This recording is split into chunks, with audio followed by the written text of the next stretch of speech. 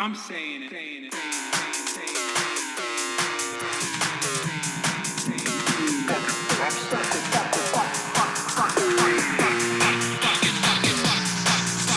America deserved 9/11.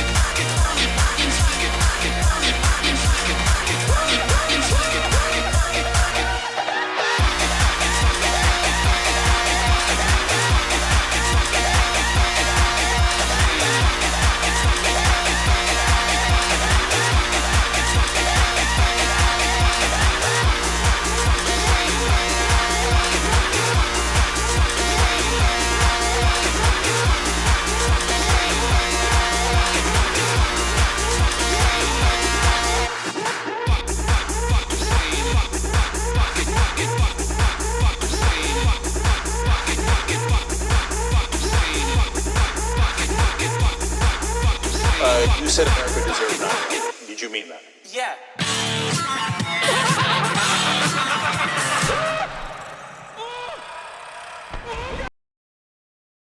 What's going on, everybody? It turns out the Rapture is fake. What happened? I got you. For a second, I got you. For a second, I made all of you motherfuckers go, hey, I bet that. I bet he became closed. I bet my favorite streamer became closed. Turns out I didn't become closed. That's right. Bet you thought, oh, that's got to be a screen grab. That's got to be just a still image. And then you saw Kaya walking through and you were like, well, I guess that's not a screen image. What the hell was that? That's crazy. Most sophisticated HasanAbi OBS production quality in history. It's true. Anyway, don't worry. I got my pocket blue chew. I'm ready to go. What's going on, everybody? I'm Hasan Piker. This is the HasanAbi broadcast coming to you live from sunny Los Angeles, California. It's 82 degrees and sunny here in Los Angeles, California, folks. We're live and alive, and I hope all the boys, girls, and MBs are having a fantastic one because today's a beautiful day. Today's a wonderful day. Today is Tuesday. Is Newsday Tuesday, September 23rd, 2025, and it is the day of the rapture, folks. That's right. It is the day of the freaking rapture. You already know what it is. Everybody's disappearing left and right. Everyone's becoming closed in your life.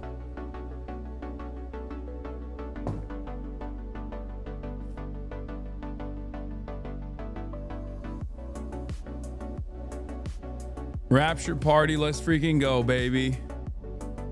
You already know I would have made sure to commit a couple sins so I don't leave y'all behind. You know what I mean? Even if I was to be raptured. You look so cute when you came on screen, all proud of yourself.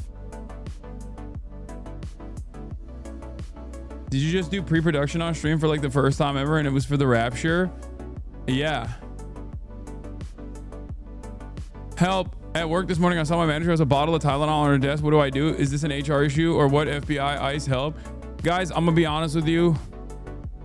This is part of the broadcast where I tell you about my personal news, and there's a lot going on in my life and in terms of personal news. And I'm in a really good mood if you couldn't figure it out. And it's not because like the rapture didn't happen because I was like getting excited for it or anything like that. The reason why I'm in a really good mood. No, I haven't caught up on Don to Don. The reason why I'm in a really good mood is because it's off for now. The reason why I'm in a good mood is because for 2 days in a row, I have slept for 9 hours, or at least like more than 8 hours. And oh my God, it's been so amazing. The first day was yesterday. And I went to sleep. I woke up 8 hours and I didn't feel so great. I felt a little groggy. But the second day, dude, today's my second day on 8 hours plus. I woke up like a goddamn dynamo. I woke up feeling alive and well. I woke up like new year, new me type shit. You know what I mean?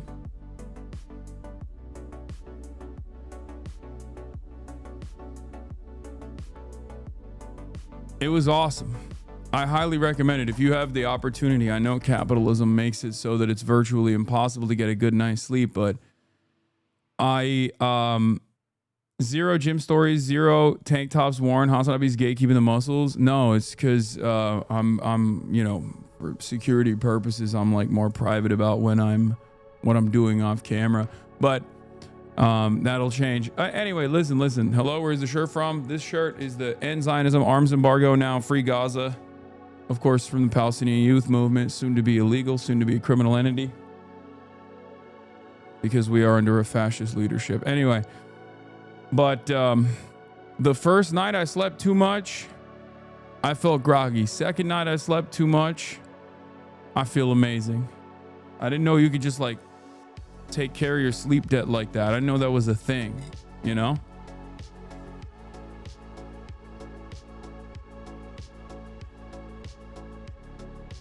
But yeah, I love it. Recommend it. Live in La Vida Loca, baby. So basically, ended the broadcast last night, hung out with the fam a little bit, watched Hunger Games episode 3, the third installation, with my brother, the newlyweds, his wife, and my dad. And honestly, the third one is kind of mid. It's the most Israel coded one. For sure. Like it's the most Israel I've ever felt watching a movie, because like they literally bomb a hospital. Like they're like, oh my God, this is a Hamas hospital, you know? But it's like not as good. It's nowhere near as good as the second one. Second one is definitely the best of the whole series. So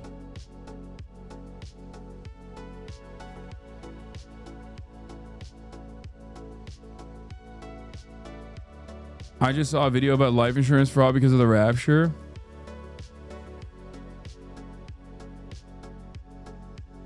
Yeah, we're going to talk about the secret cache of devices. I wonder which country would have done this to disrupt the cellular network ahead of the UN General Assembly. I just can't seem to think like what country does so much espionage on US soil. Like do you guys have any idea? Can you think of the country? They're blaming China? Oh, for sure. No, definitely. Certainly. Is there one country that has a lot to gain from this?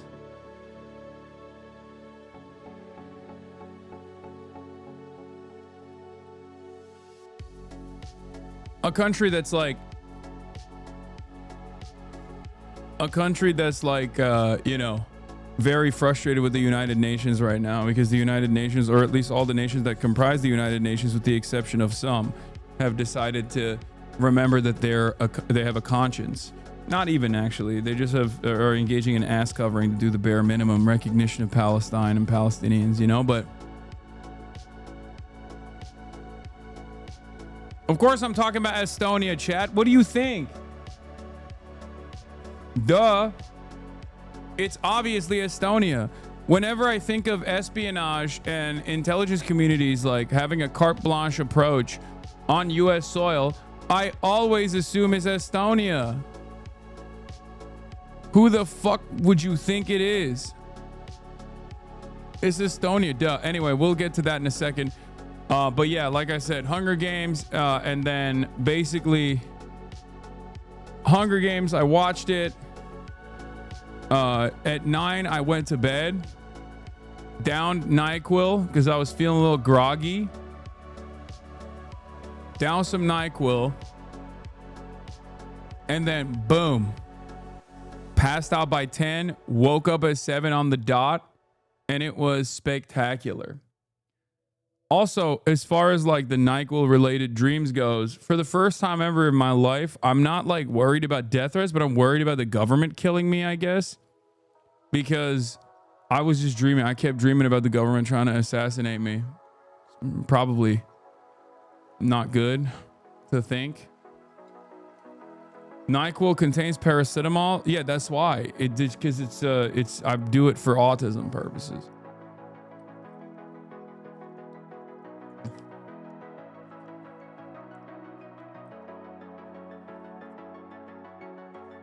Anyway, this morning I bawled my freaking face off.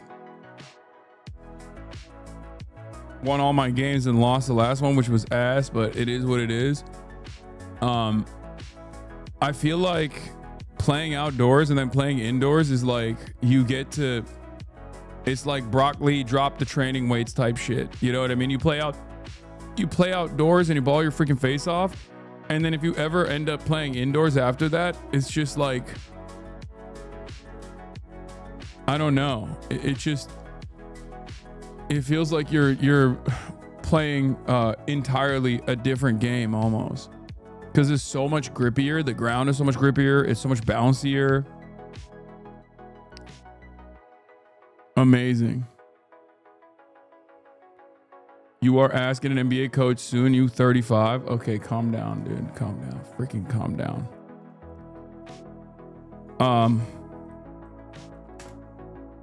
But yeah, that's all I got for personal news, honestly. You know, great morning otherwise. Feeling pretty good. I hope nobody ruins my moment. I hope nobody fucking makes me feel like ass. Thank you, Themasius, for the playlist. We're going to be looking at Rapture talk, Christian talk, obviously.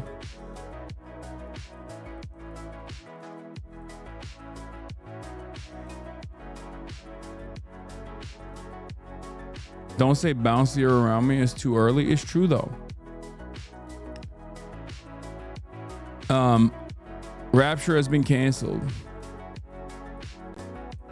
Rapture canceled due to detainment of Jesus.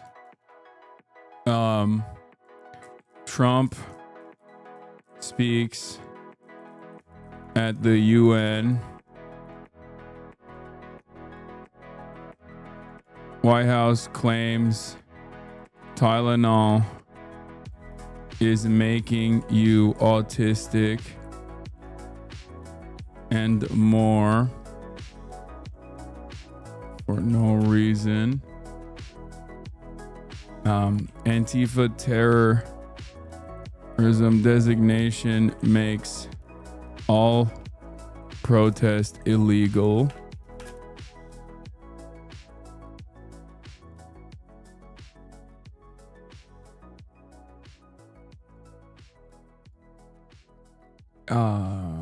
Not in a bubble, by the way. Oh, this OpenAI 100 billion to Oracle, Oracle 100 billion to Nvidia, Nvidia 100 billion to OpenAI.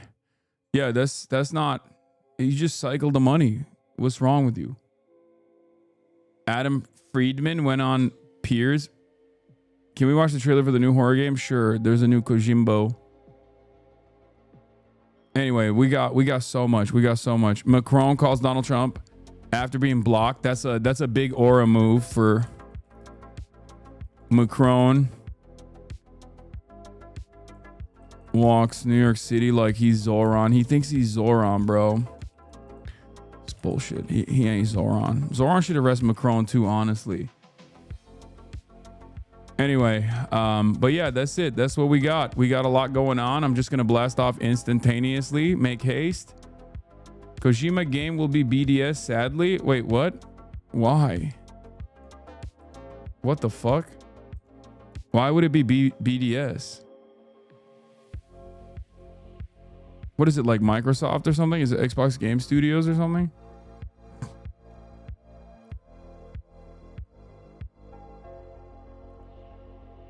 My president mocked yours today at the UN.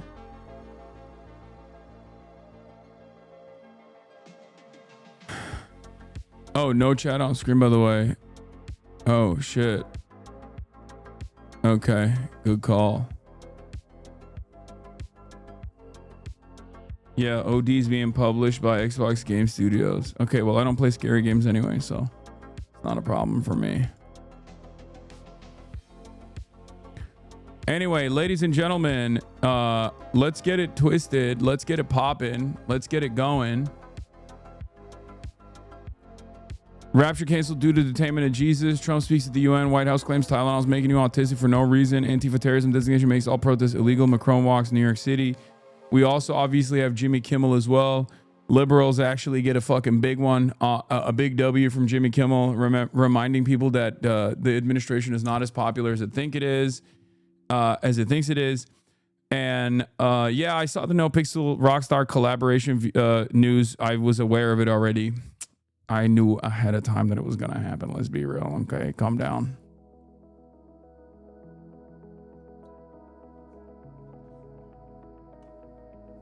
Have you seen who Kimmel's first guest is tonight? I don't know.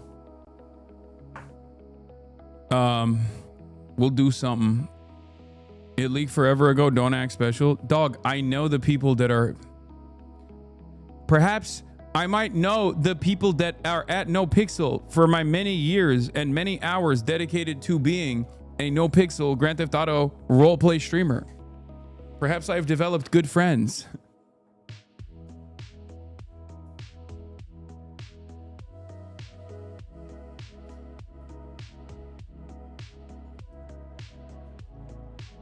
A lot of you forget I was a RP god, okay? And I will be once again, one day. I'll bring it back. Have you seen the Erica Kirk conspiracy theories? Yes, I have. It's pretty crazy. There's some crazy stuff on the Erica Kirk side. No, you were a fascist cop? No, I wasn't. What? I never played cop. It's too hard.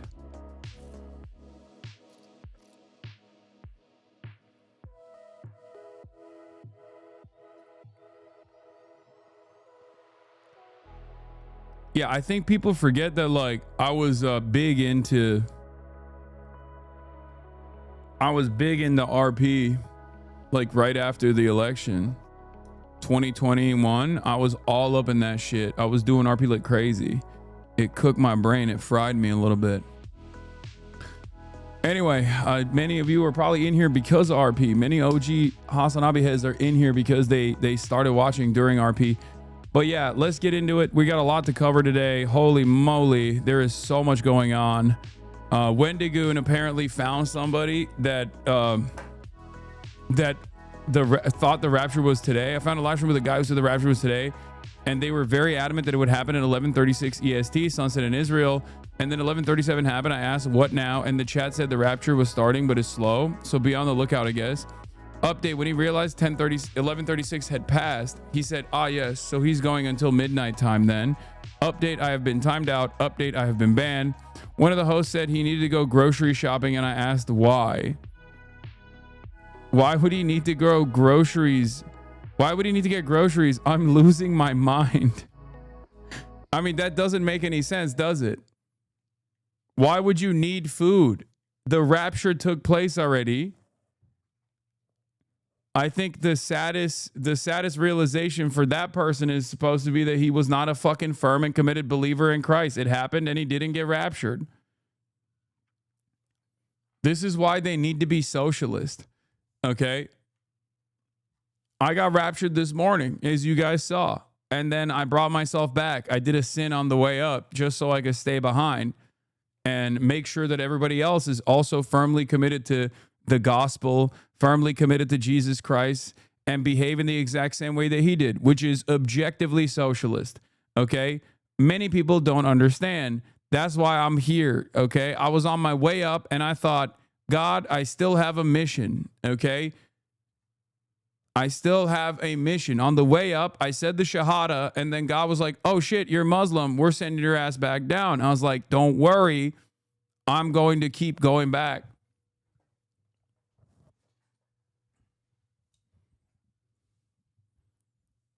Yeah, no, it's actually the pocket blue chew that I had with me. It turns out that was a L. I fluffed a little too hard, tugged it a little too hard because I wanted to make sure I was looking nice and ready, you know what I mean? And I tugged it a little too hard and a little nut came out. And then God was like, you can't masturbate during the rapture. What the fuck's wrong with you? And he sent my ass back down. I'm lying about the Shahada thing. Yeah, he didn't care about that. He did care about masturbation though. They did. I'm sorry. I'm misgendering. God is fucked up.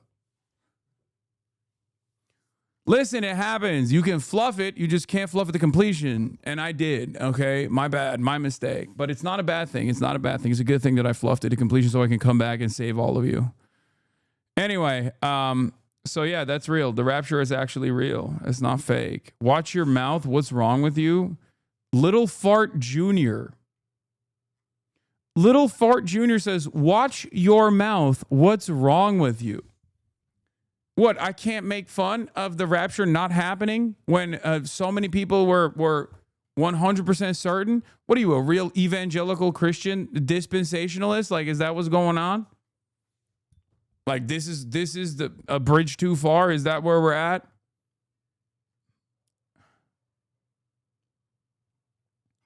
Why do you disrespect Christianity so much? First of all, this isn't Christianity. Okay? What the fuck do you mean? This is one sect of Christianity. Don't even get me started on this shit. This is not even something that other Protestants believe. This is like straightforwardly an American-born cult. Corn, jizz, and ass play. Oh my God. Why am I responding to these people? Yeah, rapture is not canon. Some fucking Scottish dude decided it was going to happen. And then everybody was like, you know, watch your mouth. My 1-year-old is watching with me. Okay, well, they're not going to learn anything. Don't worry. Yeah,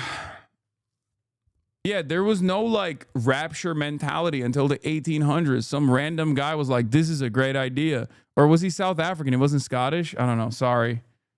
I don't know. Some fucking random dickhead was like, this is a cool idea. And then Americans are so insane that they just like totally got on board with it. Blast off meme is too late. I already blasted. None of us are getting Harponzo bean, dude. None of us. I'm just going to say Catholics on top. Okay. No disrespect, but Catholics on top, bro. They got crazy ass stuff that they believe, but at least it's like kind of metal. You know what I mean? Like a piece of a saint. Like that's crazy that they just like chopped up all of their fucking saints and they're like, here's the fingertip of this like deity. And it's crazy. I will never get over that. Catholics are so crazy, dude. Respect to the Catholics.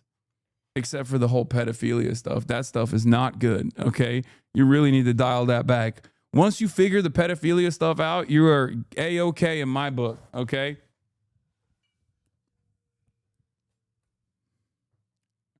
I mean, Muslims do it too. We have like a piece of the Prophet Muhammad, peace be upon him, his beard, you know what I mean? Like they do stuff like that too. A little bit. Maybe that's why I feel a sense of closeness to Catholicism in that regard.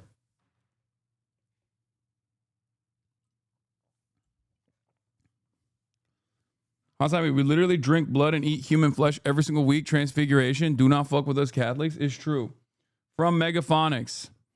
Followers of Christ. 5 hours till rapture. If Amazon same day delivery is unavailable, poke a hole in a water bottle. Revelation 21:27. Nothing unclean shall enter into the kingdom of heaven.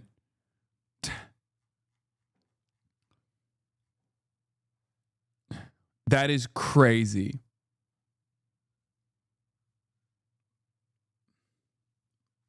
We have Oliver Plunkett's head in a glass case in a church in Ireland. That is crazy, bro. That is crazy. The head of the blessed Oliver Plunkett. Like, this is what I mean. This is so metal, dude. This is so fucking metal. That kind of shit is crazy. It is like, Catholicism is so insane to me that I do have to respect it a little bit. Like, they do stuff like this and it's just straight up Warhammer, which is funny because, like, yeah, Warhammer, no shit. They stole a lot from all of the religions, specifically Catholicism. It's pretty fucking wicked.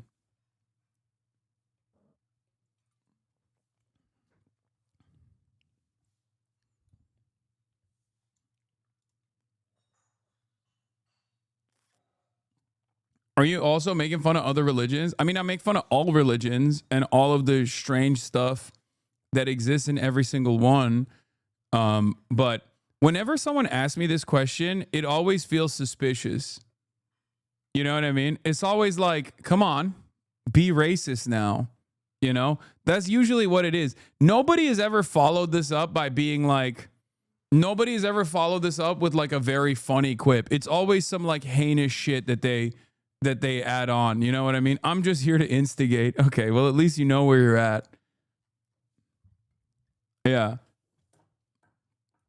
Because like if you were actually listening to what I was saying, I was making fun of the Catholics. I was even making fun of the Muslims too. Like I was making fun of Islam too. But like you didn't hear that. You were too predisposed with getting a fucking you wouldn't be talking about this.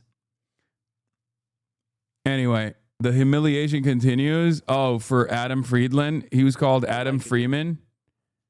Comedian Adam Friedman.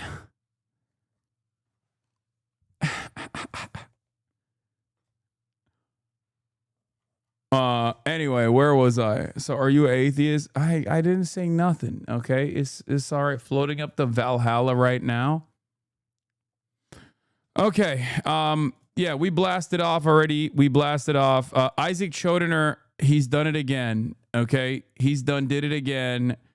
This man, the legal scholar Cass Sunstein argues for a more expansive definition of an ideology under threat. This time it's can liberalism be saved? We're obviously going to talk about that. Isaac Chodener is for all the fucking losers. Okay. People like us. He just, like, I don't even know what his worldview is. Like, I don't think he's like a firm and committed anti-Zionist by any measure, but I think he is an instigator, right?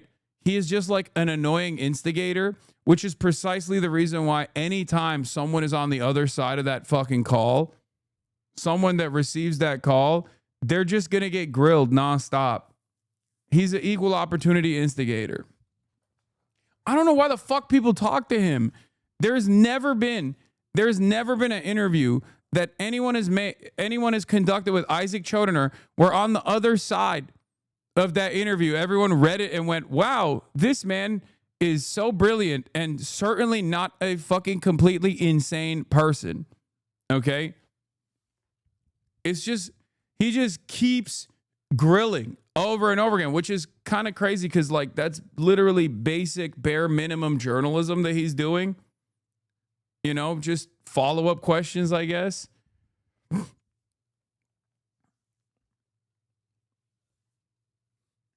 So, anyway, we'll cover that in a second too. St. Mark's head was stolen from Alexandria in a pickle jar by Venetian sailors. That's dope. It's like how people are willing to talk to CoffeeZilla. Yeah, I don't get it. I think he's got a pretty strongly held worldview, but yeah, I have no idea why these people keep talking to him. The New Yorker cred's doing unbelievable work. Yeah. When I go to the New Yorker festival, I think that's what I'm going to, but when I go, I'll do it. Wait, what is this? Rapture Clownery Archive. Oh no. It's like pacing back and forth, like literally about to meet him, dude. Or no. Like literally in an instant. I just feel like you're just not godly if you're this slammed to your phone. Am I crazy? There's just something so satanic about these fucking things. that I feel like if you got, first of all, you got a nose ring, girl. Haven't you seen Kirk Cameron's Left Behind series? You got a fucking nose ring. You ain't going to heaven. That means you're a liberal Democrat, okay? Nose ring, automatic Clinton voter. You are not, and I don't mean Hillary, I mean Bill, okay? The worst kind. You are not going to heaven. Everybody knows this. Did she not get the fucking memo? That cross is not going to save you. Have you not watched the Kirk Cameron movies? The cheating pilot's daughter has a nose ring and probably fucking donates to Greenpeace. She's not getting sucked. It don't matter if you are a believer. Everybody knows this. I watch the movies. If you're a liberal Democrat, you're not going to heaven. Only conservatives. The cheating pilot and the cheating pilot's liberal Democrat Greenpeace adjacent daughter did not get sucked into the heavens because she had a nose ring. The cheating pilot father also didn't get clothes because he was, cheating. Because he was fucking Kirk Cameron's IRL wife on the side, which is understandable because she is a babe, okay? She is a babe. And then she got a job at the UN. Guys, I know all about the Rapture, okay? I've learned everything I needed to learn about the Rapture. I watched the Kirk Cameron series, not the fucking Nick Cage one. I watched the Kirk Cameron series, so I know.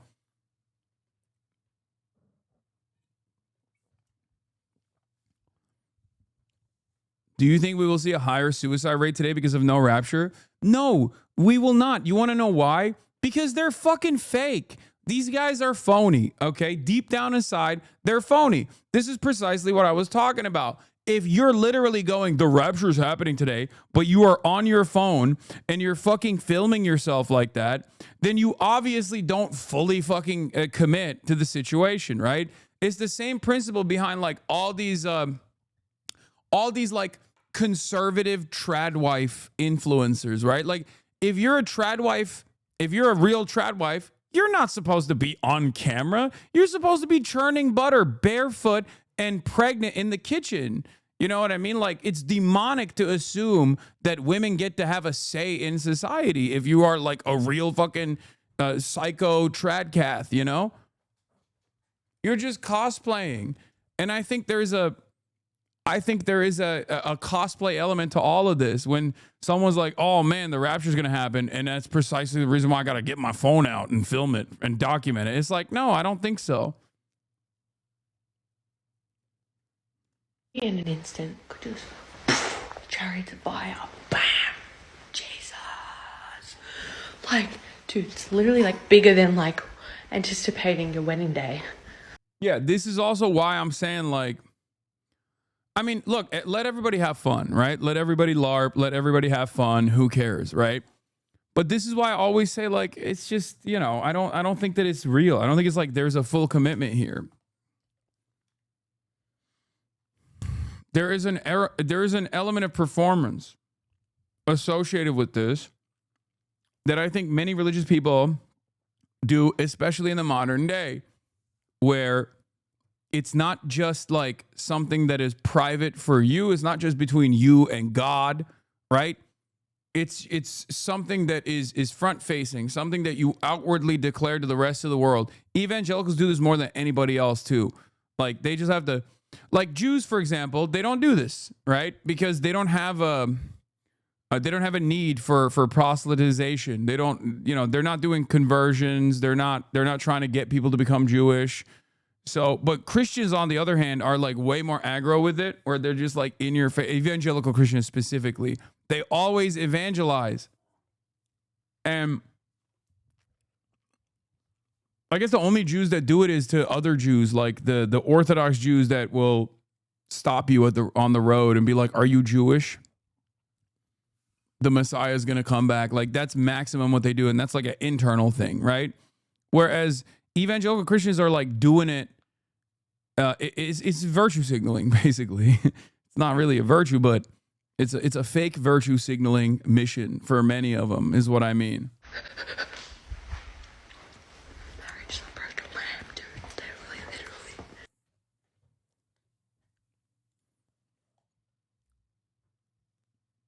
unlock your phone. Don't forget to unlock your phone. If you are a pre-tribber like myself and you truly believe that Jesus is going to come and Yeah, bro. Listen, guys, it's still happening. What I need you guys to do is just take out all of your money, okay? Because obviously Jesus Christ himself said it. A rich man has a harder time getting into heaven than a camel has a rich man has a harder time getting into heaven, getting in through the gates of heaven than a camel through the thread of a needle, right? So what you're supposed to do, the rapture's still on, okay? Take out all your money. Take out all of your money and then put it outside, okay? Take out all your cash, go to your bank. I know they're going to be like, oh, $10,000 and above. Like, we're going to inform the feds that you're taking the money out, but it doesn't matter because the rapture's happening anyway. So who gives a shit? Go to the bank, do a bank run basically, and instantly put the cash outside. You're going to heaven anyway, and this is the only way you can be raptured. So definitely do that. Also, if you have a Steam Deck or a PlayStation 5, you're not going to bring that with you anyway. Put that outside as well. That is the devil. Japanese people made that, okay? Everybody knows they're pagan. So put that outside as well. Otherwise, you are not going to heaven. So put it out on the street and let people know, like, you're putting it out on the street. Like, you show everybody how heavenly and how godlike you are, okay? Preemptively put it outside.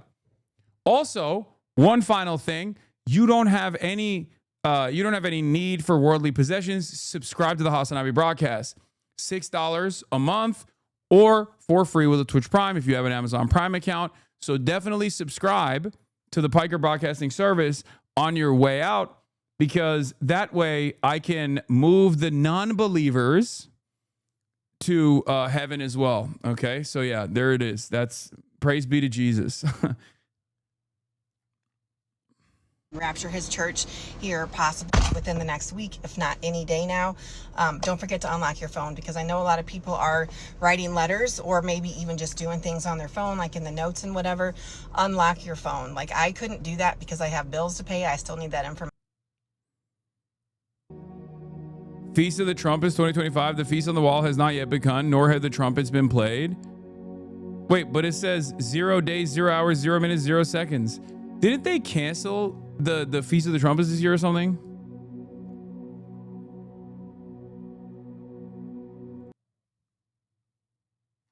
How is this not performative? So I just wrote my phone, my code on a piece of paper with a little message, and I took a picture of it and I made that the screensaver on my phone. I just want to encourage anyone who does believe in the rapture and you believe that it's going to happen soon to just be more bold about your faith. Wear your stuff like this, wear your Jesus shirts and all that. Okay, I'm done. The devils are already here. They're just in New York City right now. Yeah, the United Nations, which is obviously, as everybody knows, what Kirk Cameron taught me, is the Antichrist. The United Nations is led by the Antichrist. And also Jewish people, which are also the Antichrist. Or at least soldiers of the Antichrist, because they're triggering the rapture, which is somehow a good thing. See, this is what I don't understand. There is something so inconsistent about, like, the anti-Semitic pro-Israel slant that pro-Israel evangelical Zionists take. Because, like, that approach doesn't make sense. It's the same thing that I don't understand about the Bible as well, where they'll be like, oh, the original sin, like, Jews killed Jesus, right? Like, this is something that they believe. So they're like, oh, you can't trust the Jews because they sold Jesus out because he was speaking the truth. As Tucker Carlson also said, hummus eaters, right? But what doesn't make sense to me is, like, isn't that a good thing? Like, that was supposed to happen, right? So why the fuck do you hate the Jews for triggering, Jesus Christ dying only to come back to earth, right? So that was like a big thing. And then 2, or that's not the original sin, whatever. I don't fucking know. I'm not a theologist. Okay, calm down. I'm just talking out of my ass. But I don't understand this concept, because on the one hand, they're like, oh, Jews are the chosen ones, right? They have to go to Israel. But also, they low-key believe that, like, Jews are up to satanic shit by triggering the rapture and then like aligning with the devil for building the temple. Like, they are not supposed to do that, but then also when they do that, it's a good thing because it triggers the rapture and it causes Jesus Christ to come back to earth. So I don't fucking understand. It doesn't make sense. It doesn't make sense. Like, how can you on the one hand be like, you know, Jews are nefarious and working alongside the forces of Satan, but that in and of itself is also triggering the rapture, which is good. You know? I don't fully understand that.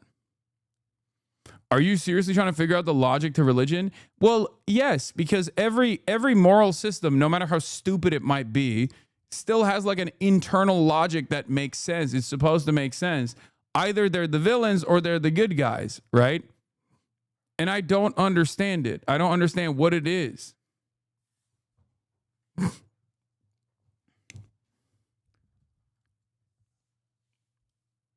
Anyway, the manga explains it. You got to read.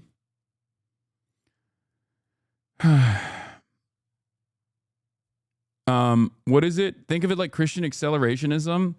Okay, but like, aren't they supposed to be pro-Jewish then? Like, you can't be like a Christian and then be like, I'm on the side of the satanic forces that will trigger the rapture and then align with the devil.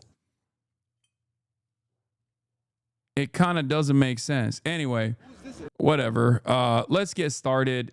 Emmanuel Macron was on the streets of New York City, also known as the New York City. And we're going to obviously cover this. It was kind of funny. I hate to admit that he got some aura out of this. But Emmanuel Macron has been on a fucking tear, okay?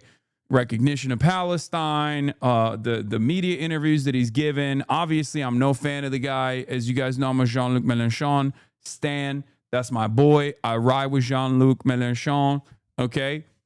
France on bow, baby. You already know.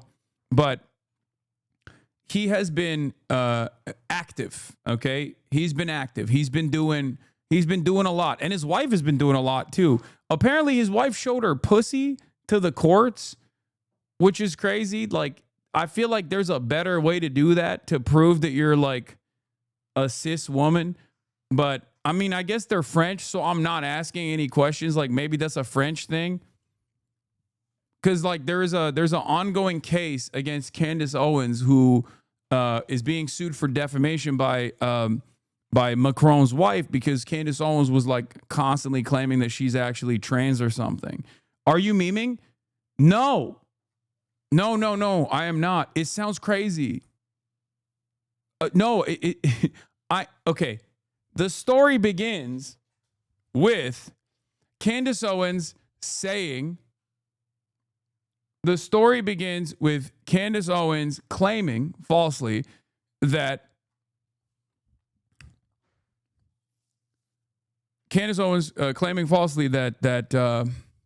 Emmanuel Macron's wife, who may or may not be a pedophile, but that's, again, French activities, it is what it is, was actually a trans woman, right? And not a cisgender woman.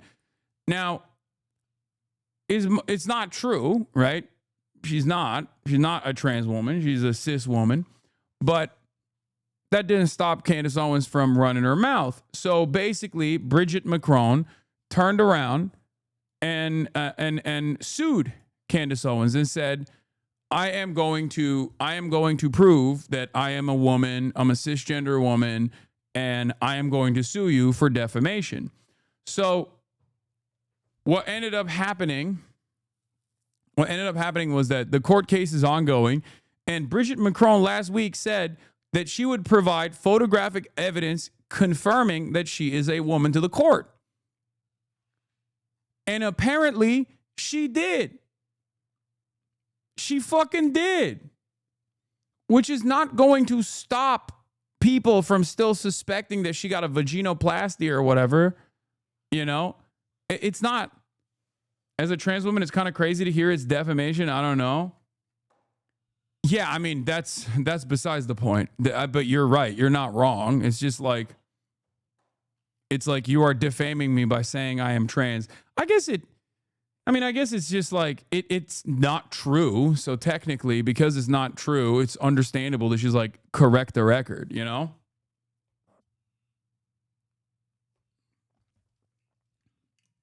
She is getting misgendered. So, in any case, what defamation is claiming that she's lying? What's defamation is claiming that she's lying? Exactly. The defamation part isn't that she is trans, it's that she is committing a fraud. Yeah.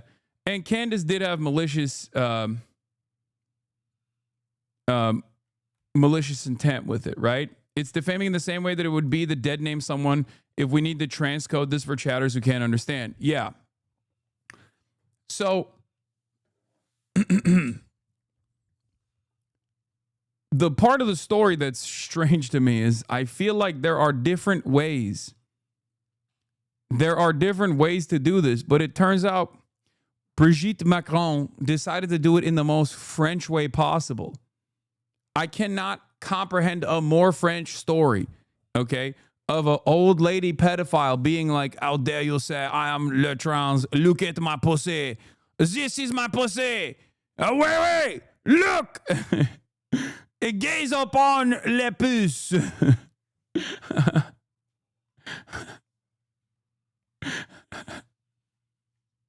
Look at my vag.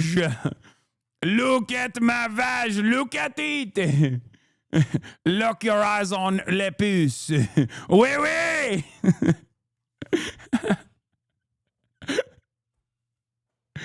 Oh, Jesus Christ.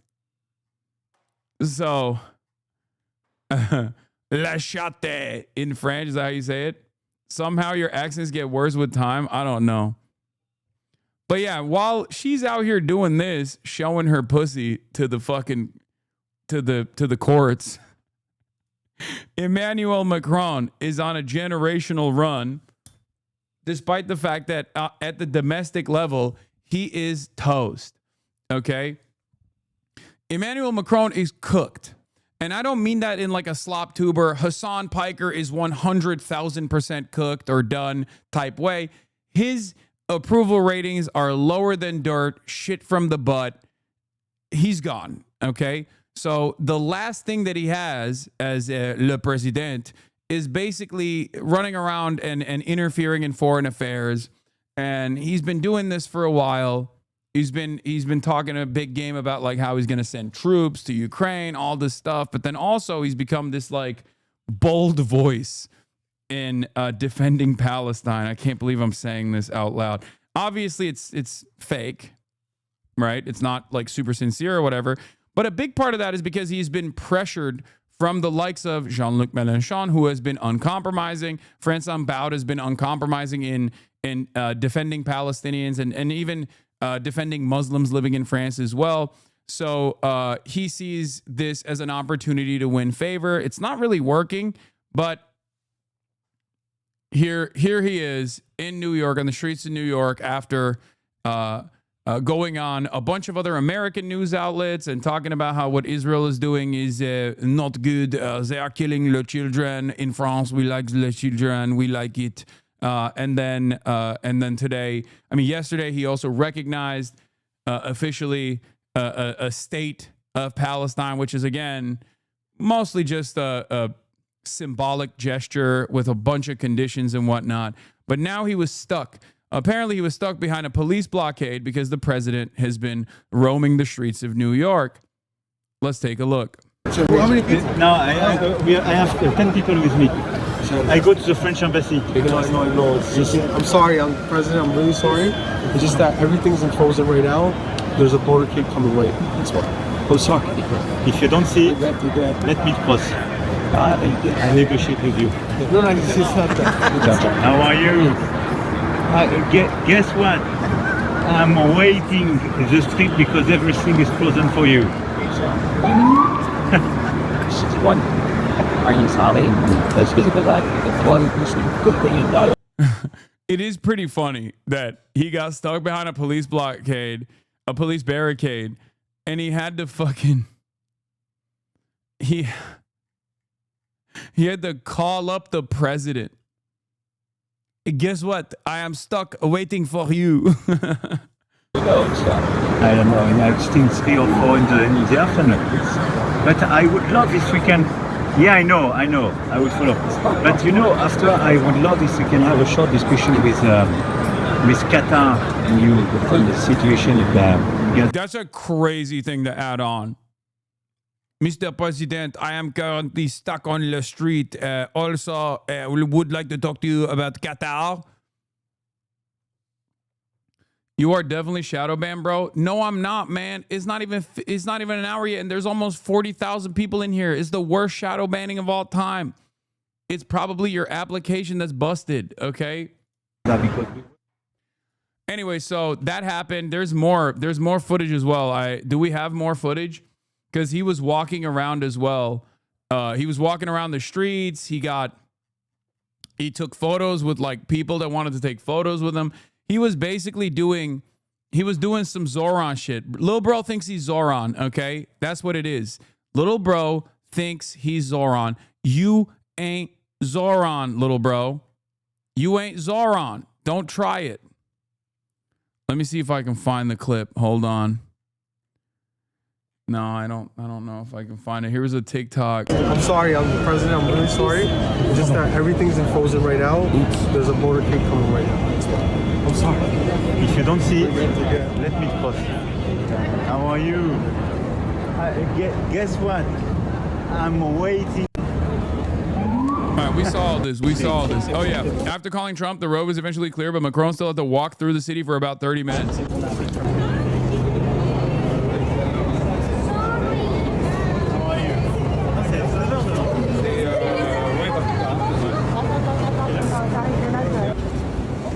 Passersby stopped him to take photos, with some even kissing him on the head.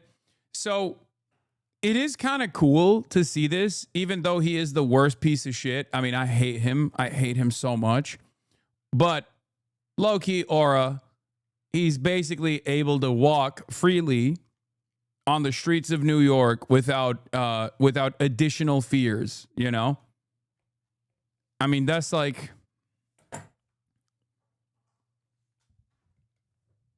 Whoever does that is still cool.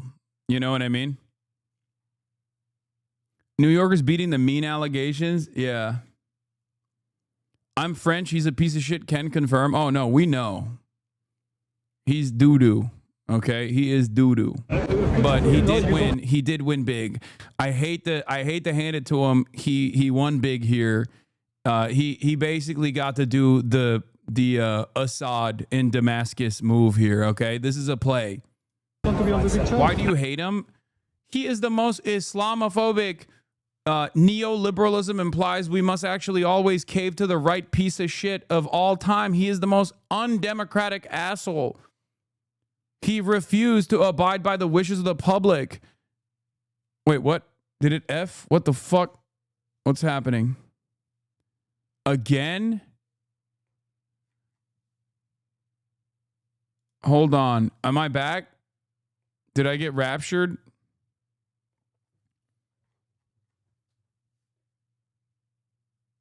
What the heliante was that? Right on the dot at an hour. Macron sends his regards. Okay. As I was saying, he is... Listen, he is everything that I despise about liberalism, the constant caving and constant capitulation to right-wing framing on right-wing issues, whether it be immigration, like an anti-immigrant agenda, Islamophobic agenda. He's done it all. Constant austerity, tax breaks for the wealthy, and a debt crisis that comes along with it, only to take away from the pockets of working class French people, playing a formative role in ruining the lives of regular everyday French people. It just sucks. He's done it all. He's done all of the bad things. everything that I despise about the Democratic Party, Macron has put into action, okay? He is one of the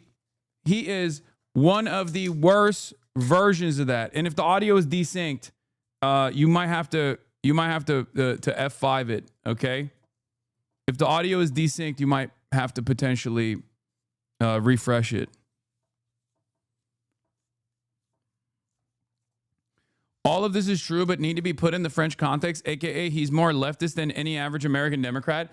No, the baseline in France is more left.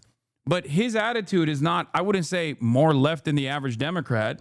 He has been actively, he is incredibly right-wing.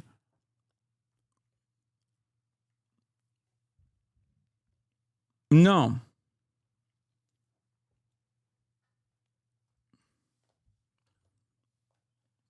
Being more left-wing than the average Democrat in America also doesn't make any sense. Macron is right-wing. He is right-wing, brother. He is center-right. He is a classic neoliberal.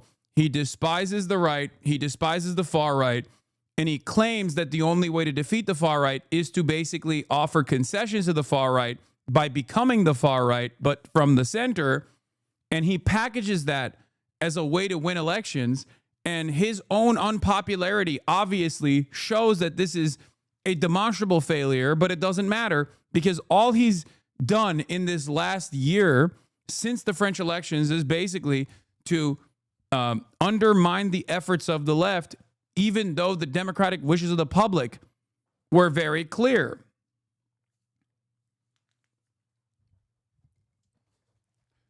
He hates, I think, the left. This past year has shown that he hates the left more than he hates the far right. He presents himself as an anti-far right figure, okay? He presents himself as an anti-far right figure, but his actions, the clinging on the power, is clearly opening up an avenue for the far right to win. And whether his intentions are pure, he genuinely thinks this is the best way to combat the far right, or whether he is cynical and he just simply wants to tank the chances of the left, does not change the reality that he is doing that right now.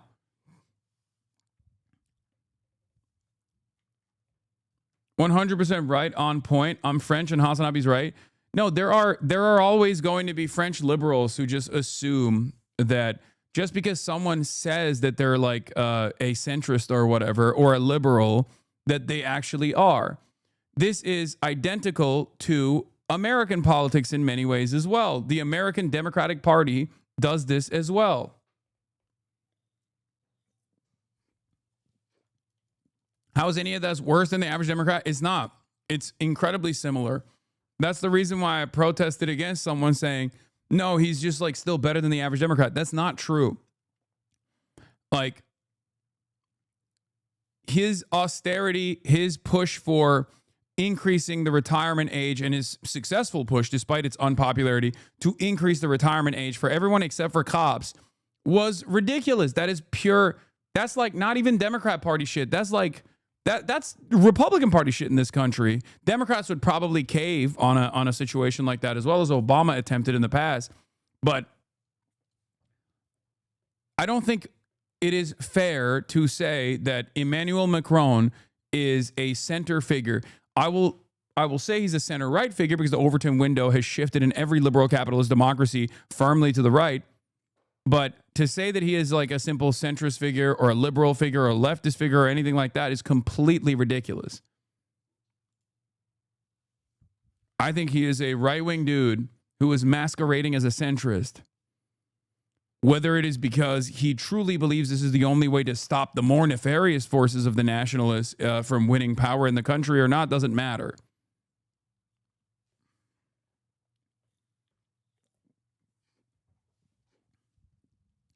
You're talking about a guy who straight up said even wearing an abaya is actually a demonstration of radical Islamism and therefore must be purged and excised from French society. I'm sorry. That is heinous shit. That's shit that the nationalists would be saying 10 years ago. But the more the center actually goes to the right, the more the far right actually pulls society further and further to reactionary elements. That's how it works. The centrist figures unironically play a role in normalizing this kind of Islamophobia.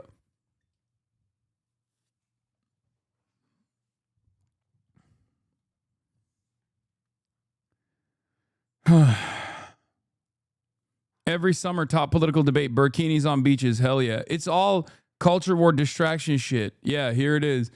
One of my buddies literally is the reason why this is known, by the way. He just straight up asked him to his face, Hugo decrypt. Straight up asked him to his face. He was like, what the fuck? What is this abaya ban? Like, and he openly was like, well, it's Islamist. It's crazy. It's crazy. You know Hugo? Oui, I do. Remember, Hugo is a liberal too, for sure, but like, it doesn't matter. I don't give a shit. I can be... You guys are so fucking annoying, man. I can be friends with people that I don't fully align with politically, and you can too. Be normal, please. Jesus Christ. Oh my fucking Lord. Hugo is a major Macron dick rider. He is not. That is wrong. Why are you friends with Macron? Let me fail. Wait, what? I'm not friends with Macron. What? No, if there's a person I'm friends with, it's Jean-Luc Mélenchon and the France en Belle party. By the way, I will be in France soon, as you guys know. I'll be in France in the beginning of October because my friend Lucas, also known as Squeezy, is putting together a GP4, Grand Prix 4, with influencers. Obviously, the American team is going to be represented by Ludwig and Michael Reeves. And I am going to be one of the American broadcasters for the event. And when I go there, I might, and Pokemon as well. Myself and Pokemon are going to be the American broadcasters for this massive event. And we are very stoked for it. So it's going to be cool.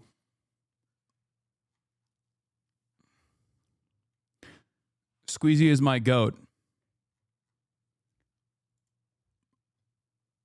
What the fuck? You know Squeezy? This is a mindfuck?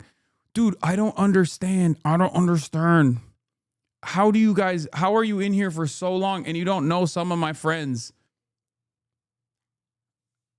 Bro, not only do I know Squeezy has stayed in my house when he visited LA, and also he's been on the podcast. He's been on Fear End. We've been to his house and filmed a episode of the Fear End podcast.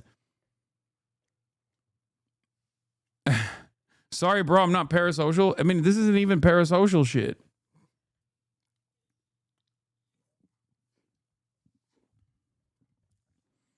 Politics frogs don't watch anything fun. Yeah, that's probably what it is. I don't think you guys know this. I was supposed to be the American pilot for GP4. I've explained it before. I was supposed to be the American pilot for the American team, but unfortunately, my shoulder width is a little too big, and I was not able to fit.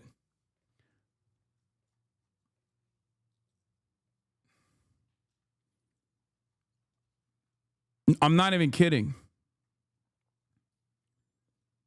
I couldn't fit in the fucking Grand Prix 4 Formula 4 cars. It was devastating.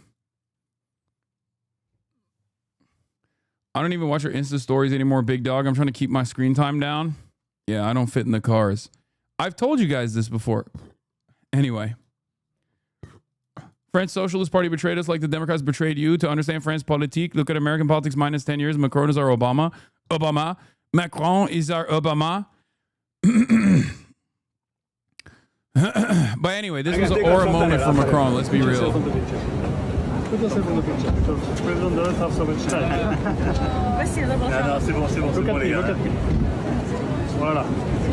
That is the most French looking motherfucker I've ever seen in my entire life, bro. Of course he kissed me.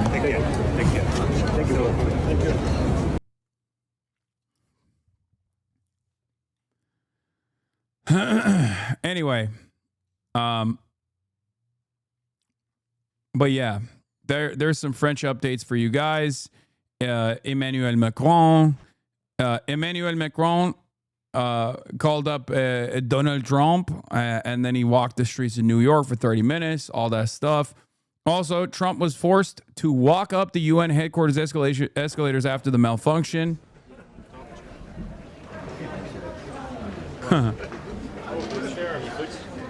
Real Antichrist hours.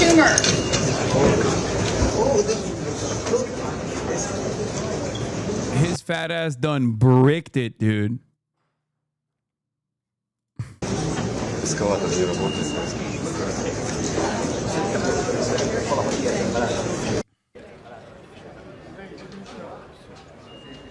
UN blames Trump's team for both the escalator.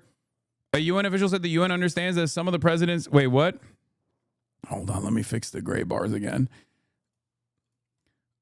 Bad escalator, President Trump referred to during his address to the UN Assembly. A UN official said the UN understands that someone from the president's party who ran ahead of him inadvertently triggered the stop mechanism on the escalator. The official, speaking on condition of anonymity, said the White House was operating a teleprompter for Trump. So he's the one who bricked the teleprompter, and he's the one who bricked the escalator. I totally believe this. You seeing this? Nothing works.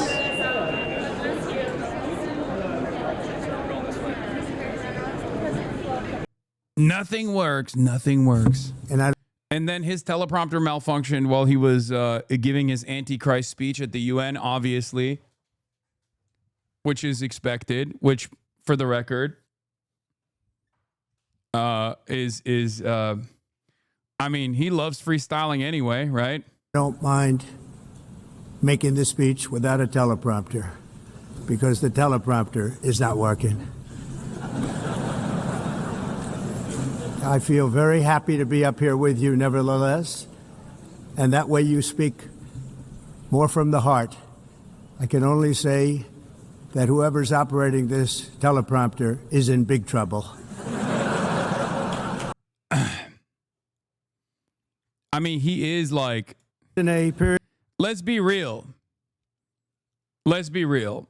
Off the cuff, he is goated off the cuff, usually. Okay. He's got it.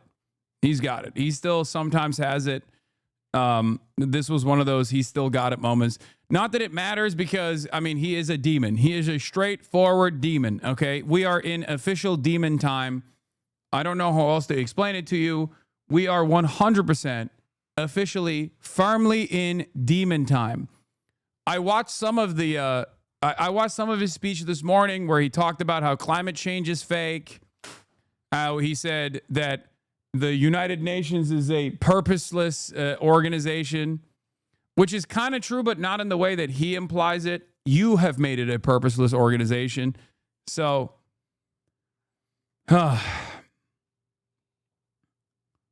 he went off on a bunch of different shit. Period of just 7 months, I have ended 7. He demanded that he get a look for the Nobel Peace Prize. This is the funniest place to say he ended 7 wars because the dudes who he has supposedly ended the wars of are there in the room. Okay? This is one of the only places where you can't say that because they're in the room with you. You know what I mean? They could be like, no, you didn't do that. That's actually we're still warring, big dog. Obviously, he still can get away with it. I was talking to my dad about this, and he was like, "Do you think they'll actually cut him off? Because there's a time limit for how long you can go." And I was like, "Of course not. They're not going to do that." And of course they didn't, because he's Trump and he gets to do whatever he wants to do. And I think that, like, and I've said this before, Trump's behavior and his narcissism has made it impossible to ignore the power dynamic that exists. Okay? He is like a toddler, and he has no interest whatsoever in abiding by norms or even making it seem as though like these other European leaders have any sort of autonomy, any sort of sovereignty. So he just makes them genuflect over and over and over again. He just bullies people over and over again. And there's not really much people can do. I'm sure they hate it personally, but it's kind of like with Israel. You know, you can hate Israel, but ultimately you just got to do its bidding, right? And that is where we're at. I guess the one thing that I find to be good here is that this kind of destroys the notion of like international rule-based order and all this stuff that like liberals have deluded themselves into believing. Do you ever talk to your chat or just shit on them? No, I talk to my chat all the time. You recognize you make money riling people up to hate the other site. Which site are you talking about? You a grifter like Candace Owens. The other site like Rumble or Kick, is that what you're talking about? It's just interesting because like I also criticize both sides pretty hard. That's why a lot of Democrats say I'm a spoiler and I'm actually not invested in like a real positive vision for this country, and I'm simply invested in like destroying the Democratic Party more than the Republicans. But of course, that's not the case either.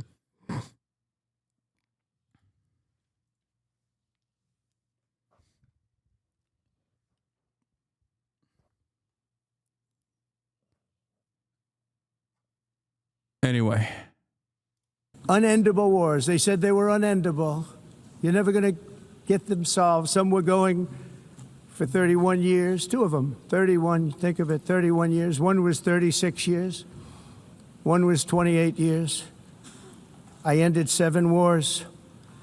And in all cases, they were raging with countless thousands of people being killed. This includes Cambodia. I mean, obviously, he didn't do that. Daniel Dale hit the fact check on this. We're back. We're so back. Liberalism is so back. Ooh, I'm fact checking. Okay, we got fact checking. We got fact checkers. Egypt-Ethiopia dispute was over an Ethiopian dam. There was no raging war that thousands killed. There was no Serbia-Kosovo active war to stop. Congo-Rwanda is not resolved and hostilities continue. India denies Trump mediated any ceasefire. Inflation is not defeated and rising 2.9% from 2.7%. Grocery prices are up due to tariffs. U.S. electricity costs are up 6.2% year over year. There is no $17 trillion in U.S. investment. His own press secretary cited around $9 trillion, and even that is dubious. China is the world leader in wind power usage. Various countries. There are a lot of issues there. So first of all, some of the conflicts he's counting as wars he resolved were not actually wars at all. For example, Egypt and Ethiopia have argued over an Ethiopian dam project on the Blue Nile, but they were not in a raging war in which thousands of people were being killed. Similarly, Trump has claimed that he prevented conflict between Serbia and Kosovo from resuming, but they were not in a raging war either. In addition, the conflict involving the Democratic Republic of Congo and neighboring Rwanda has not actually been resolved. We have good reporting from just a day ago talking about how hostilities have continued despite the peace deal that was signed under President Trump. And then in addition to that, India denies that President Trump was responsible for mediating its ceasefire, its truce with neighboring Pakistan. So a whole lot of issues with just that one claim. And Pamela, there were a whole bunch of other claims that were just out and out false. So I don't even have time to run through all of them. But on inflation, President Trump said that grocery prices are down during this presidency. They're up, and the pace of the increases is accelerating as the tariffs take. I used to make fun of these guys, but honestly, I'm wrong. Okay? I used to make fun of the debunkers, and I'd be like, oh my God, I'm debunking. But like low-key, don't it always seem to go? You don't know what you got till it's gone. They pave paradise and put up a parking lot. Ooh la la la la. With respect to the debunkers, okay? It turns out that the debunkers were actually doing the most basic component of mainstream media, okay, which was absolutely a necessity. And I never thought that I would welcome Daniel Dale back with open arms, okay? It turns out it is a necessity. It is an absolute necessity. But not only is it good to be equipped with this knowledge, okay? Not only is it good to be equipped with the knowledge, with the truth, but it's also important for these guys to basically keep addressing the truth whenever they are talking to Donald Trump. I know that it has become increasingly more difficult, but God damn it, until I saw the entirety of liberal media completely cave to the post-truth method of Donald Trump, until I watched it happen in real time, did I not realize how important it was to just have like some debunkers take effect. He has claimed that inflation has been defeated in general. No, inflation is also accelerating. It was 2.9% last month, up from 2.7%. He said that European electricity bills are high, which is true, but that ours are coming way down. No, in the US, they are increasing sharply, up 6.2%. Directly as a consequence of the data centers, from what I understand. In August compared to a year prior. And there were a whole bunch of other topics. He claimed that he has secured $17 trillion in investment in the US. Well, just guys, I don't care about Ryan Ruth, okay? I don't care. Please, I will get to it later. I don't know why you guys think like this is the most imminent, most important story I must cover. Yes, Ryan Ruth wanted to save Ukraine, wanted to save NATO, and he was found guilty, and then he tried to kill himself in the court or something. I don't know. We'll get to it later. Okay, calm down. Jesus Christ. Yesterday, his own White House press secretary said it was about $9 trillion in investment. So I don't know where the additional $8 trillion in a day has come from. And even that initial $9 trillion the press secretary claimed is highly dubious, counting a whole bunch of things that aren't actually spending, but rather are vague commitments from various countries. You and Kylie addressed the environmental claims. I just want to address one more. He claimed that China builds a lot of wind turbines and manufactures them for others, but refuses to use it itself, barely uses wind power. In fact, China is the world leader in the use of wind power. It is building additional wind power in China far faster than the pace at which the U.S. is building in the United States itself. So the idea that China is just, foisting this terrible source of energy on other countries while refusing to use it is a reversal of reality.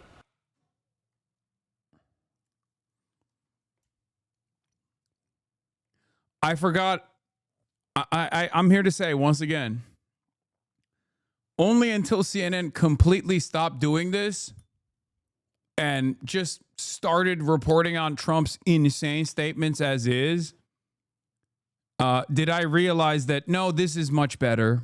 This is bare minimum, but it's much, much better. I am not making fun of the debunkers any longer, okay? I apologize to the debunkers. You were fucking right to do it. I'm glad that you're still doing it. Please give Daniel Dale more space. Jesus Christ. It is. We have arrived at a post-truth universe. Someone has to be honest, please.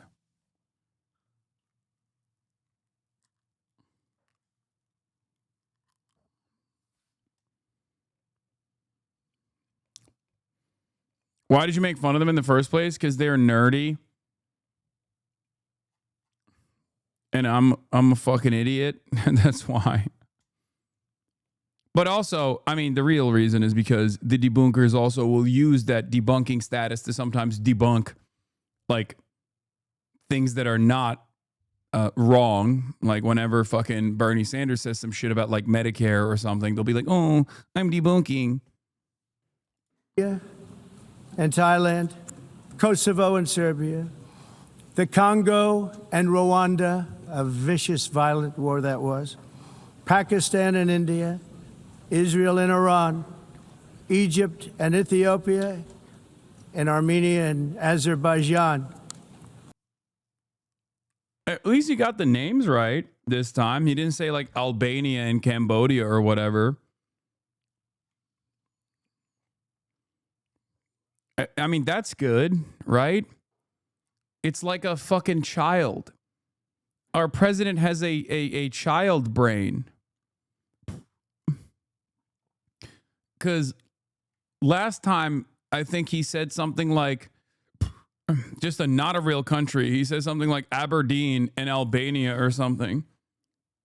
Yeah, Azerbaijan and Albania.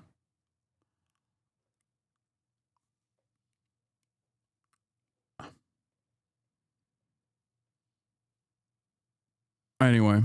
It included all of them. No president or prime minister, and for that matter, no other country has ever done anything close to that. And I did it in just 7 months. It's never happened before. There's never been anything like that. I'm very honored to have done it.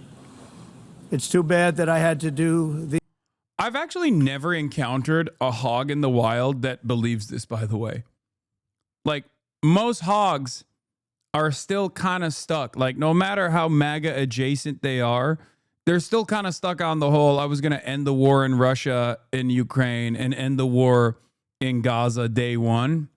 Because that was such a big claim that obviously he was never going to complete. Well, he could have if he had enough interest in preserving the humanity of Palestinians. He could have just like stopped Israel for sure. But I have yet to hear from a hog in the wild that unironically is like, yeah, no, he's the peaceful president. How dare you? You just hate that he's like ending wars or whatever. Maybe they're out there. I'm sure there are. But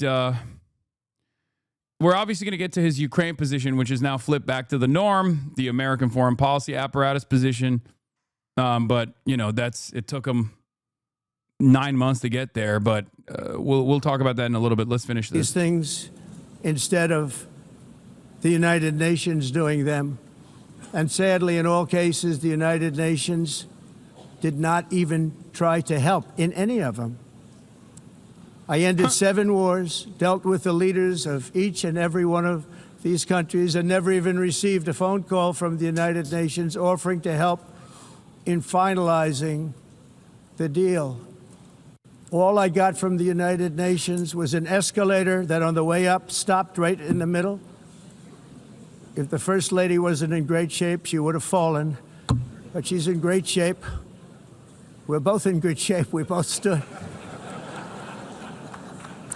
And then a teleprompter that didn't work. These are the 2 things I got from the United Nations, a bad escalator and a bad teleprompter. Thank you very much. And by the way, it's working now. It just went on. Thank you.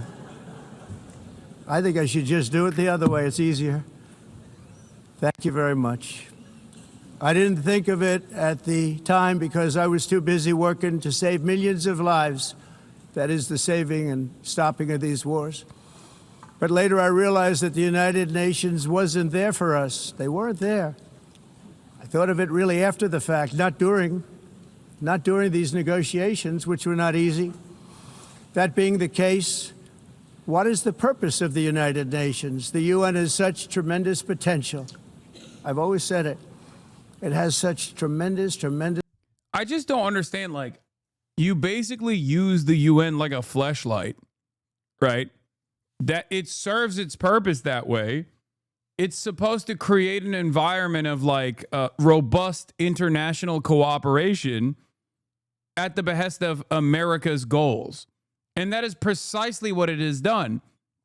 That is precisely the reason, for example, why the United Nations has not been able to get any motion on numerous things that the rest of the planet agree on universally. Like food being considered a human right, for example. It's like America and Israel don't like it, so it doesn't matter. Or lifting the unjustifiable trade embargo on Cuba. The rest of the planet agrees on it. The United Nations agrees on it. Doesn't really matter. America just says, nope, it doesn't matter.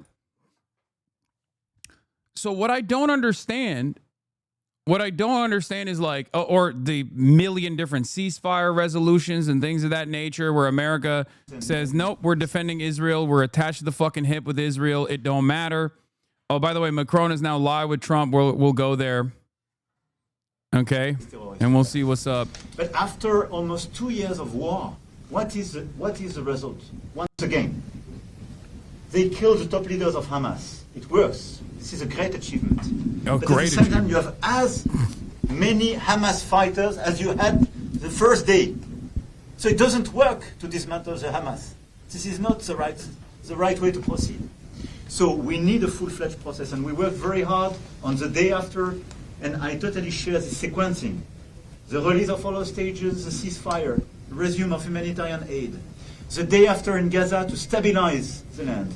And we need a political perspective. And this is why we took this decision on recognition. Well, I have to say that I'm on the side of Israel. I've been on the side of Israel really my whole life. And we are going to get a solution. And it's going to be a solution, hopefully, that's good for everybody. But it's time to stop. We're going to have that very important meeting. I think the meeting we have coming up in the next hour is going to be one of the most important meetings. What is this? That we'll It's have like here. 1P, We've had some bro. important meetings. Why is the camera 1P? Do we have a better footage of this? Where you are and where other people are too. And we just have to get this solved. We have to get the hostages back. We want to get the war over. That's very important. We're going to end the war, get the hostages back, and we want them all back. We don't want to have one and then we'll give another two in about 3 months from now. We've been doing that for a long time. And in all fairness, we've gotten a lot of hostages back. But you have 20 hostages and you have probably 38 bodies, dead bodies. And the people that I see, and I speak to Israeli families. I was speaking to American families before, but we got them back. But I speak to Israeli families, and they want the son who died. They want their dead son back as much as though he were alive. And it's an amazing thing to see, and it's a horrible thing actually to witness, but I've seen it a lot. So they have 20 hostages, they have 38 dead bodies, and we have to have them back, and we have to have them back immediately. Thank you very much, That's all they care everybody. about. That's all they care about, bro. Thank you so much. That's all they fucking care about. It's crazy. It's crazy that that's the conversation. It's like, do you not, like, no one turns around, even Macron, who's like flexing here by showing how different he is from Donald Trump and how much he's disagreeing with Donald Trump. Like, no one could just turn around and be like, dude, what are we talking about here, man? What do you mean the bodies? Like, Israel doesn't care. It's a genocide. It's no excuses. There are no excuses for genocide. Okay, we're talking about possibly 600,000 plus Palestinians severely wounded, killed, displaced, and you guys are still talking about October 7th. Shut the fuck up. It's ridiculous. It's ridiculous. Trump wants eternal war in the name of the hostages while the family members of the hostages oppose it and want a negotiated settlement.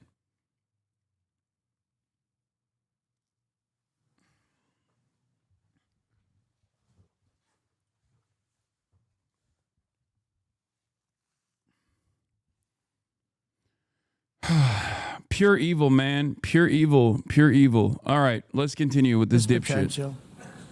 But it's not even coming close to living up to that potential. For the most part, at least for now, all they seem to do is a really strongly worded letter and then never follow that letter up.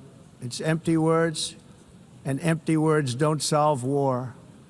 The only thing that solves war and wars is action.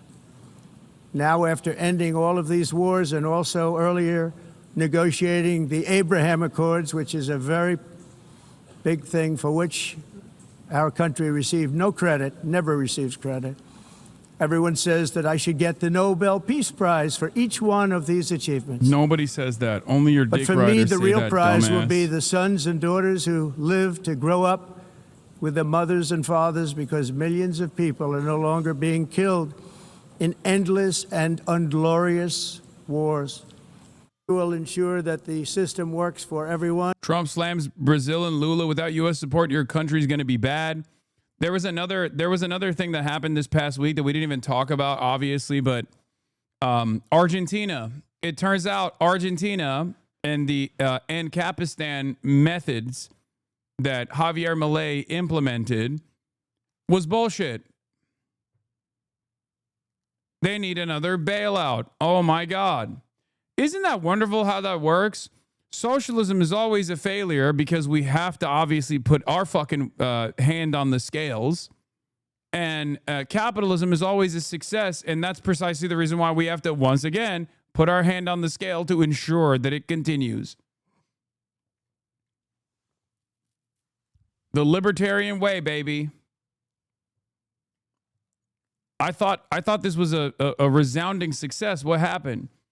every liberal, every market understander was talking about how, you know, Milei was actually saving Argentina. What happened? What happened? 43% poverty. Poverty is like exploding. Meanwhile, they're getting another fucking bailout. Why is Javier Milei, the world's leading libertarian, kept getting bailed out now at the expense of the American taxpayer? You'd think he'd reject government handouts.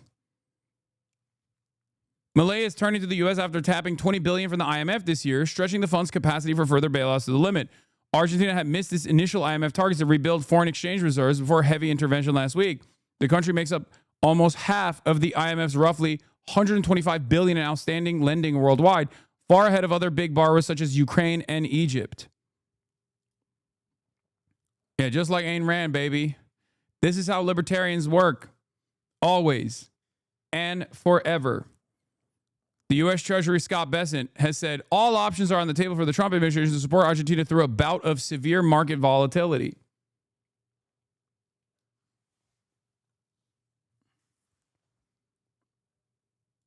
Trump endorsed Milei on camera today when he was asked about the bailouts. We have a lot of meetings scheduled, but I wanted to meet with the president of Argentina, and we both wanted to meet with friends. He's done a fantastic job, and I'm doing something that I don't often do. I'm giving a full endorsement to him. We just endorsed him for president. As you know, he has a race coming up, and I'm sure he's going to do well, but now I think this hopefully assures it.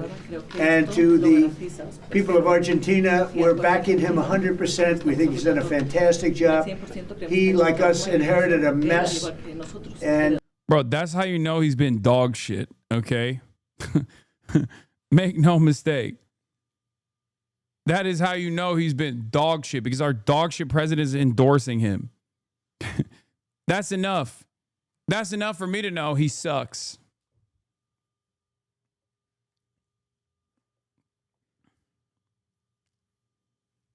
But it's cool. Argentina is also very firmly committed to the continuation of Israel's genocide, so they're the good guys. God, I fucking hate this world so much. We are, like, we're cooking everybody, man. We're taking everybody out with us. What he's done to fix it is good, and Scott is working. Yeah, he's so good, so good. Pretty illustrative of the sheer madness of our era that this news is barely registering. South Korea's sitting president literally just said that paying the imperial tribute demanded by the U.S. would bankrupt his country. Well, at least he's less cucked than the EU leaders. We Europeans were told by von der Leyen that our own $1+ trillion tribute deserved our gratitude to President Trump personally for his leadership, and that it would somehow benefit us. Yeah.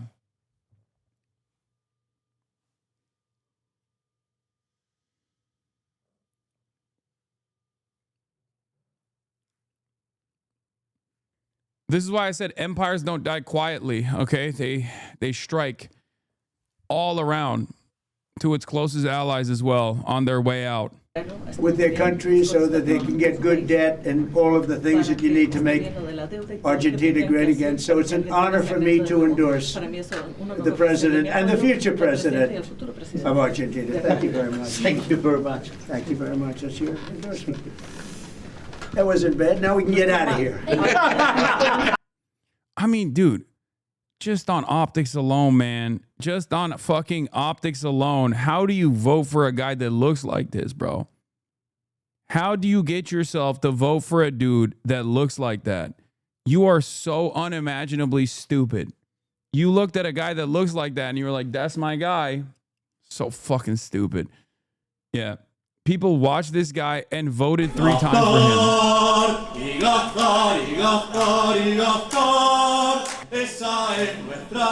Yeah, that's his hero. Like Captain ANCAP or something. I forget what it's fucking called. Oh. Everything is so ass.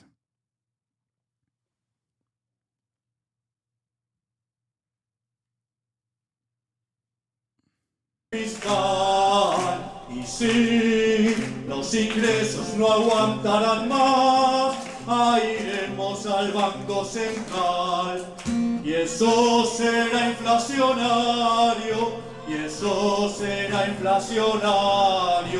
Si no le aflojan al gato, entonces la crisis vendrá. ¡Viva la libertad, carajo!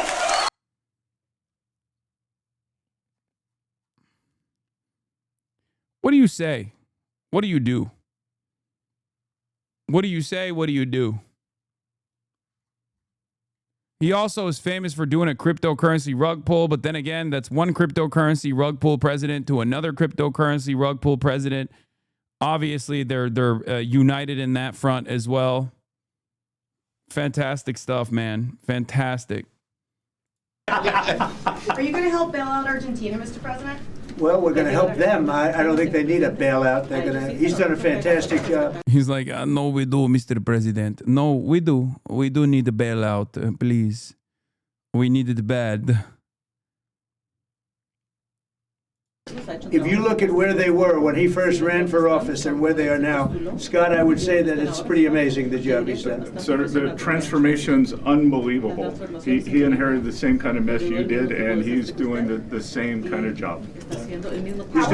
He's doing a yeah. No, literally. Yes. No, exactly. They're right. He is doing the same kind of job that you're doing, which is bad.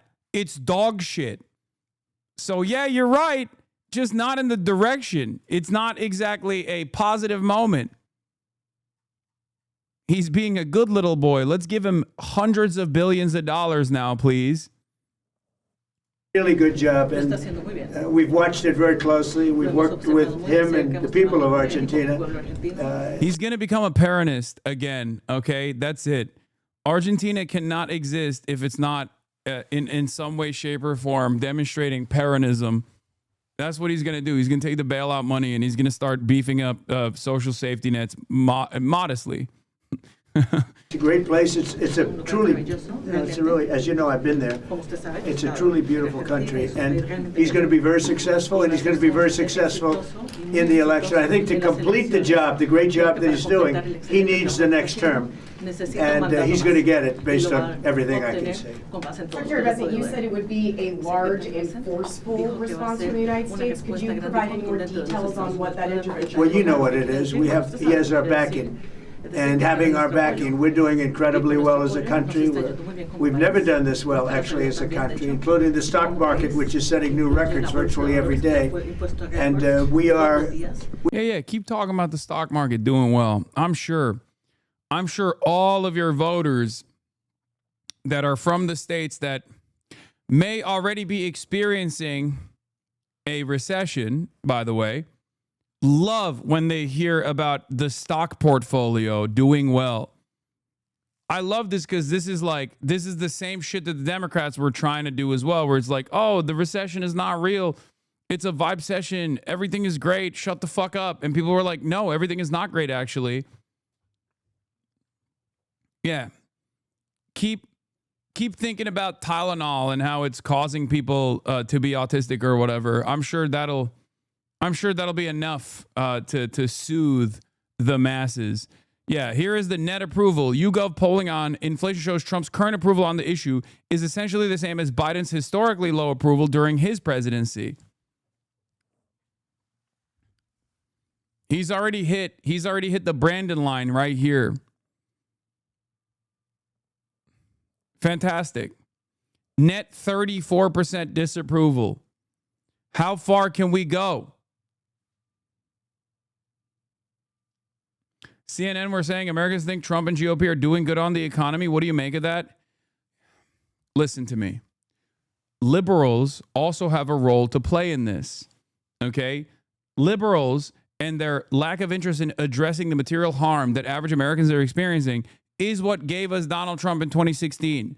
And then their consistent efforts to also continue refusing to address the material harms that Americans were experiencing gave us Trump again. They can say people are doing great, but the broader reasons why people don't feel so great about the economy are still there. No one is fixing them. The housing market is like one of the most consequential aspects of this problem. No one wants to fucking fix it. Part of that is because wealthier people who have access to capital, home owners, because home ownership is seen as the only way to develop a nest egg, the only way to develop like any sort of capital accumulation, because it's tied back to your net worth, and you can leverage against it as an asset, and you can get mortgages out and stuff like that, is the only upward social mobility mechanism that remains. And those people don't want the housing market to turn around. It's still, I mean, it's a much worse percentage of ownership, home ownership in this country than all of the other nations, especially if you go to like Eastern Bloc, former Soviet countries and whatnot, where it's like upwards of 90%. Having said that, that's still a pretty significant chunk of the people who actually go out and vote. A significant chunk of the people who go out and vote consistently, reliably, they are homeowners. Okay? And therefore, no one is choosing to address the inventory issues. No one is choosing to address how we are utilizing home ownership. It is what it is. Okay? So that's one major issue. But the broad majorities are experiencing tremendous discontent, tremendous issues, because it's just unaffordable. It's unaffordable to rent. It's getting more and more costly year over year. So that's one aspect of it. Okay? That's one problem that they are never fucking fixing. First stream I've tuned into where Hasan is actually here and not just his chair. Wait, what? I don't think you've ever tuned in to this stream before. Do you think I turn on the stream? I turn on the broadcast and it's just my chair for like 8 hours every day? What the hell?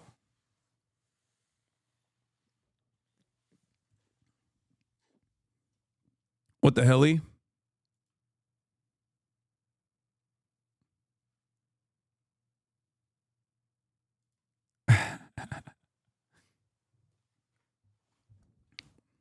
I got raptured.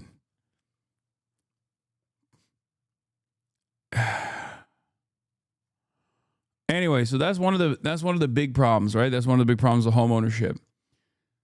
Education, another mechanism for upward social mobility, is also incredibly costly. That's not being fixed. Healthcare, something that you need to live, also incredibly costly, also getting increasingly more expensive for average Americans. Okay, medical debt is a reality in this country. It's something that doesn't exist elsewhere. Okay, that's another major factor in the economic anxieties that people experience. When you cut all of that out and you try to do a consumer price index off of like the cost of groceries that also are increasing as well, right? You arrive at this predicament. Hold on.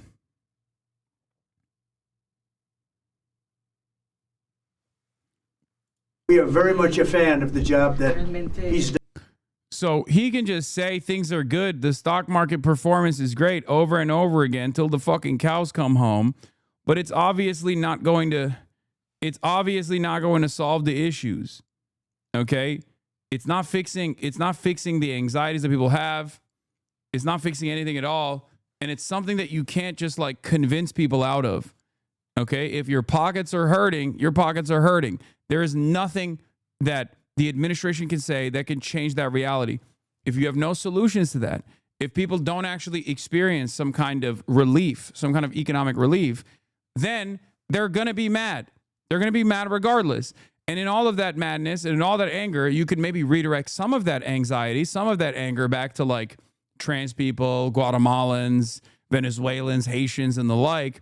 But not everyone is as predisposed with like harming people who are seemingly of a lower status than they are. People eventually can snap out of it and go, what the fuck? You did ban the transgender athletes and it didn't actually fix my situation at all. Is sustainable into the future. We're also using tariffs to defend our sovereignty and security throughout the world, including against nations that have taken advantage of former U.S. administrations for decades, including the most corrupt, incompetent administration in history, the sleepy Joe Biden administration. Brazil now faces major tariffs in response to its unprecedented efforts to interfere in the rights and freedoms of our American citizens and others, with censorship, repression, weaponization, judicial corruption, and targeting of political critics in the United States. I have a little... Dog, he's just mad that Brazil actually did the thing that like a competent government is supposed to do in the aftermath of a political opposition party engaging in lawfare, unjustly prosecuting their political opponents, jailing them, and then also doing a failed insurrection. That's what you're supposed to do. It's like the bare minimum. What do you mean? And he's just mad. He's just mad that there is a major country out there, a major power out there, a regional power, that is competent enough to do that. He's like, oh, I don't want anybody to learn the wrong lessons here. Lula is doing to Bolsonaro what the Democrats should have done to Donald Trump. It's fucking ridiculous. Problem saying this because I must tell you, I was walking in and the leader of Brazil was walking out. We saw him and I saw him, he saw me, and we embraced. And then I'm saying, can you believe I'm going to be saying this in just 2 minutes? We actually agreed that we would meet next week. We didn't have much time to talk, like about 20 seconds. Not government, judiciary. No, it doesn't matter. I'm saying, when I say government, I mean broad, okay? All arms of the government, including the judiciary.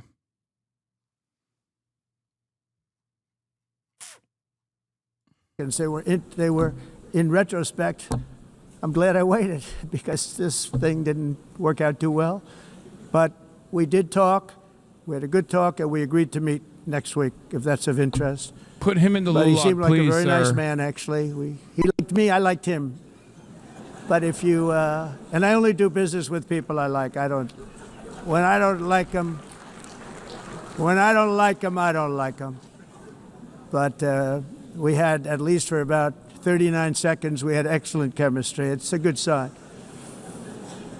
But also in the past, Brazil, can you believe this, unfairly tariffed our nation, but now because of our tariffs, we are hitting them back, and we're hitting them back very hard. As president, I will always defend our national sovereignty and the rights of American citizens. So I'm very sorry to say this, that Brazil is doing poorly and will continue to do poorly.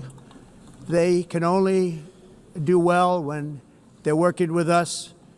Without us, they will fail, just as others have failed. It's true. Next year, the United States will celebrate the 250th anniversary of our glorious independence, a testament to enduring power and American freedom and spirit.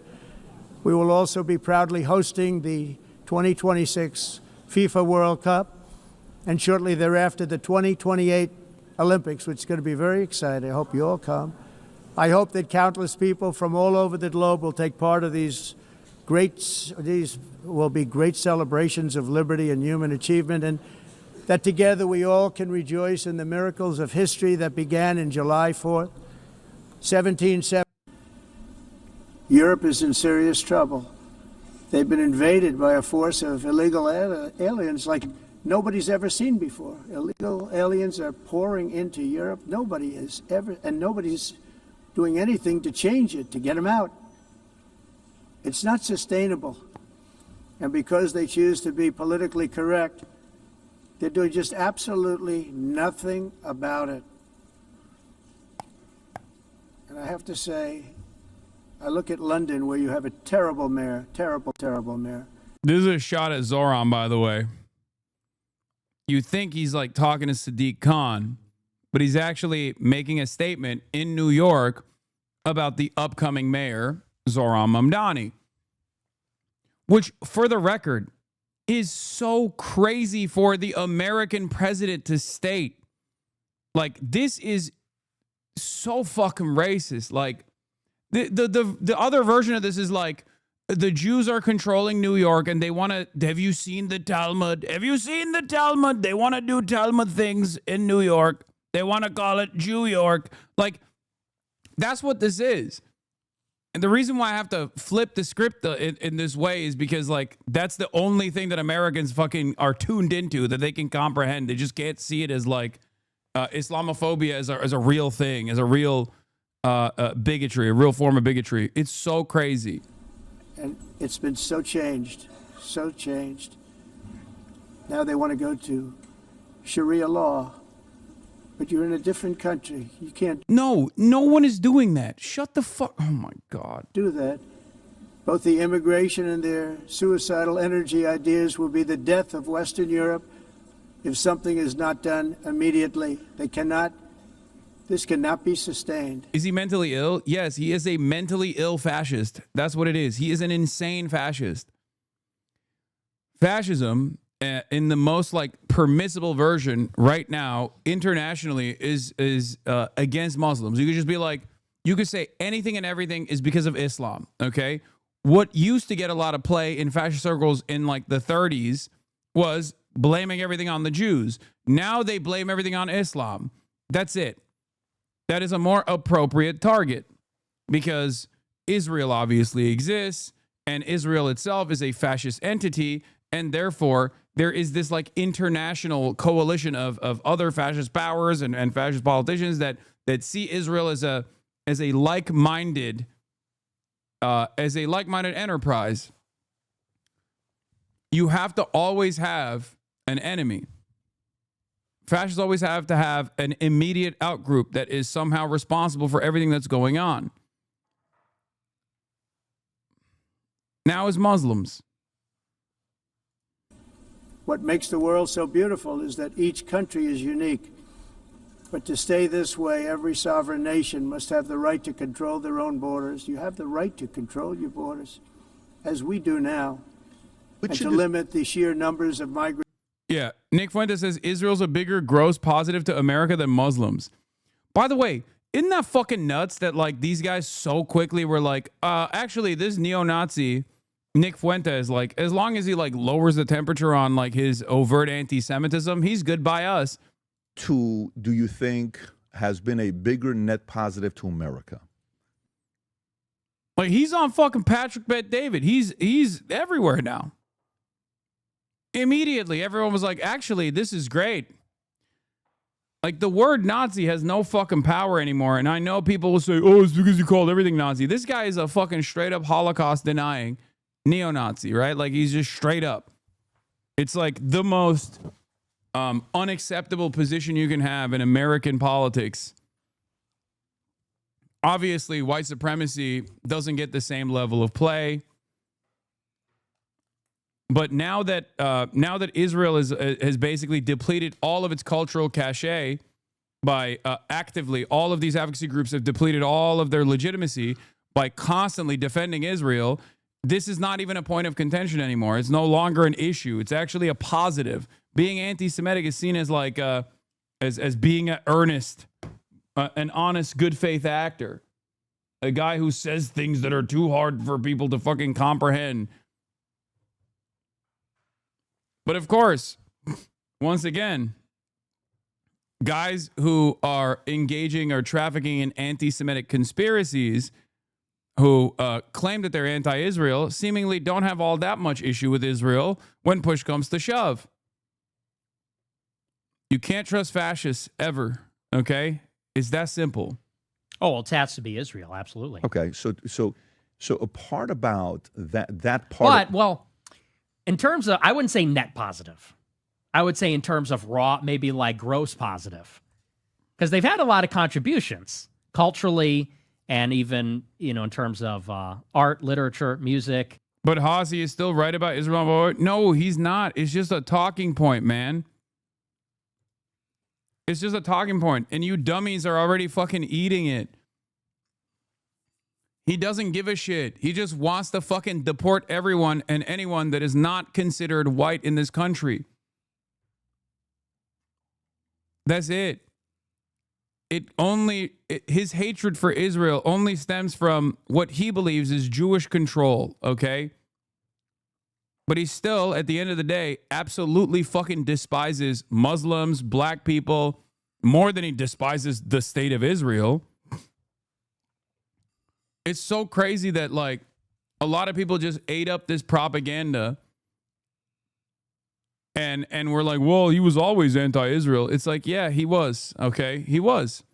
He's anti-Semitic. He's anti-Israel. But obviously, his more consequential agenda here is not to fucking make America decouple from Israel or make America recalculate its allegiance to Israel, as is my goal, right? Because Israel is a violent, settler, colonial, criminal entity that is objectively fascist in its inception. Its ideology is fascist. Its ideology is ethno-religious supremacist. It's exterminationist. It's doing a fucking genocide. So if you don't have those kinds of opinions, even if you every now and then bring that up in an effort to win favor with like a lot of fucking dummies, and you just simply think that it's like Jewish control over America or something because of the Talmud or whatever the fuck this guy says, okay, then you're not actually all that invested in the Israel narratives. You're just simply using that to communicate your earnesty. And as the attitude has shifted against Israel, he has become one of the primary truth tellers, in air quotes, on Israel, because he's been punished so much for his anti-Semitism. But ultimately, he is a room reader.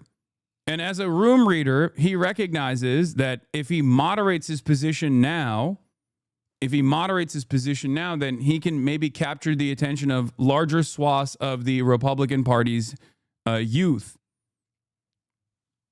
and keep pushing the Republican Party to lean further and further into mass deportation and punishing people for being communists, punishing people for being socialists, punishing people for being black and brown, punishing women.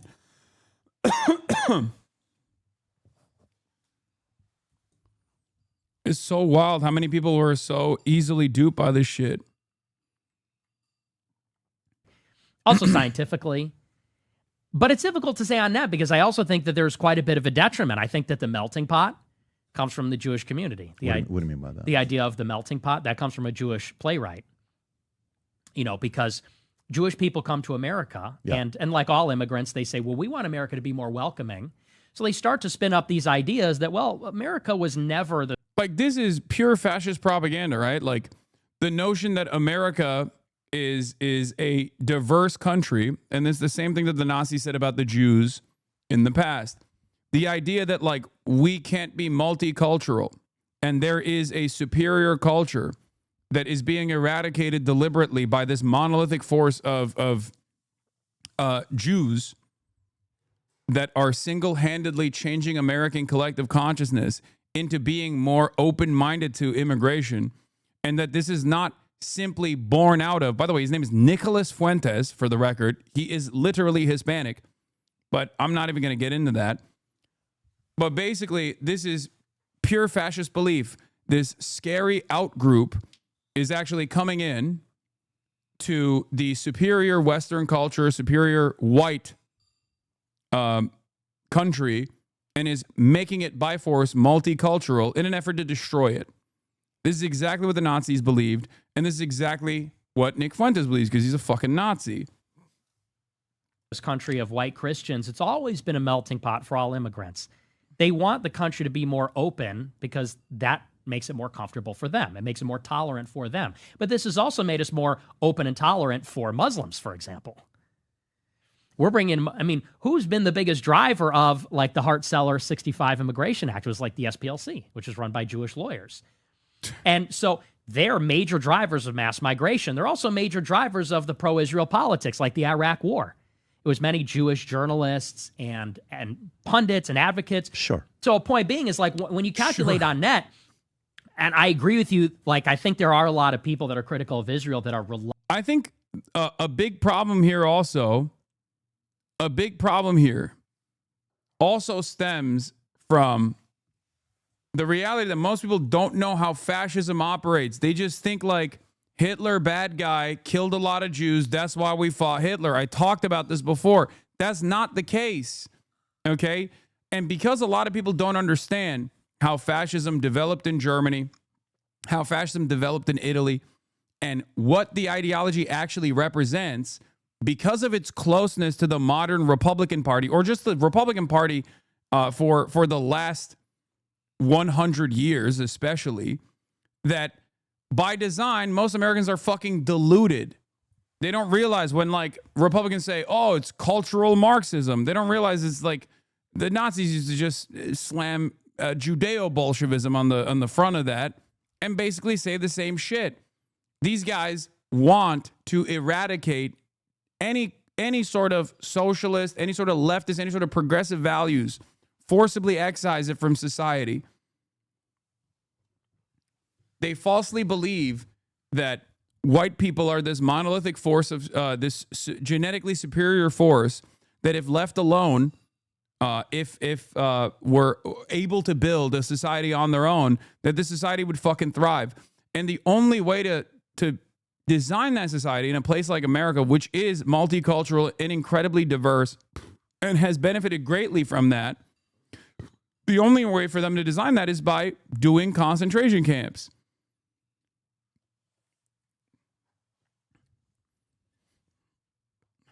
Reluctant to acknowledge the good that Jews do. And I think that Jews they're brilliant. Many of them are brilliant. So what I'm saying net positive, I'm talking jobs, economy.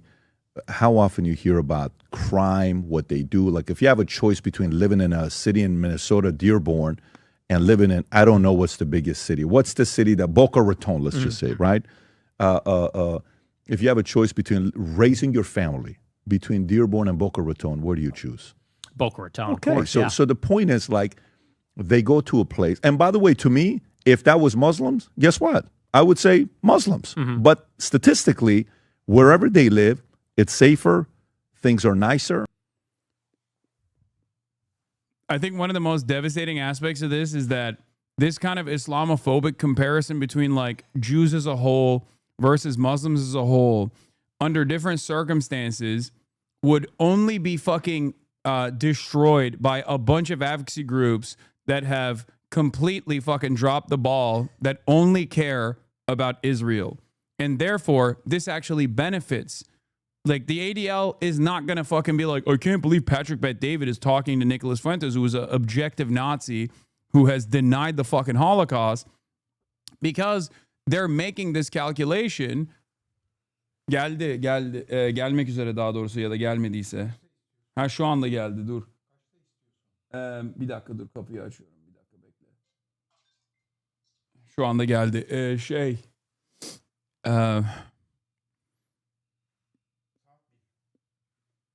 3.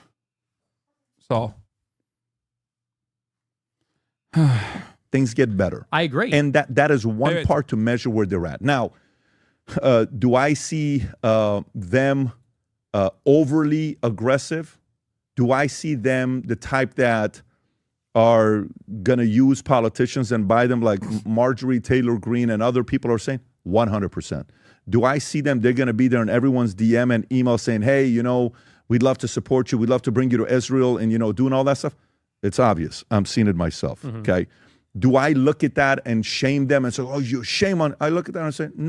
I think this is the modern right trying to find... this is the modern right currently, in real time, trying to find a way to manage the discontent with Israel while simultaneously talk about how, like, well... you know, it's we're pro-Israel, obviously, because, you know, we're pro-Jew. Israel's a Jewish state, and Jews are still infinitely more valuable to this country than Muslims are. And they're trying to figure out a way to manage this conversation, which is ironically what Charlie Kirk was trying to do as well, for the record. Like, that's precisely what Charlie Kirk was trying to do, because he recognized that, like, people were very angry. And the reason why people were very angry wasn't just because, like, they all downloaded the anti-Semitic conspiracies that, like, Jews control the media, Jews control the government, or whatever. They were frustrated with what they were seeing. They were frustrated with the arrogance and the entitlement demonstrated by Israel's envoys. They were frustrated with how much Israel was getting away with doing all this shit with American tax dollars while simultaneously fucking slapping us in the fucking face. And so they are trying to figure out a new way of continuing the allegiance with Israel, which they describe as the Jewish state.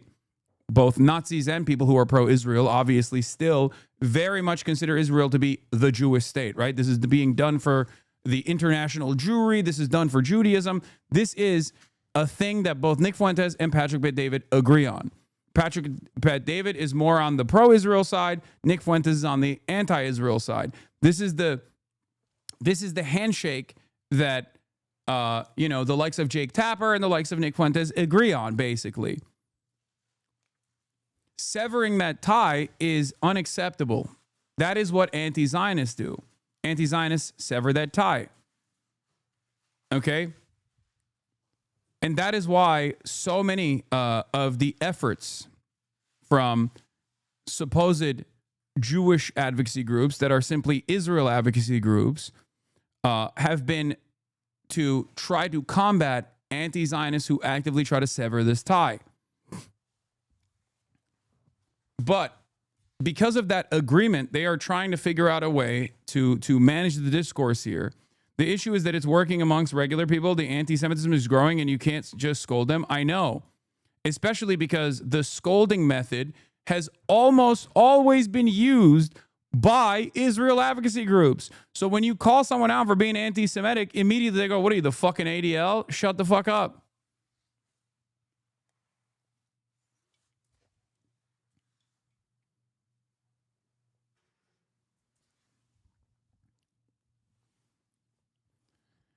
It feels like I'm constantly fighting a losing battle here, trying to get Americans to comprehend that, like, no group of individuals are a monolithic fucking force. It is not the case. Like, that is a fundamental principle that many Americans cannot comprehend.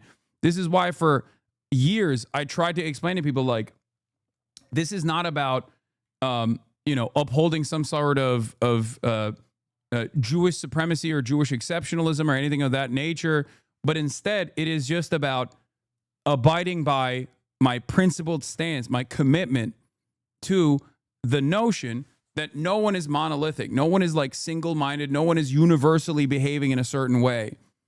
Okay? It's quite difficult to convince others. It's very difficult. But having said that, I feel like I'm stuck in this like unique predicament where on the one hand, I'm constantly fucking trying to combat against anti-Semitism, which at this point is just like impossible to do, while all of the other groups that normally would be tasked with doing this are so predisposed with slamming anti-Semitism accusations against those who they decide are anti-Israel, for those who they are more predisposed with deplatforming, people like myself. No, I wish Armenians would do that. I've never gotten an invitation from Prime Minister of Armenia. He should probably send me an invite to go there, right? It's not a bad idea to come and show the country. I'm Armenian, I'm a Syrian. Syrians don't have a country. It's probably a good idea. You don't see that. You wish others would do that. So for me, as much as when I go into that, by the way, I'll give you one other side that, Israel's going to be like, yeah. This other side to me is I actually do believe they leverage Mossad to get intel. I actually do believe they use blackmail. I actually do believe they do that. So, there's nothing going on with Epstein. No. Michael Wolff. This is how it goes, by the way. This is the other side of like tribalism. Repackaging like racist concepts, bigoted concepts as though it's just like simple tribalism, right? Oh, dude, come on. Jews stick together. Blacks stick together. Why can't whites stick together is the follow-up to that. Okay? Anyway, this is the Trump Gaza with Erdo Goat. And you too, my friend. The Trump Gaza meeting that's taking place right now. I said, how would you like to deal with him when you left? It's not easy. You did a great job. Thank you very much. Thank you, everybody. We're going to work very hard on this. I guess there's not really much updates from this. It's not easy. You did a great job. Thank you very much. Thank you, everybody. We're going to work very hard on this. This is my most important meeting. I've had important meetings. I don't want to insult anybody that we've met with. We met with just 32 meetings here. Anyway. Well, I'll cover the turkeys at the table memes in a little bit. Did a podcast with him 2 months ago. And when he was at Epstein's house, the 100 hours of recording that he has with him, I said, how many times was Ehud Barak there? Am I saying his name correctly? Or Barak? Ehud Barak. Ehud Barak. He said he was there many times. He saw Bill Gates there many times. Why would the former prime minister visit the guy 30-something times? Just because the conversation's great? That's a little bit suspect, right?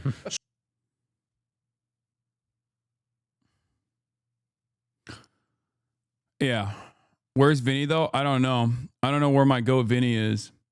But I do know that Patrick Bet-David's been steady ducking me, but he has no issues fucking talking to Nick Fuentes. One must ask the question, why? Entering their countries and paid for by the people of that nation that were there and that built that particular nation at the time.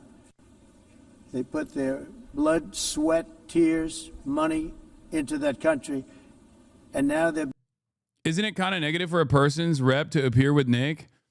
No, that's the old method. I don't think you guys understand. I said this for the past 2 years. If anti-Israel sentiment grows in this country, I suspect that it won't be a real anti-Zionist movement, but more so will likely grow through anti-Semitism. Nazism is on the rise. What more can I say?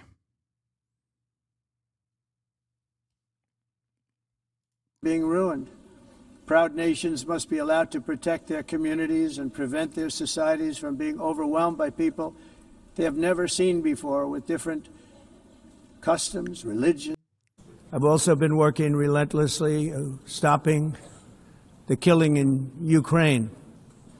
I thought that would be, of the 7 wars that I stopped, I thought that would be the easiest because of my relationship with President Putin, which had always been a good one.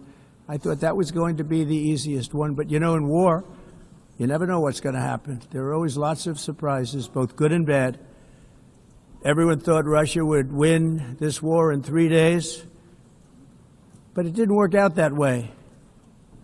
It was supposed to be just a quick little skirmish. It's not making Russia look good. It's making them look bad. No matter what happens from here on out, this was something that should have taken a matter of days, certainly less than a week. And they've been fighting for 3.5 years and killing anywhere from 5,000 to 7,000 young soldiers, mostly soldiers, on both sides, every single week, from 5,000 to 7,000 dead young people, and some in cities, much smaller numbers, where rockets are shot, where drones are dropped. This war would never have started if I were president. This was a war that should have never happened. It shows you what leadership is, what bad leadership can do to a country. Look what happened to the United States. How would a domestic fascist, anti-Semitic, anti-Israel movement affect those being slaughtered today right now in Gaza? Would it mean a drying up of the well for Israel's military? Fuck no. No. Absolutely not. And Nick Fuentes, Nick Fuentes basically changing his narrative, changing his tune pretty aggressively in the aftermath of Charlie Kirk's assassination should show you that. These guys only want power, and they want power to enforce what they believe is the white American agenda. They will continue their allegiance with Israel because Israel's fighting the Muslims, the bad guys. They don't like Muslims either. I don't even think it would even remotely change America's perspective on Israel, America's foreign policy, if there was like a full-blown fascist. They would say anti-Semitic shit. They would foment discontent against Jews for all of the reasons that they claim Jews are bad, like, you know, moral degeneracy, pornography, liberalism, multiculturalism, all of the same things that Nazis fucking railed against.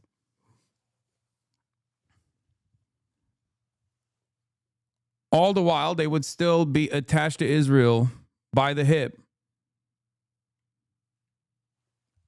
It's a win-win for Israel anyway, because then the Jews that are afraid of living out their normal lives here in the United States of America would have no other option but to basically fucking flee to Israel.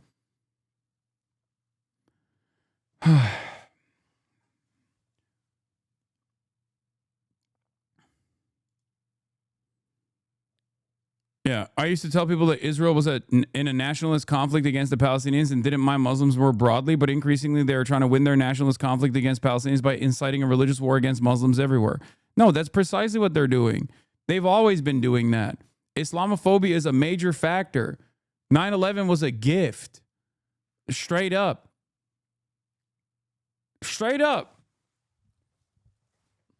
It basically brought what Israel considered to be the big war, a war against all Muslim nations, to the fucking home front. Clip it. What, saying 9/11 was a gift to Israel is not a controversial opinion at all. Benjamin Netanyahu certainly recognized it as such.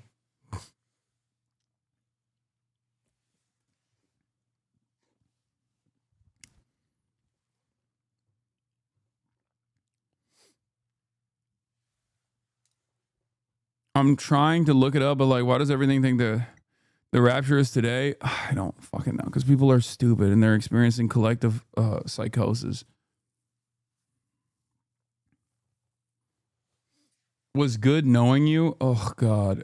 You got me, dude. Oh, man. I said something that people are going to, once again, present to falsely smear me. Oh, my Lord. And look where we are right now in just a short period of time. The only question now is how many more lives will be needlessly lost on both sides. China and India are the primary funders of the ongoing war by continuing to purchase Russian oil. But inexcusably, even NATO countries have not cut off much Russian energy and Russian energy products, which, as you know, I found out about 2 weeks ago, and I wasn't happy. Think of it. They're funding the war against themselves. Who the hell ever heard of that one? In the event that Russia is not ready to make a deal to end the war, then the United States is fully prepared to impose a very strong round of powerful tariffs, which would stop the bloodshed, I believe, very quickly. But for those tariffs to be effective, European nations, all of you are gathered here right now, would have to join us in adopting the exact same measures. I mean, you're much closer to this. We have an ocean in between. You're right there. And Europe has to step it up. They can't be doing what they're doing. They're buying oil and gas from Russia while they're fighting Russia. It's embarrassing to them, and it was very embarrassing to them when I found out about it, I can tell you that. But they have to immediately cease all energy purchases from Russia. Otherwise, we're all wasting a lot of time. So I'm ready to discuss this. We're going to discuss it today with the European nations, all gathered here. I'm sure they're thrilled to hear me speak about it, but that's the way it is. I like to speak my mind and speak the truth.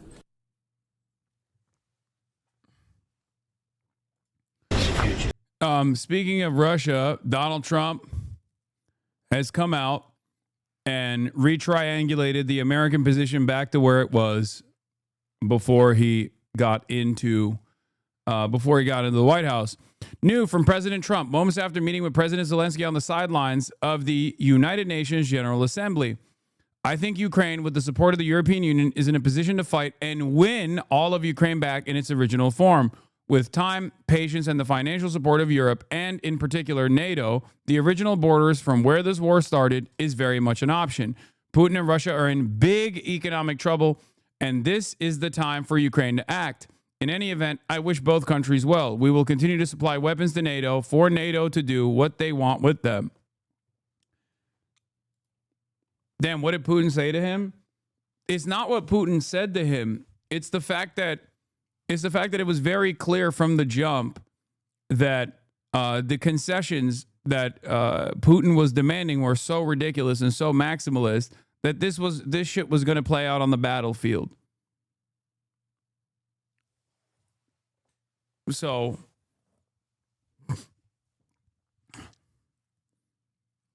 this is why I wasn't as hard, with the exception of like when he was dunking on Zelensky. I wasn't as hard on Donald Trump as I normally would on this issue alone, because this is almost entirely out of his hands.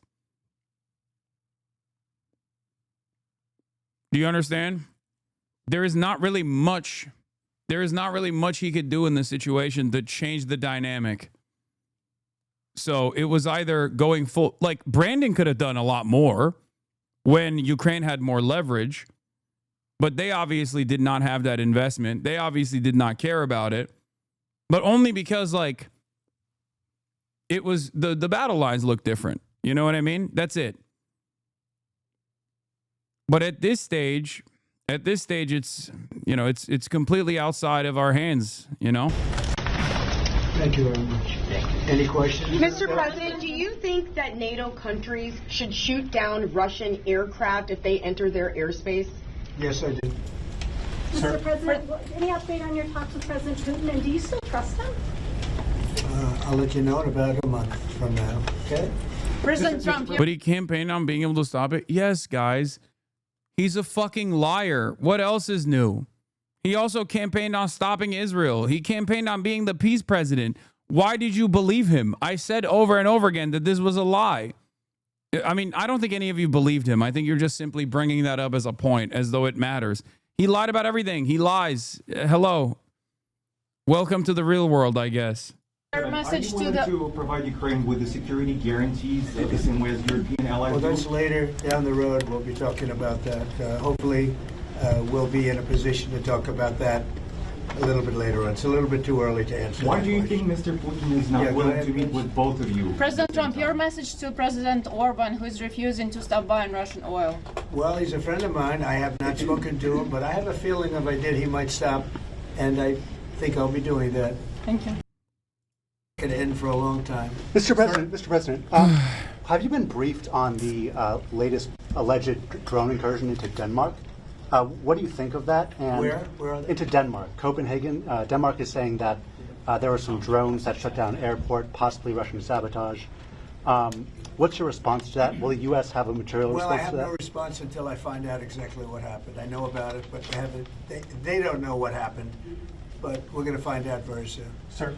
Would you back up NATO allies? You said that you thought that they should shoot down the Russian aircraft. Would you back them up? Would the United States help them out in some way? Depends on the circumstance, but you know, we're very strong toward NATO. NATO has stepped up. You know, when they went from 2% to 5%, that was great unity. Trillions of dollars is being pumped in, and they're paying us for the weapons that we send. But that was a big day. That nobody thought a thing like that could happen. You had countries that weren't paying 2%, and now they're all paying 5%. That's a lot of money. It's a lot of weapons they're buying, and they're buying them from us. They're buying them from the U.S. You know, in the old days, Biden gave them everything, gave them $350 billion worth of money and weapons. That's a lot of money and a lot of weapons, and we got really not much for it. We gave the money to Ukraine to fight, and they've proven they're very brave. I mean, look, they're fighting, and this is a war going on 3.5 years, and people thought it would be over quickly because Russia's a big military power, and Ukraine, I tell you, they are good fighters. Got to hand it to them. They have a lot of courage, a lot of guts. Thank you very much, everyone. Last week, he literally said, it's great for us. We keep selling the weapons to NATO, and they keeps giving us money. So if you want to understand where his what his intentions are here, it's just he got the boss call. You know, he got the Raytheon, Lockheed Martin, Palantir, Northrop Grumman, Boeing boss call, and was just like, great, okay, we'll just, you know, there's not really much you can do anyway. Might as well make money, I guess. Everyone knows I have also been deeply engaged in seeking a ceasefire in Gaza. Have to get that done. Yeah, deeply engaged. Suck my dick. Get it done. Unfortunately, Hamas has repeatedly rejected reasonable offers. Once again, full Brandon. Full Anthony Blinken, full Brandon. just straight up lies. Straight up fucking lies, being like, oh yeah, it was Hamas that ruined the deals. Like, no, that's bullshit. It's been bullshit. Israel killed principal negotiators. Like, Israel openly tanked these deals that they were trying to make. Every step of the way, it has been Israel that has ruined these negotiations. Every step of the fucking way.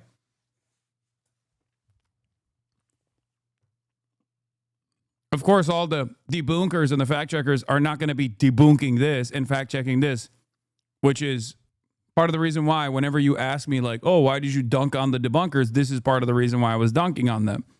It's shit like this that they don't actually present the truth on. And it's actually quite consequential, but it's a uniparty position. So you won't hear liberals actually correct the record on this either. Of course, most Americans have come to recognize the reality because no matter how dumb people may be, at a certain point, they're going to be like, okay, dude, it kind of feels like this is not corresponding to what Israel is saying about the situation. Because it's not like Israel's hiding it. They're like, no, we are not going to do this deal. We're not going to do this deal. We're never going to do this deal. Fuck you. Suck my dick. To make peace. We can't forget October 7th, can we? Now, as if to encourage continued conflict, some of this body is seeking to unilaterally recognize a Palestinian state. The rewards would be too great. This is straight up. This motherfucker is basically reading out an Israel-written public relations note. Okay, this is a press release. Straight up. This is identical to what Israel said. Oh, you're rewarding terrorism. You're rewarding terror by recognizing the Palestinian state. Now is not the time. Might as well have just like gotten a note directly from Benjamin Netanyahu. Here, by the way, talking points were leaked to Ken Leakenstein. The show U.S. diplomats instructed to call accusations of Israeli genocide a politically motivated and categorically false propaganda campaign. This is an action request. The department instructs USUN to draw from the talking points in paragraph 2 for the September 23rd, 2025 UN Security Council open briefing on the Middle East. It is deeply regrettable that council members opted to convene this high-level UNSC briefing on Gaza on Rosh Hashanah, the Jewish New Year, knowing full well that the decision excludes Israel. Ugh. Everything is anti-Semitism, dude. It is a statement to how this council has prioritized performative grandstanding over serious efforts to advance peace. Yeah, you're deeply unserious. You're deeply unserious. You are actually getting in the way of a peace deal that was imminent, that is always destroyed by Hamas, of course, except it's not. It's literally fucking always Israel. The main outcome has been to embolden Hamas and to undermine and disrupt negotiations aimed at freeing all the hostages and ending the war, which, again, I think we all know there is no interest from the Israeli side in actually securing the hostages whatsoever. In the last 2 weeks alone, Israel suffered 2 terrorist attacks in Jerusalem on September 8th and the Allenby border crossing on September 18th. We condemn these attacks, offer condolences to the families of those killed, and call upon other countries to join us in clear, explicit condemnation of this violence by Hamas and its ideological allies. Poor Israel, man. Extremists like the terrorists who killed 2 IDF soldiers on September 18th have shown their utter contempt for the people of Gaza by striking the very border crossing through which 45% of aid delivered to Gaza between May and September this year has passed. No country would willingly allow terrorists to threaten its people, and Israel is no different. Israel has the right to defend itself from groups that wish to do harm. You cannot do a genocide in an act of self-defense. Fucking bullshit.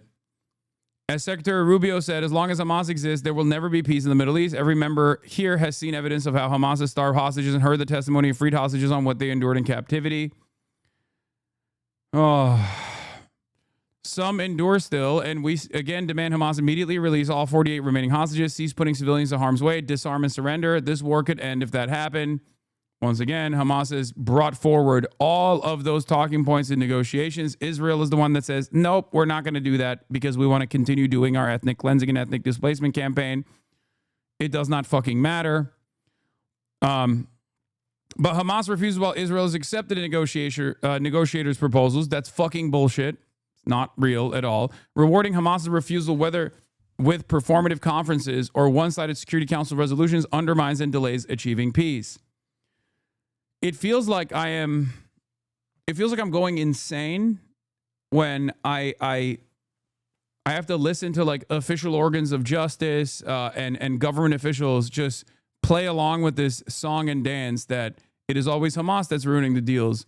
But because Islamophobia is so pervasive and so powerful a force that it kind of doesn't matter, because most people are still, even if they're anti-Israel, they still find themselves engaging with this narrative.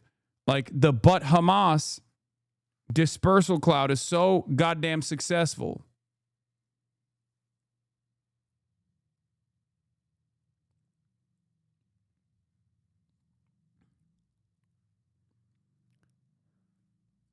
But Hamas refuses. Yesterday's conference was an ill-conceived publicity stunt. It will prolong the war in Gaza. Oh my God, it will prolong the war in Gaza. That's definitely not something that Israel wants, for sure. Embolden Hamas, rewards obstruction, undermine efforts to achieve peace both in the short and long term. Unilateral recognition statements don't alter the reality. There is no Palestinian state. It is also clear there is no credible Palestinian partner for peace at this time.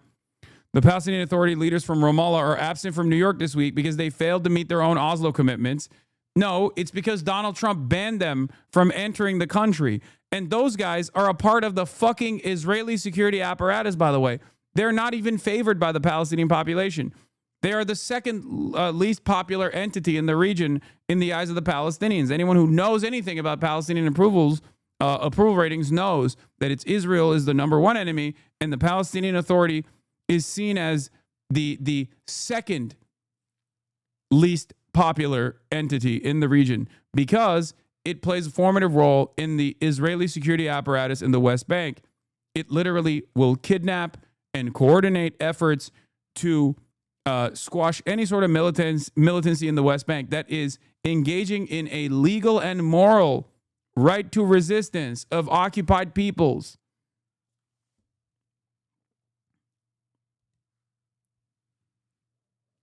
The commitments were basic, including renouncing terrorism and said violence and resolving issues through direct negotiations. The PA even failed to clear those low bars. The PA attempts to bypass negotiations through its lawfare, including at the ICC and ICJ, and it pushes for unilateral recognition of statehood. This diplomatic change is disappointing. Charade is disappointing. It is clearly fueled by domestic politics and has given Hamas a reward for refusing to surrender, as well as an incentive to keep holding hostages in subhuman conditions. We call on the council members of the UN to change course and focus instead on how to eliminate Hamas, free the hostages, and create a framework so Gaza can have a better future than the life they have endured under terrorists. Oh my God, just so many fucking talking points, okay? If needed, allegations of genocide. These accusations are politically motivated and categorically false. They are a part of the deliberate, cynical propaganda campaign as Hamas attempts to win symbolic victories to compensate for total defeat in war. The United States refused those allegations entirely. The United States fully supports Israel's right to defend itself against Hamas's terrorism. Israel's taken an unprecedented... Dude, good luck convincing any remaining American that is even remotely aware of what the fuck's going on here that, like, Israel doesn't control the country. Okay? Like, remember, these are U.S. diplomats being ordered to speak this way. This is line for line Israeli talking points. Okay?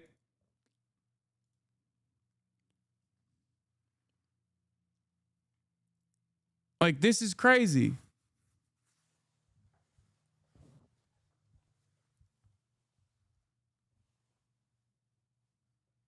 The demands being made over and over again is that you are just a shill for Israel. You have to be unconditionally a shill for Israel.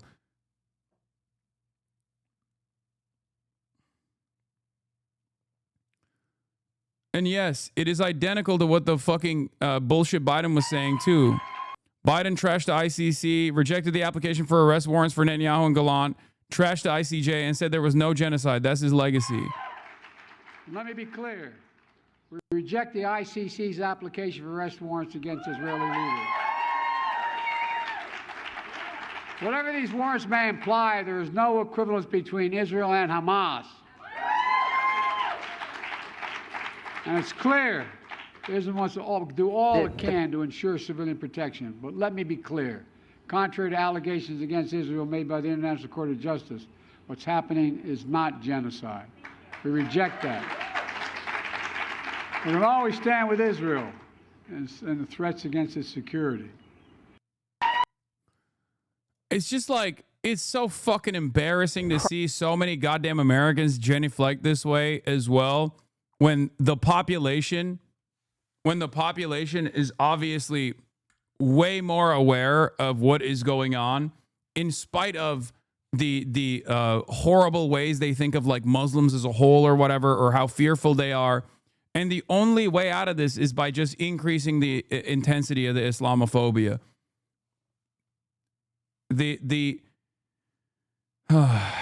It's going to get so much worse, I think, for Muslims in this country.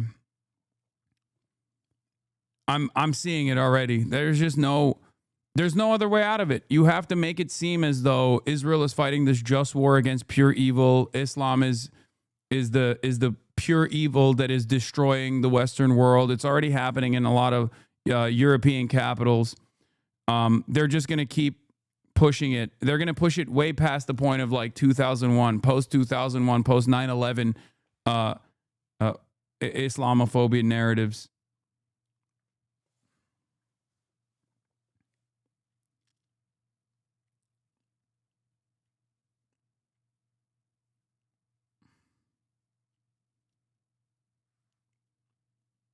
So is Rapture like happy hour? I mean, fuck the Rapture, dude.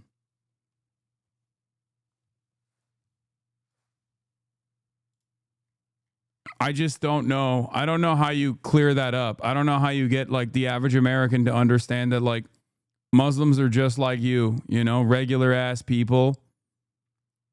And they're not, you know, they're not like a monolithic force of evil that's trying to destroy the Western world. They're just trying to live their goddamn lives. Why only 6K viewers, lol? Don't mean it offensively. I've fallen off, dude. Nobody wants to watch me. The pride of being able to be here and do work that facilitates making things better for people. And in the greatest country on earth, next to Israel. It is... Hey, look. This is once again, Trump's State Department spokesperson said Israel's the greatest country on earth. The pride of being able to be here and do work that facilitates making things better for people. And in the greatest country on earth, next to Israel. It is, and it's an honor to be able to make a difference and to be able to speak in this regard with an administration that I love so much and that I feel genuinely represents.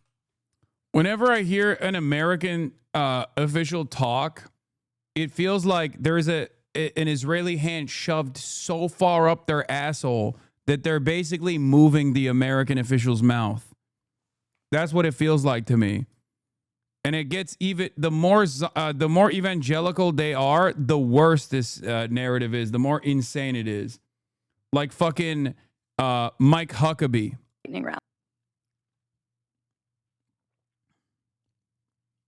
They just deep throat it so fucking hard. Here, look at this, look at this, look at this. This is a nation that is the most resilient I've ever seen.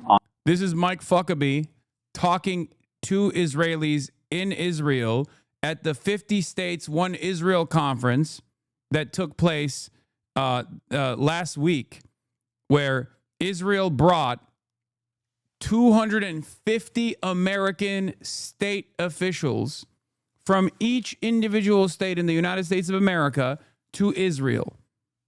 Okay? Here's what he had to say. This is a nation that is the most resilient I've ever seen on earth. It may sound a little bit this afternoon as if I'm almost speaking on behalf of Israel rather than the U.S., but I want to explain that part of my advocacy in our relationship is because if you came to my house tonight for dinner and you came in and you said, "Oh, Mike, we like you. We really think the world of you. We just enjoy being with you. We're so excited to be here with you and have dinner with you. But your wife, we can't stand her. We don't like her a bit. I hope she's not going to be at the table. I would say, well, she will be. You won't be. Get out. Because he's saying Israel is my wife. Except in this circumstance, your wife killed like 500,000 people and also fucks you with a strap on.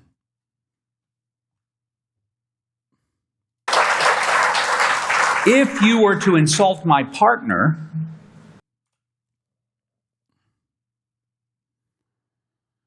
oh, these guys, man. These guys is so fucking nutty. It's so crazy.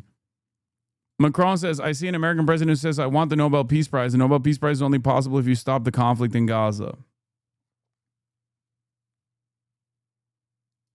Yeah, after 2 years of strategic failures, Macron, in that 1P meeting that we just saw earlier, said nobody forgets the 7th of October. And by the way, we lost a lot of French people in these attacks. But after 2 years of war, what is the result? You have as many Hamas fighters as you had the first day, so it doesn't work. Which again, the reason why this is bad is not because Israel has fucking slaughtered so many people in the interest of like defeating Hamas or whatever. The reason why it's bad is because they're slaughtering people, okay? Trying to hit this from a fucking tactical misstep angle is so idiotic to me. Because it betrays reality, okay? It betrays the real reason why Israel is doing this. It has never been for some sort of military decision. It has always been for genocidal purpose. Their goals have been clear from day one. And in spite of the legal hurdles and the sanctions threats, the ICC and the ICJ were committed to addressing that reality.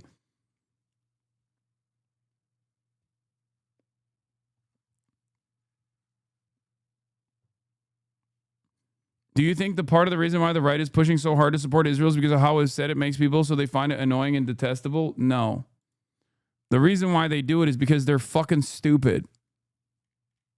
The reason why they do it is because they also believe the narrative that like Israel is committed to defeating the evils of Islam. The reason why they do it is because they've always done it. They've always supported the wholesale slaughter of Muslims.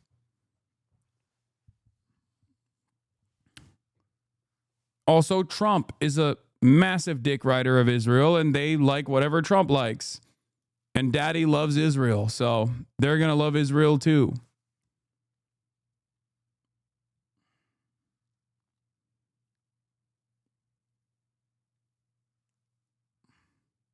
Don't you think Americans just don't care about foreign affairs?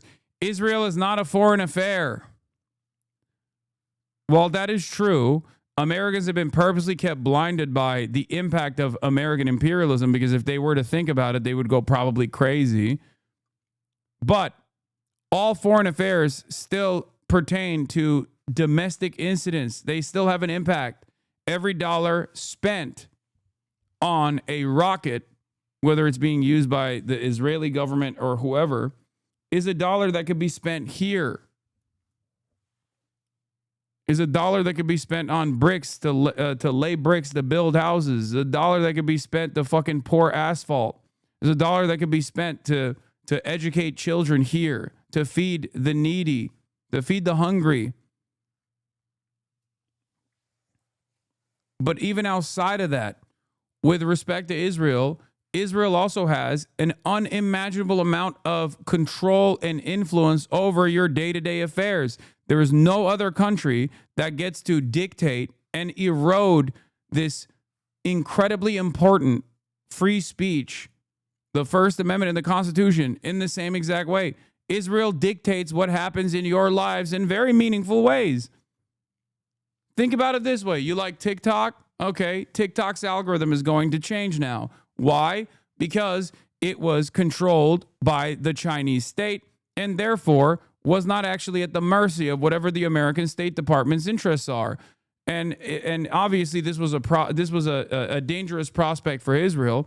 So now they took TikTok. Something as stupid as like your day-to-day activities on a social media platform is still at the mercy of a foreign nation state.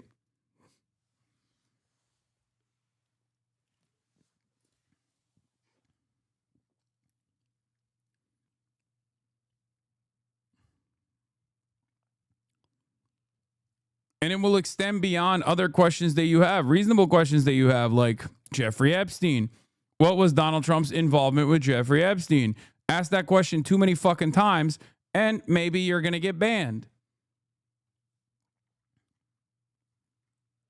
You might think in the short term that these are not concerns for you, right? Who cares? I just won't ask questions about Jeffrey Epstein. Who cares? I won't say shit about Israel. I don't give a shit. But eventually it will come for something that you do care about.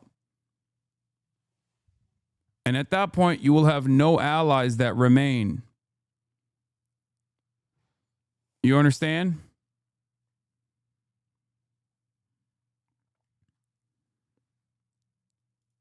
It was the one area where people could organize. It was the one area where people could at least like get a crumb of truth. And now social media is also completely captured by the same interests.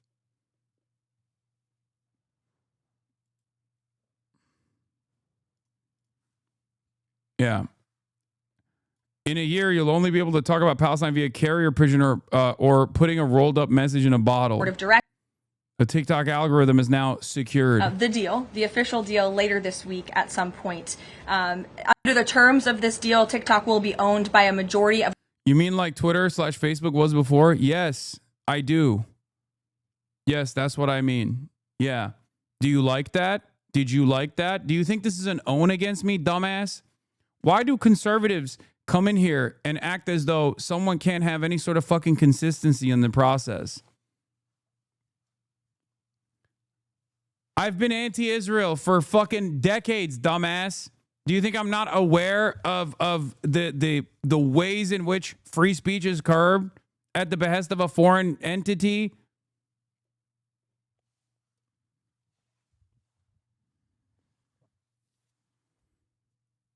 I'm Canadian. This is an overview from the outside. You can have a conversation without getting upset. Oh, God, Canadian hogs. Jesus Christ.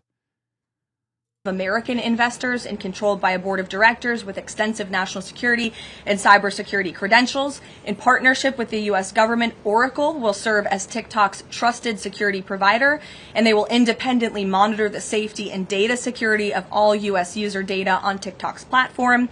Americans' data will be stored securely in the United States without access from China.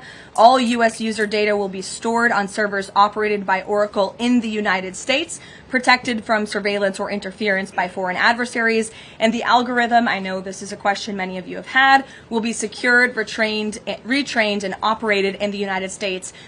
Thank God. I was so worried that people were learning the truth about what Israel's up to. Thank God. Thank God it's going to be retrained now, guys. Secured and retrained. Outside of ByteDance's control. And TikTok will remain globally interoperable, meaning TikTok users in the U.S. will be able to see videos posted by users in other countries and vice versa. While I don't have a number on the specific deal, we do expect that thanks to the president's leadership and the securement of this historic deal, businesses using TikTok will generate as much as $178 billion in economic activity within the U.S. It's too late. Everyone knows what Israel did. Yes, but you can just farm treats. You can just like float treats in front of many Americans and they'll just like forget about it instantly. We are so conditioned to be servile. You know? Who knows? On Israel and fascism in the U.S., short thread from Yoav Litvin, I'm seeing more and more calls to purge so-called Zionist infiltration from the U.S. for the good of America, framed as a rare point of agreement between the left and right. In this narrative, Israel becomes the parasite that weakens and humiliates the nation, while its removal is cast as the key to America's rebirth. This is not new. It follows a well-worn fascist script. Identify an internal and external enemy, blame for the decline, then promise redemption through purification and return to imagined past greatness. Historically, fascism has coalesced precisely in this way, starting as a rebellion against compromises of mainstream conservatism, then sharpening its identity through scapegoating and promises of renewal. This is something that I bring up all the time. Okay? a lot of people that are hopped up on American exceptionalism, a lot of people on the right, they must believe, and liberals as well, by the way, they must believe in their minds that our politicians wouldn't do this. Okay? Our politicians would not do this. It must be because of Jewish control that they're doing this. That is copium from them. Okay? They don't want to recognize the dynamic. They don't want to recognize that America totally allows Israel to do this shit because American politicians have historically valued this allegiance. Israel could not do a fraction of the violence that it engages in without full-blown American support. Okay? That's not the entirety of the story, but it's a very consequential part of it. Okay? So these guys personally think that, oh, as long as we like cut out Israel from the equation, our politicians will be great again. Our politicians will be honest and they'll go along with our interests. They won't. Okay? They will not. They only care about capital. They only care about advancing the interests of corporations and the super wealthy. That's it. Israel's a part of that equation for them. So this kind of attitude is incredibly stupid, and it's not going to yield the results that you think, which is why I always warn against like fascists who present themselves as like anti-war, or fascists who present themselves as anti-Israel and anti-Semitic. Promises of renewal. In interwar Europe, Jews were cast as a corrosive force undermining the nation. Now, ironically or not, Israel/Zionism is taking on that same symbolic role, repositioned as an obstacle to America's strength and pride. So when you hear voices on both the left and right converging around the idea that ridding America of Israel's influence will restore national greatness, recognize it for what it is the old fascist pattern dressed up in a new geopolitical clothes. Though this framing resonates with those outraged by the U.S. Zionist genocide and plunder of the global South, it ultimately feeds the very narrative it claims to oppose by weakening and selling out true resistance to it, driving us deeper into a fascist rabbit hole.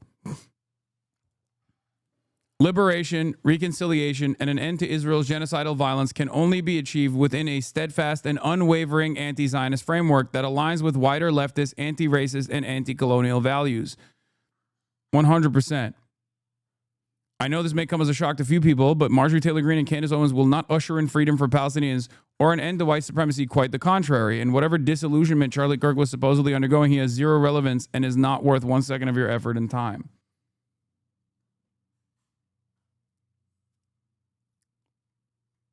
The left doesn't cast it as restoration. I agree.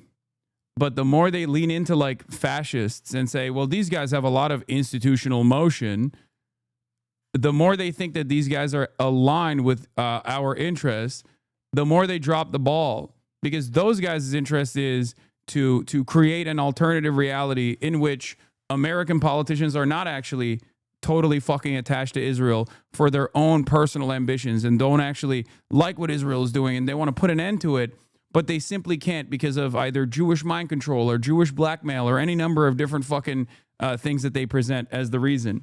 The real reason is because America wants it, okay?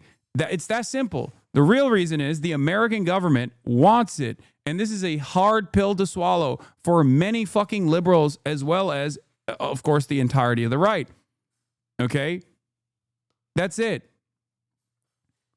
Now, on the other side, is there a sophisticated influence peddling operation that has existed within American boundaries for many, many years, whether it be advocacy groups, whether it be education, for example, and like institutes of higher learning, things of that nature? Absolutely. This has also created this like organic understanding because the interests align so perfectly. This is the reason why you have the likes of Joe Biden, for example, who, not as a consequence of any sort of moneyed interest, as a fucking Catholic American, has said time and time again that if Israel did not exist in the region, we would invent it. Joe Biden's Zionism, his ultra-Zionism, is a perfect demonstration of this, okay? He believes it. He 100% is committed to it, okay? He's committed to it because of imperial conquest, and how formative a role Israel plays in imperial conquest. He's committed to it because he also personally believes the philo-Semitic undertones himself personally, okay? The notion that like Jews are magic money people, and it's good. It's good to have them as allies. Like, these are the types of shit that dumb fuck Americans do actually fucking believe, okay? Yet another marker for many of our politicians to be unconditionally in support of Israel.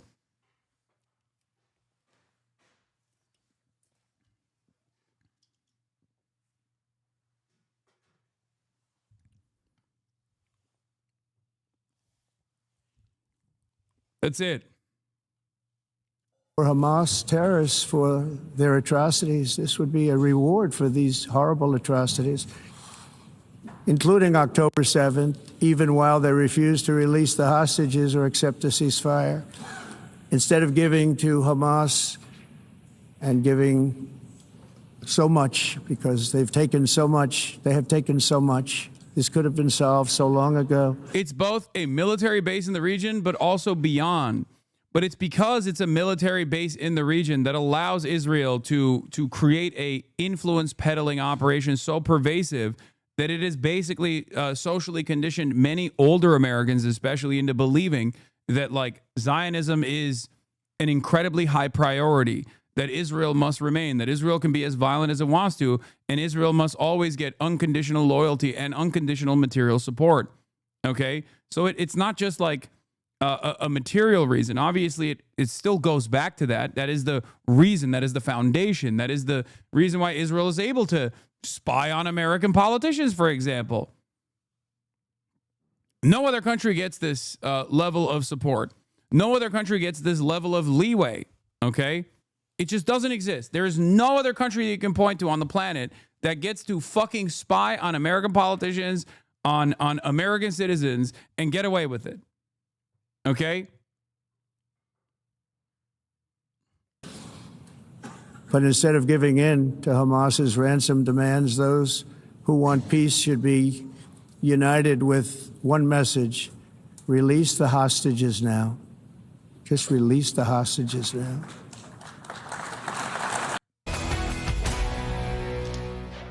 Just hours from now, President Trump will return to the United Nations to deliver a wide-ranging address while also meeting with world leaders to discuss plans for a post-war Gaza. All right, this comes as top allies to the United States formally recognize a Palestinian state, drawing swift criticism from Israeli leadership. So what does this mean ahead of this week's high-stakes? It's just funny because, like, it does betray all notion of America first, and they haven't been able to figure out a way to, like, make this seem America first, right? There is nothing that they can say that makes sense. Like, these guys are supposed to be like, America first, and then they literally will be like, but Israel number one, actually. Israel is the first before America. Yeah, I saw this as well. Breaking news, the Secret Service said it discovered a cache of devices, more than 100,000 SIM cards and 300 servers that could have disrupted the cellular network ahead of the UN General Assembly. I'm surprised that they didn't immediately fucking blame China for this. It does kind of seem to me like it's typical Israel shit, for the record.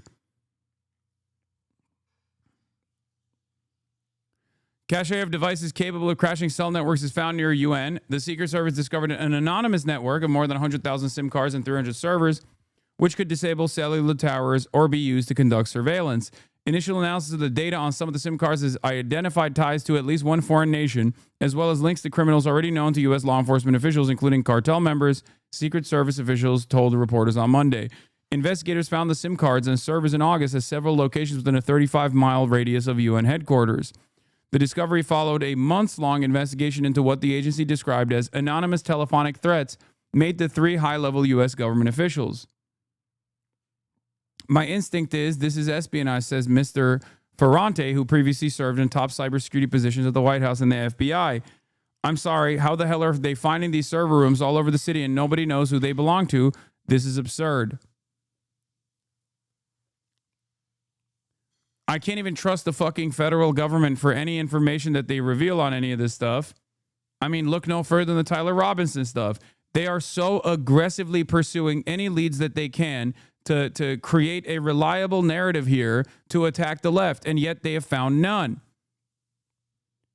So from my position, it's like, I cannot see a world where they actually find Tyler Robinson, like a trove of data on Charlie Kirk shooter that basically proves that he's like right wing, let's say, right? In a hypothetical scenario, do you feel like if the FBI, if this current FBI found a treasure trove of data that suggested that Tyler Robinson was 100%, no fucking holds barred, a right wing figure and was MAGA till the day he died? Okay, well, no, he didn't die, but was MAGA. Do you think the FBI would reveal that information? This FBI, do you think that they would reveal this information at all?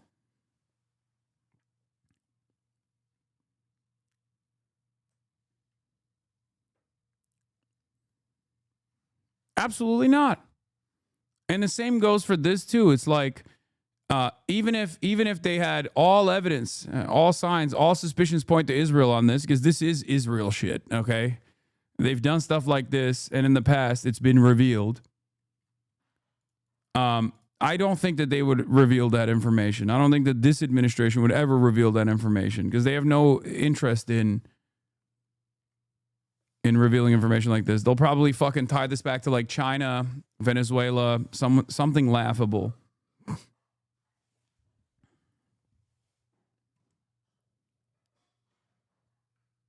It is odd, however, that there is no, they haven't revealed anything.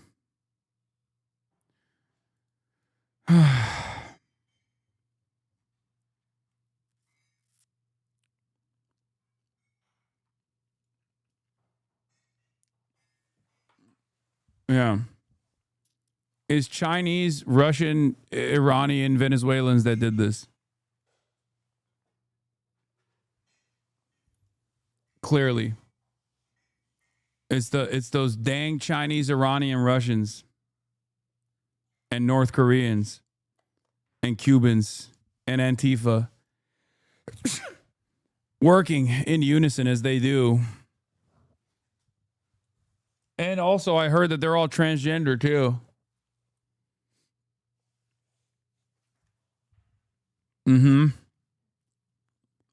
Transgender Muslims. And they were all eating Tylenol. They were just popping Tylenol pills. This network had the potential to disable cell phone towers. Investigators have been going through the data on SIM cards that were a part of the network, including calls, text, and browser history. The agency shared crime scene photos of servers with antennas and SIM cards. In some cases, the server holding the SIM cards were on the floor to ceiling shelves. Anthony J. Ferrante, the global head of cybersecurity practice at FTI, an international consulting firm, said the operation appeared to be sophisticated and costly. My instinct is this is espionage. In addition to jamming the cellular network, he said, such a large amount of equipment near the UN could be used for eavesdropping.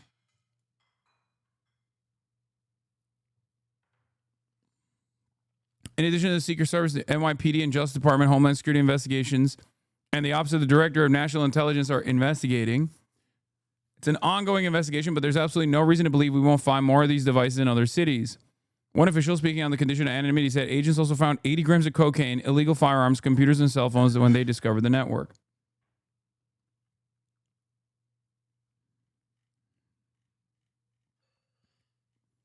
Nice.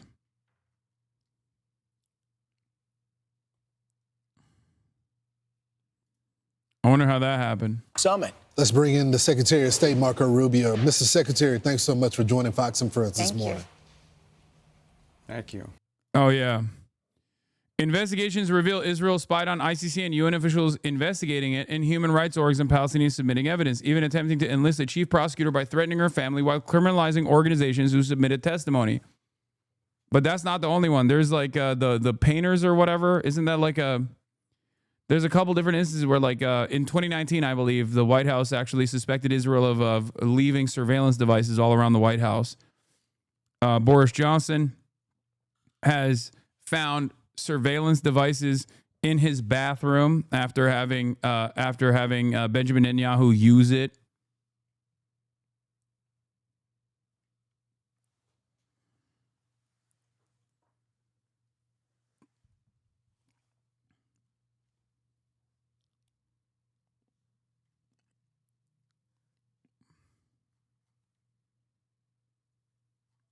Fantastic stuff. It's comical what we let them get away with. Yeah, Israel accused of planting mysterious spy devices near the White House.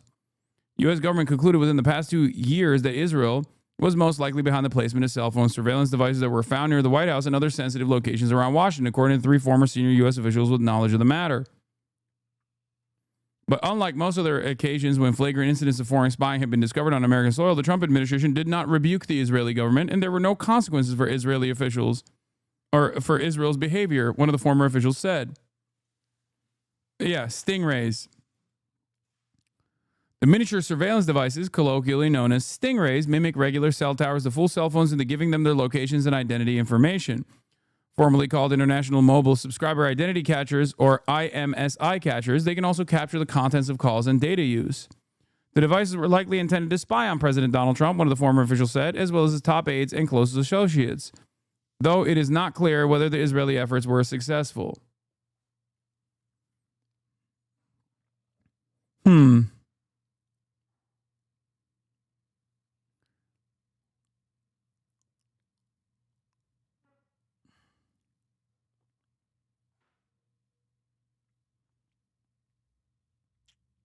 Check my history. It's a private VPN for foreign networks, foreign bot networks, probably some espionage as well. Almost 100% Israel, Russia, or just some contractors selling services. Really effective for TikTok manipulation because you can basically organically spoof legit IPs in a certain area.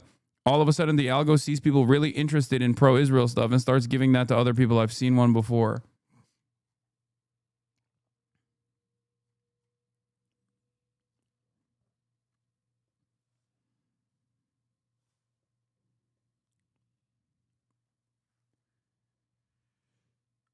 Officials, ABC is reporting, Secret Service believes it thwarted plot that could have dismantled New York City's telecommunications networks.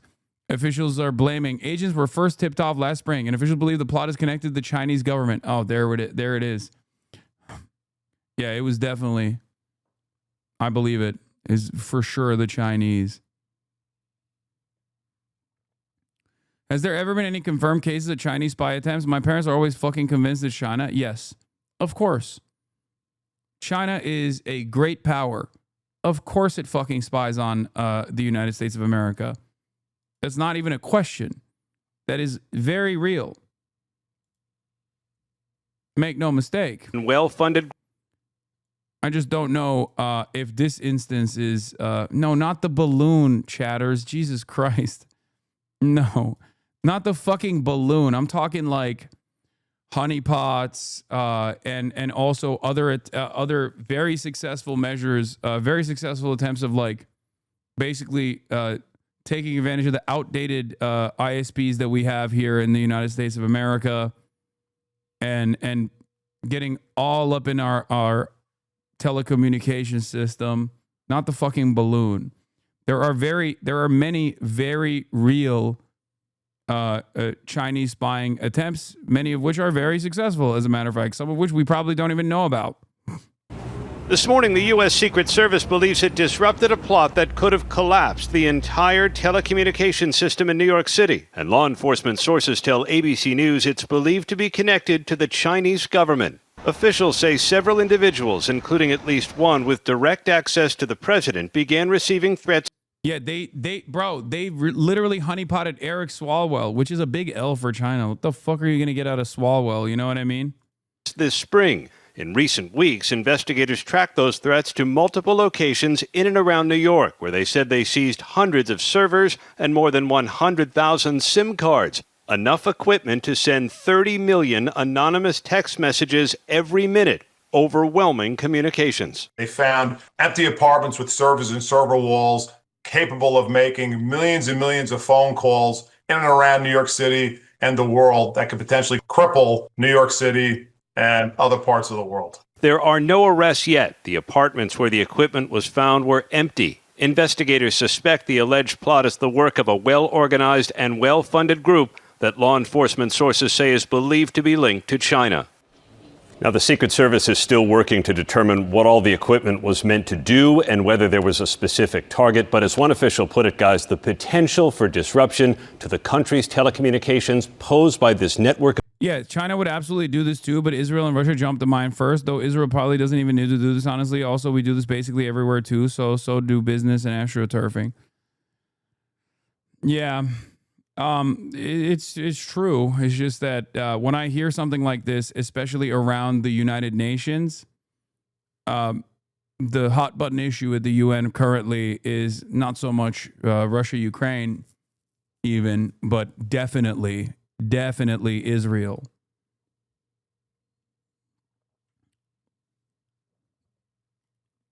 But who knows? Of devices cannot be overstated. Guys. No question about that. Thank you, Aaron. How did? Oh yeah, he got Erdogan went on Fox News and was like dunking, saying crazy stuff. Erdo goat. We'll get to that, but let's hear what Marco Rubio has to say about Palestine. So, Mr. Secretary, we were hoping that you can give us a preview. Apparently, the president wants his famous message of peace through strength today at the UN. What do you anticipate him saying? Well, I think one of the things the president's going to have to address and is going to address is the UN itself. And that is, why do we still have a UN? It has tremendous potential. The UN is an organization that has the potential to do some great things around the world, but it's not doing it. If you look at Russia and Ukraine, you have a war going on there. It's the president that's been carrying the burden of trying to bring it to an end. The UN is playing no role. If you look at what's happening in Gaza with Hamas and everything that's happened there with Israel taking them on, what role is the UN playing? None. We're going to try here, and even as close to home in the Western Hemisphere, in a place like Haiti, that's been overrun by gangs that control that country and has destabilized the region. The U.S. is asking for the UN to step up and play a very important role. We have a lot of support, but it looks like China might stand in the way of this effort to bring that about. The UN will play no role if they do that. So I think what the president's going to do is challenge the UN to find its meaning and its purpose and its utility as an organization, because it doesn't seem to be doing the job, and it's pretty good at spending a lot of money. I think you can anticipate the president will point to his own history with the UN, going back to his time here as a developer, where he actually offered to fix the UN building, and instead they chose to go in another direction, wasted a bunch of money, and really didn't achieve on the building's perspective what needed to happen. And I think it's emblematic of how feckless the UN has become as an organization. It's just a place where once a year a bunch of people meet and give speeches and write out a bunch of letters and statements, but not a lot of good, important action is happening. So again, the UN has a lot of potential, but it's not living up to it right now. So the Turkish leader Erdogan sat down with Brett Baer yesterday. We got two topics to talk to you about that, one of which was asked about the war in Russia. He's basically, he's indifferent. He likes both guys, and in Gaza. But he seems to take a shot at President Trump. Listen. He just straight up said, I don't believe Hamas is a terrorist group. It's a resistance group, which, once again, in spite of his allegiance to Israel, out of the goat is back on top. This is what the watermelon salesman does, okay? And he does it very well. I can only say this. Mr. Trump, you might remember he's used a term when he said, I will finish the Russia-Ukraine war. Did it end? It still goes on. Similarly, he said, I will finish the war in Gaza. Did it end? No. That means once we start analyzing the issue, there are prices to pay. And when we look at the hostage exchange, that was done. It goes on. So he says the president doesn't get it done. This is a NATO ally. Your thoughts? Well, look, I didn't hear the entirety of the interview. I can only tell you that on both of those issues, on the case of Russia, Ukraine, the only leader in the world that has any chance of bringing it to an end is President Trump, which is why he has put more time and energy into it than anybody else. All of these other countries, including Turkey, by the way, are begging us to be involved. They want us to be involved. Look, these people go out and say what they want to say, but at the end of the day, when they want something done, they want to come to the White House. President Erdogan is coming to the White House this week to meet with the president. They all come to the White House. They all want to speak to President Trump. They all want President Trump to fix it. So they can say whatever they want to say. The truth of the matter is that we have leaders, we have meetings going on today that we have leaders begging to be. Bro, you're America. Yeah, no shit, dude. Oh my God, I can't believe that Turkey is begging for an audience with the president of America. You're not Estonia, little bro. You are not Lithuania. You are the United States of America. No shit. It's so fucking stupid that these guys are like, whoa, they're still coming. They're talking big shit, but they're still here. It's like, yeah, no shit, man. Don't yell. He can already hear you. True. I should probably moderate my voice. I'm probably hurting his Dumbo ears right now. Be a part of it. They are calling, saying, can we be included? Can you bring us in? Can you get me 5 minutes to shake the president's hand? He is the indispensable leader in the world right now. He is the only one who has any chance. Wow, I can't believe it. America is the indispensable leader of the world. Wow. Wow, thank you, man. I had no fucking clue how that... Like, whoa, dude. The thing I don't understand about this is, like, if you're there, if you're that, okay, then you don't have to say these things. This is what a weak and embarrassed nation does. And I sometimes feel like they're aware of something that I am not. The way he's talking about it is like... The way he's talking about it is like, it almost feels like he's trying to convince himself. It's like, yeah, we know, man. We know how this is. Okay, we know how this goes. But you're not acting like it. That's the problem.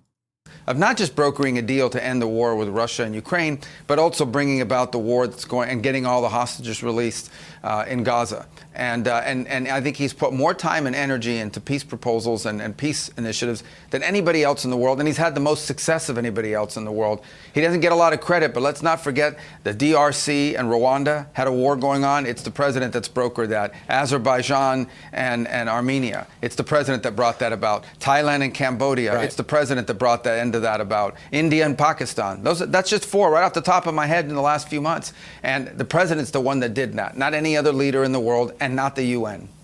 Mr. Secretary, Fox is exclusively reporting that Hamas wrote a letter directly to President Trump asking for a pause in fighting for 60 days in exchange for half of the hostages. Do you know if this letter has been delivered yet?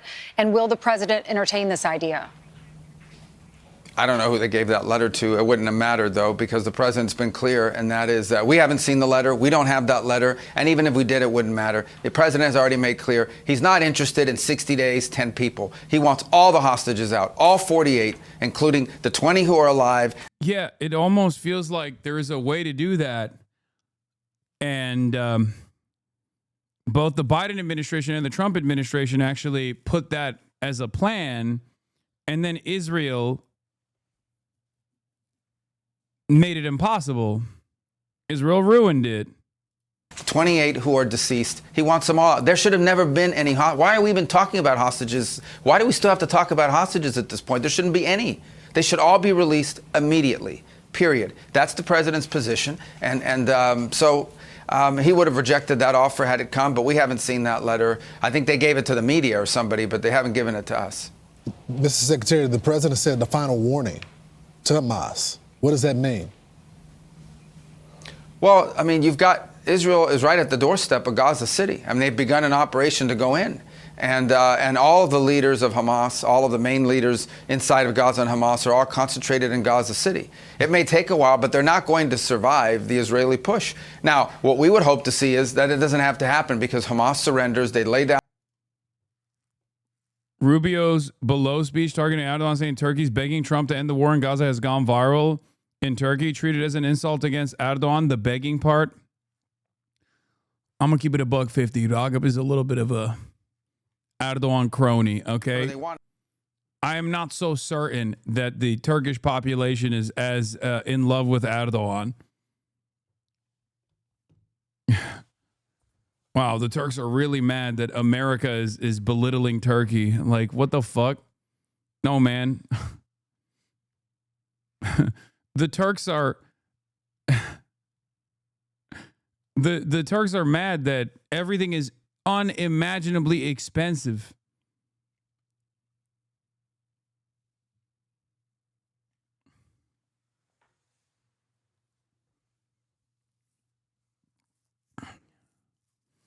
Erdogan is literally still popular in Turkey. This is the least popular Erdogan has been in Turkey since he rose to power. Get the fuck out of here. This doesn't mean that there aren't fucking dick riders still. It's just the hostages are all likely dead because of Israel's doing, but Hamas knows if they release the hostages and Israel will figuratively nuke Gaza. For fuck's sake, read my other message first. We just saw nuke Gaza and chatters understandably responded to that and thought that you were being the classic Israel dick rider.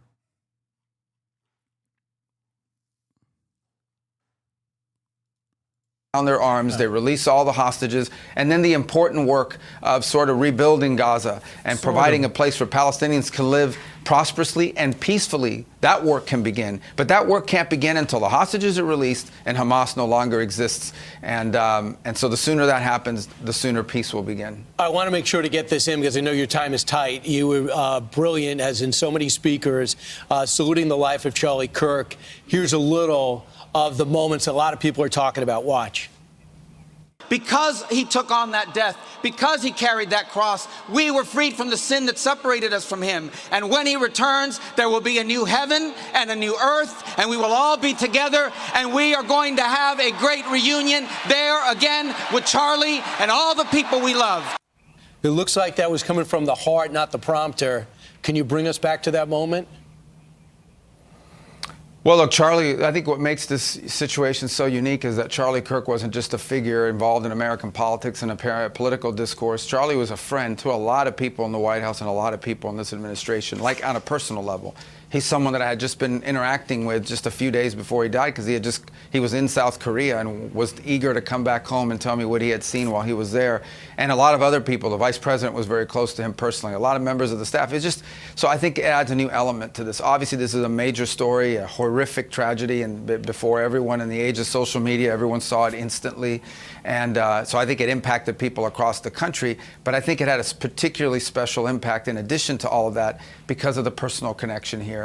And I thought that on Sunday was a very unique opportunity for many of us, not just to pay tribute to the life that Charlie Kirk lived, but the way he lived it and the core of his message. And his faith was at the core of his message.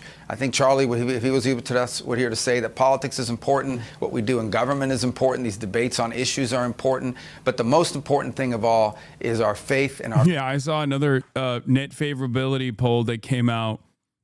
Democrats minus 60%, Independents minus 11%, GOP plus 69%. Charlie Kirk has finally arrived at a +1 net favorability with unlimited amounts of vague gesturing towards his activism from liberal media. People still don't give a fuck. And part of the reason why is because they also hate Donald Trump. People hate Donald Trump. Make no mistake. You don't get to see how much people hate Donald Trump in mainstream news because they actively normalize his behavior for some fucking weird reason. And obviously it's just all glaze on Fox News and whatnot. But people fucking don't like Donald Trump, okay? Americans broadly dislike him for understandable reasons. He's an egomaniacal, narcissistic piece of shit who is openly fucking corrupt. So obviously one of his main vehicles for propaganda is also not going to be a beloved figure, no matter how hard these guys try to fucking present it as such. Okay? Oh, that's it. That's it. That's it. This is just like so stupid that people are like, no, you don't understand, dude. This is a deity, a beacon, a shining light of politics in this country. Family and Charlie lived that and he believed it and it was at the core of his message. He had an extraordinary amount of wisdom for a 31-year-old young man. He really did. I mean, it usually takes a lifetime to acquire the kind of wisdom that he had. And the president did a beautiful job speaking there, and so did his wife. The president, what is his reaction? What's the administration's reaction about our allies? We have France, we have the UK, we have Australia and Canada recognizing the Palestinian state. What does that say about our influence? Well, these countries are doing it, frankly, because of domestic political pressure in their own countries. You know, because of migration policies, their countries have been flooded with foreigners who have become politically active and are insisting that their governments do these sorts of things. And so that's what they're responding to. But look, it's irrelevant. It's going to get a little bit of attention, but there is no Palestinian state. You can put all the, it's kind of an emblematic of what the president says about the UN. You can put out all the paper in the world you want. The only way there's ever going to be a permanent solution to this challenge between Palestinians and Israelis is a negotiated settlement. One.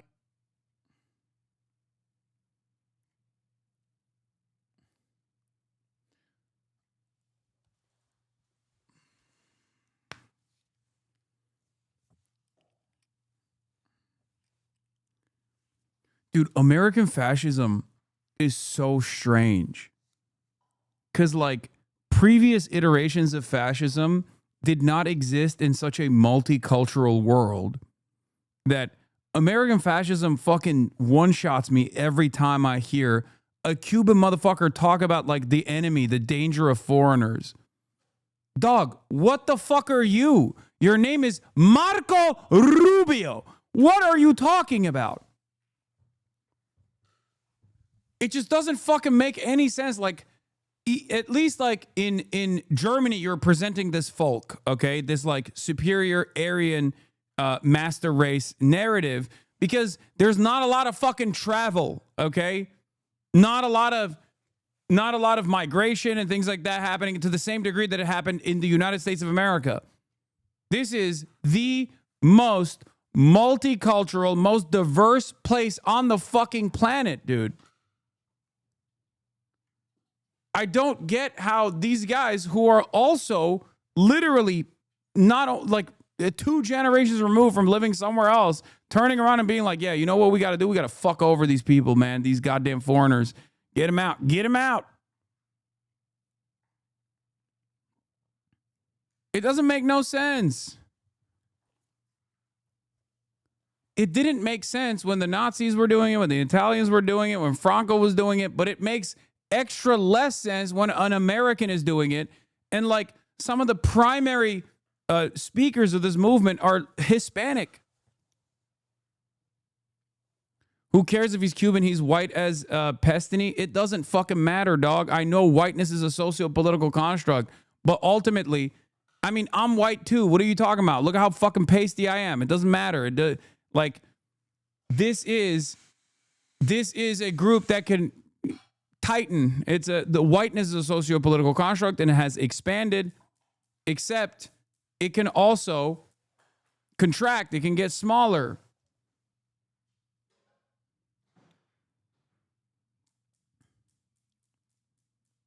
In which the Palestinians are going to have a territory and they're going to govern it, but it cannot be one that's going to be used as a launch pad for attacks against Israel. And that's something that has to be negotiated with Israel. It isn't going to exist without Israel's participation. That's what these leaders should have spent their time working on, ending this war, eliminating Hamas, so you can get to that stage of talks about that topic.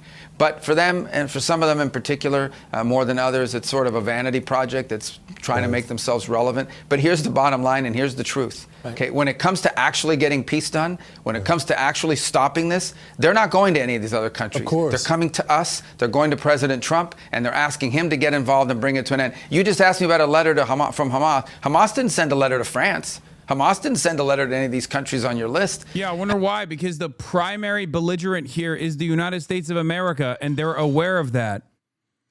But again, Israel and its existence offers America plausible deniability. Oh, it's just, it's them doing it, and they're doing it autonomously. They're doing this because they're a sovereign nation. Also, God forbid we fucking restrict them in any capacity. Is he playing dumb or actually dumb? No, these guys aren't that stupid. They all fucking know what's good. They all know exactly what's going on.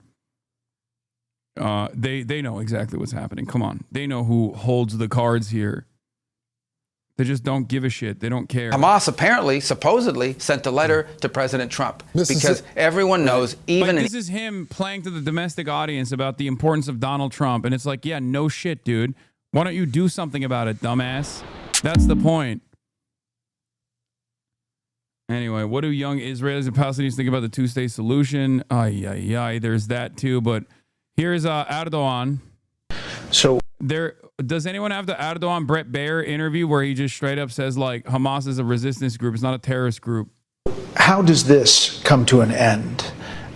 much like Russia-Ukraine, And I'm how gonna do the Isaac can Chodener this afterwards. come to an end? Is there a deal that can be made? Ben sadece şunu söyleyeyim. I can only say this. Mr. Trump, Bir ifade you might remember he's used a term Ukrayna savaşını when ben bitiririm. he said, I will finish the Russia-Ukraine war. Bitti mi? Did it end? Hala devam ediyor. It still goes on. Hala devam ediyor. Aynı şekilde Similarly, Gazze savaşını ben bitiririm. he said, I will finish the war in Gaza. Bitti mi? Did it end? Hayır. No. That means Demek ki once we start analyzing the issue, there are prices to pay. faturalar ödeniyor. And when we look at the hostage exchange, that was done. It goes on. Do you see Hamas as a terrorist organization? Ben About 20 years ago, I hate that Erdogan is the only motherfucker saying this, bro. It's just like, it's so annoying. Where is the fucking courage from Western leaders, man? Where is the courage? What a shame. What a shame that the only person who is saying the fucking truth from Western aligned leadership is from the watermelon salesman himself. when I traveled to the United States, they asked me this question again, and I said this back then. Ben o zaman da demiştim ki I don't see Hamas as a terrorist organization. On the contrary, I see it as a resistance bir group. direniş örgütü olarak görüyorum. And Bir defa Hamas doesn't have weapons or ne buna yönelik a serious capability. And now ve onlar şu they are using what they have to try to defend themselves korumaya and kendilerini bu direniş trying to protect themselves in this resistance movement. That's what they are as an organization. What makes him a watermelon salesman? That's what he used to do in his youth. Erdo Goat is on top of the table. He's transcended the table itself. He's now the centerpiece of the table. No, if he talks like this too much, then Trump is going to kick him out of the table because he is a very petty man.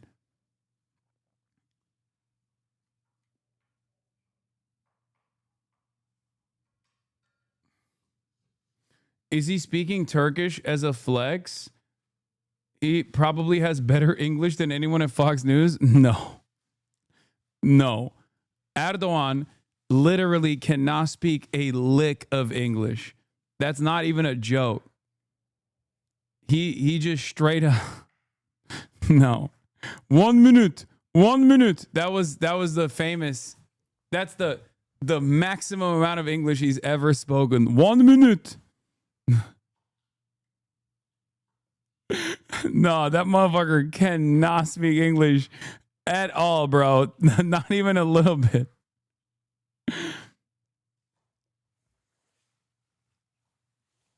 Trump'ın oğluyla ne görüştü geçen hafta? İsrail'le ticareti babam mı kesiyor? İsrail protestocuları neden içeride? Erdo sadece boş laf. Aynen.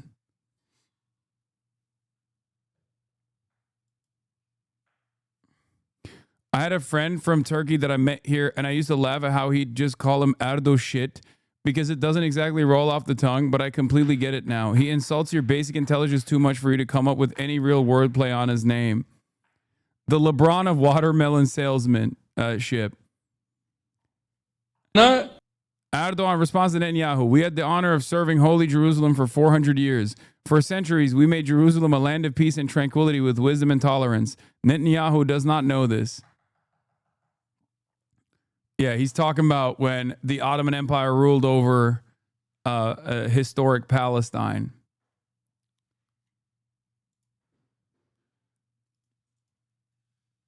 Yeah, Erdo shit. Yeah, he had a based speech. He had a based speech at the UN as well. I mean, I guess it's good, you know, in the absence of any sort of moral courage from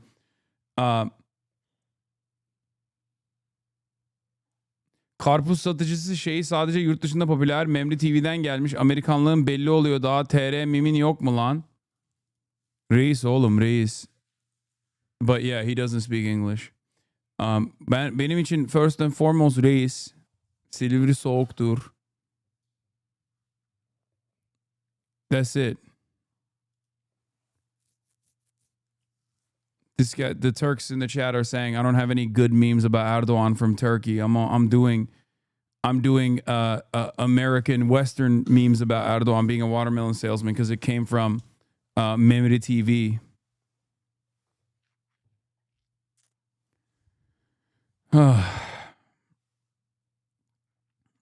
How is Erdogan to the left of Bernie Sanders on Hamas? Come on, dude. I mean, he has a very different domestic considerations here. Abi Türkçeyi vallahi çok iyi konuşuyorsun lan. Oha amına koyayım. İlk hayatımın 18 senesi Türkiye'de yaşadım lan. Unuttuk biraz ama yani o kadar da değil. Yuh.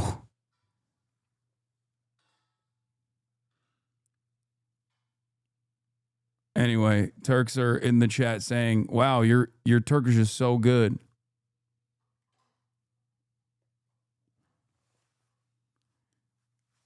Yeah, Erdogan at UN calling Gaza a genocide.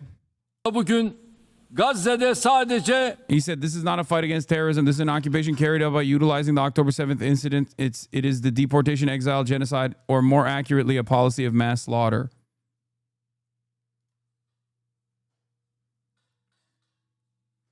How much of this is because Israel is threatening Turkey or Syria? I mean, that kind of stuff is just Israel trying to be the junior partner that is more relevant for America's grand design in the region over Turkey. Leftist Israelis have more heart and compassion for than the average U.S. politician. Oh, I saw this. These guys are fucking so awesome. Oh my God, these are the real HasanAbi heads in Israel. The true voice of anti-Zionism in Israel. This is like Hamas terörü demedi diye bir şey sanmasın lütfen Batılılar bunu. Abi ben bunlara kendilerine söylemeye çalışıyorum. İnanmıyorlar bana bir türlü. Yalancının önde gideni. Erdogan has worn so many different faces throughout the 30-year reign of Erdogan that like every Turkish person that hears any new thing that he says immediately goes, oh, here we go again. But for Americans, you hear that. For Americans, you hear that and you go, oh my God, I can't believe how bold he is. And it's like, he will say anything and everything if the crowd demands it.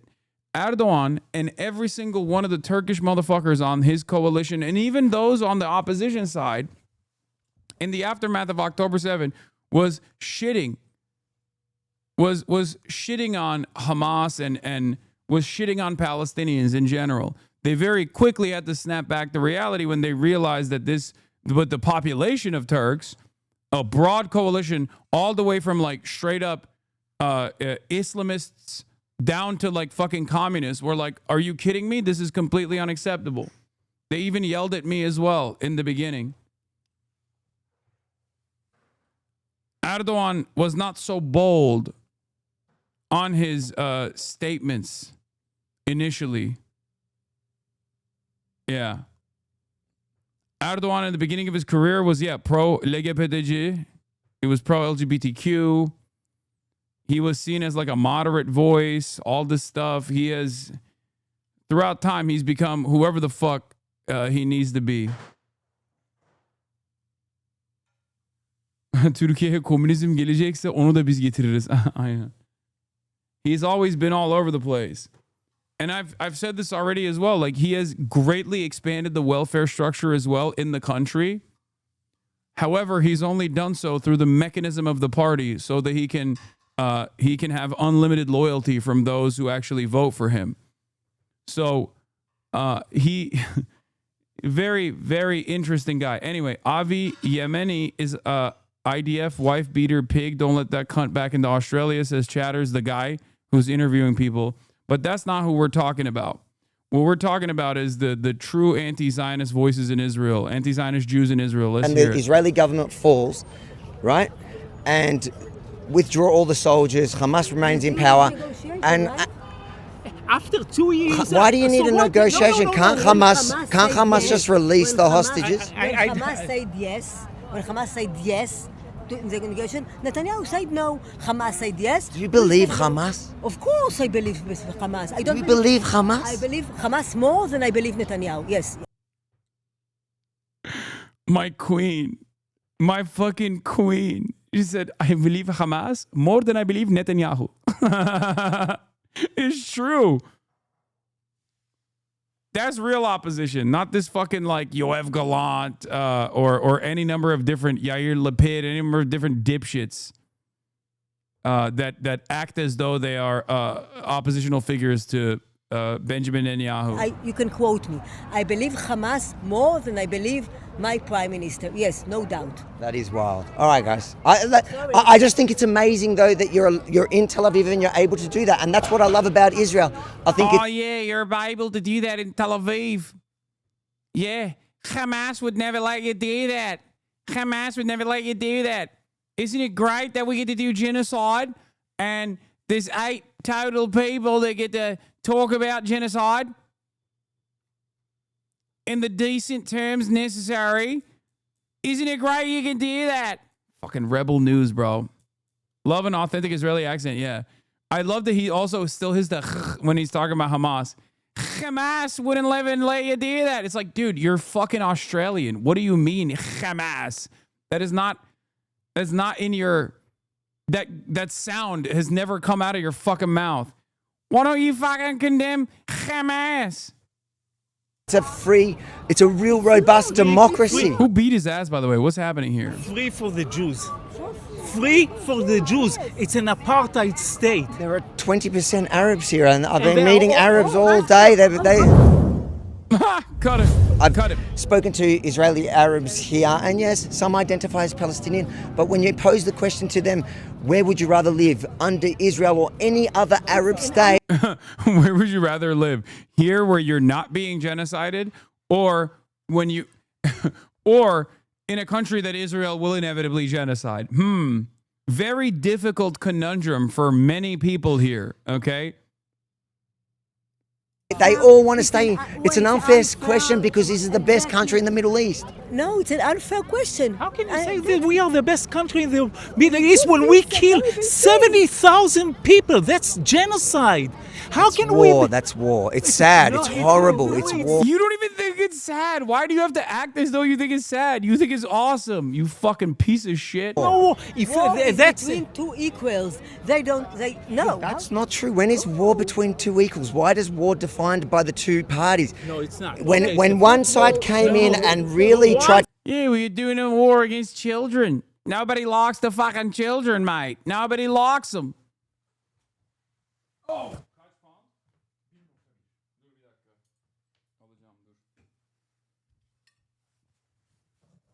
Garlic ve kırmızıyı verir misin?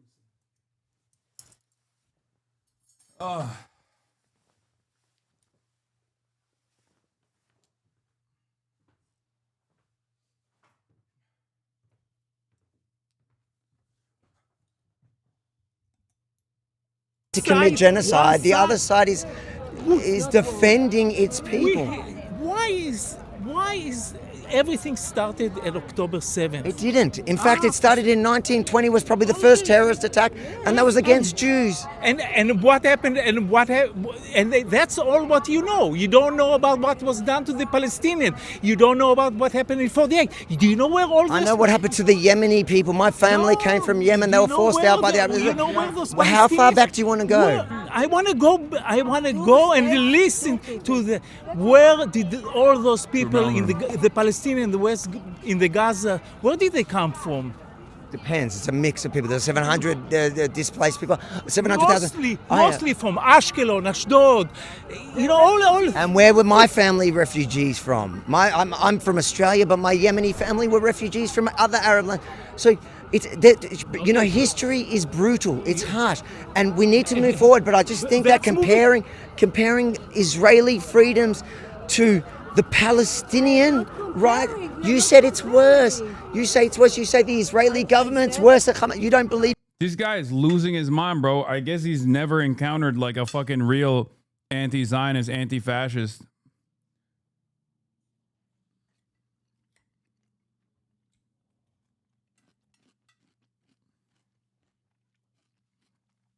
Israel Uncut is so funny.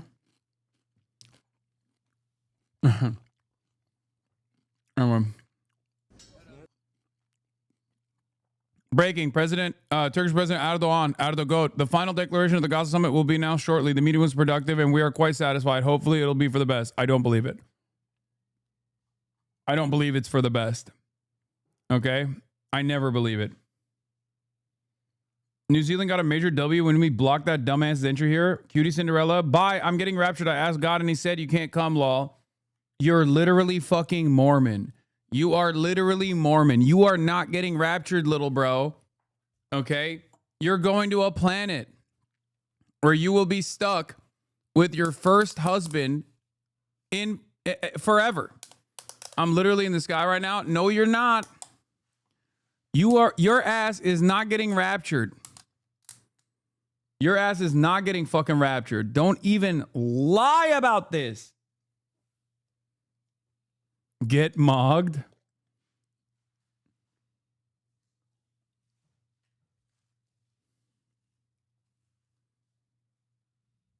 She is closed? No. I told him I was afraid of flying. He said too bad because he wanted me so bad. Yeah, right. Wrong religion, Mormon. Wrong religion, Mormon Cinderella.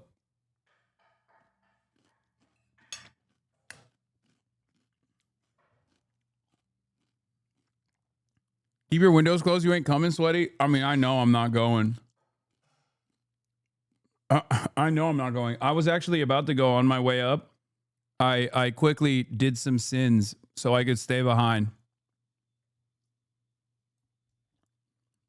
So I can enjoy the upcoming Taylor album.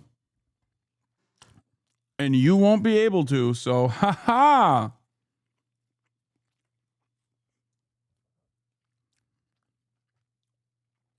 That's right. Yeah, what do you say to that?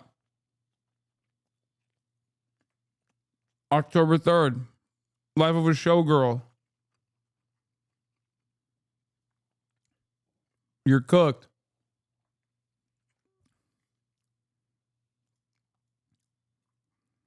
Yeah, exactly.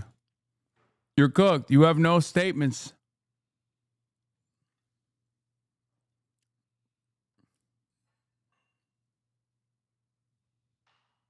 Taylor's coming up there? No.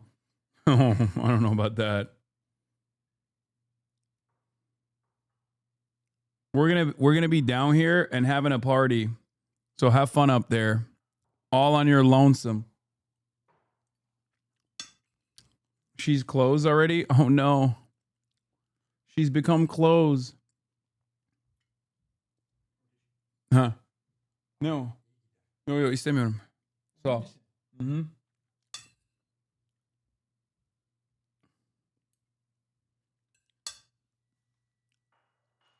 All right, let's get back to what do young Israelis and Palestinians think of the two-state solution?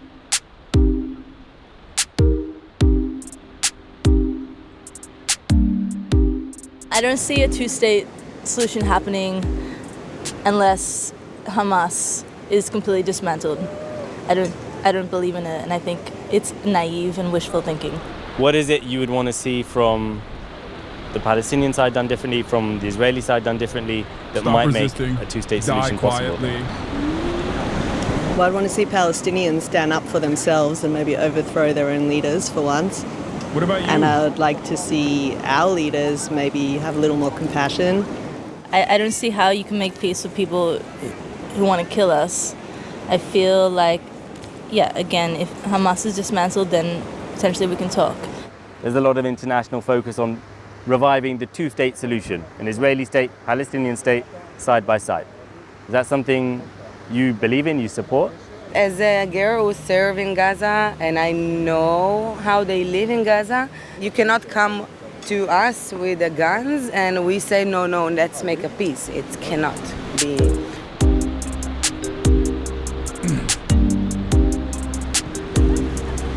Honestly, I would be dreaming about a one-state solution, and I think two states is giving up to this notion of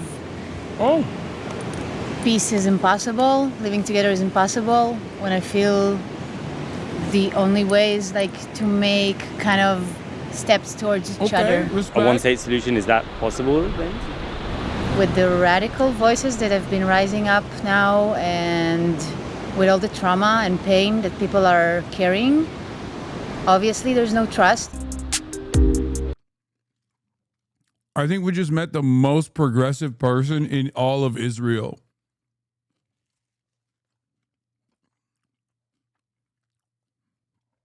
Respect.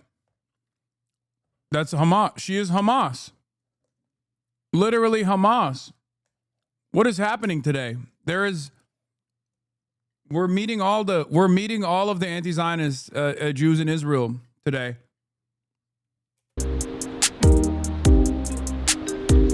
The idea of a two-state solution, Israeli state, Palestinian state, side by side, is it something you believe in or not? I don't believe in it, and there's a lot of reasons for it. You cannot give terrorists power. If it's not a two-state solution, though, what is the solution? Look what we did Israel when we got the power. to settle more in Judea, Samaria. This is what I think. And you know, maybe what Trump wants, what other people just suggest, that moving people away from Gaza, the ones that want to move away, and the ones that want to stay, let them stay. But should they not vote for Hamas again? The idea of a two-state solution, an Israeli state, Palestinian state, side by side.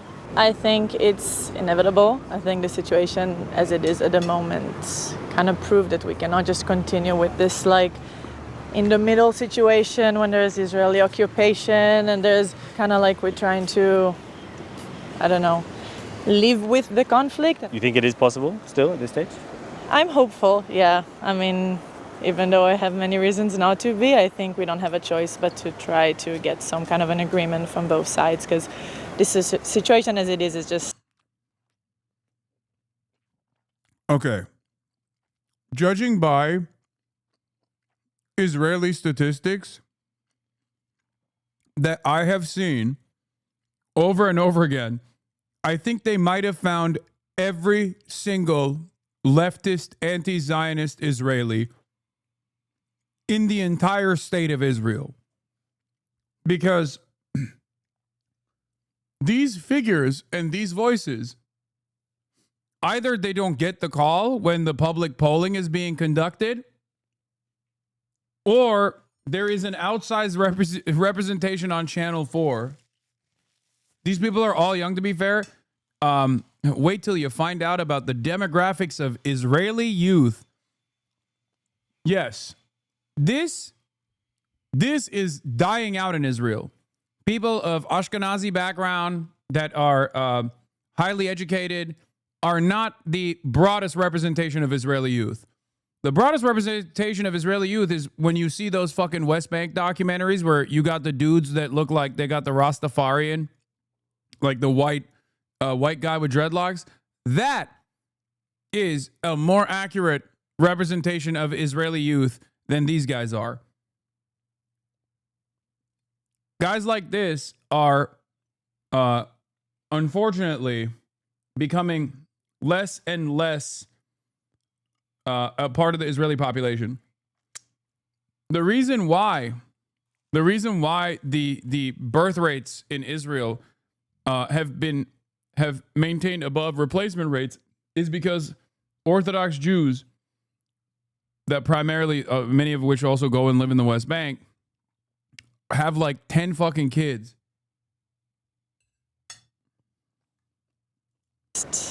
Heartbreaking.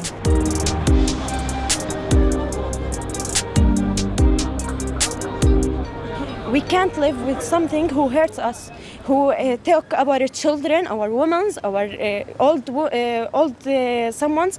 We can't. We can't. If it's not a two-state solution, then what do you think the solution is? I think the ihtilal occupation will go from this plan, from this earth, and we live the Palestinian in our Palestine. Do you think that's possible? Why I can't go to Jaffa, to Haifa? To Jerusalem. Yes.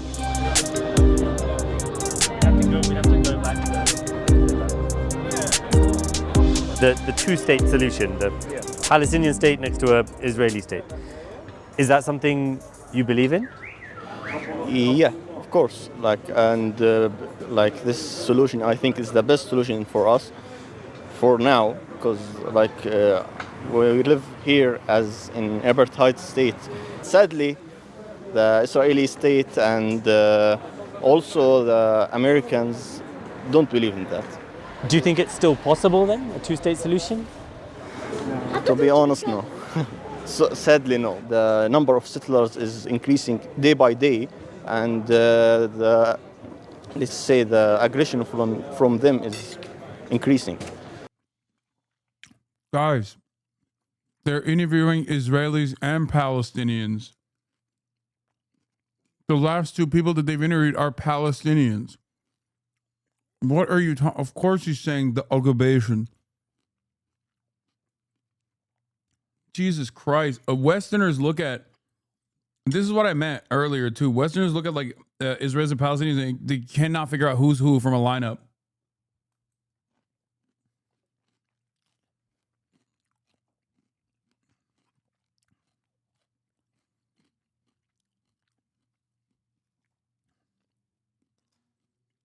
Yes. The last two people that were interviewed are Palestinians.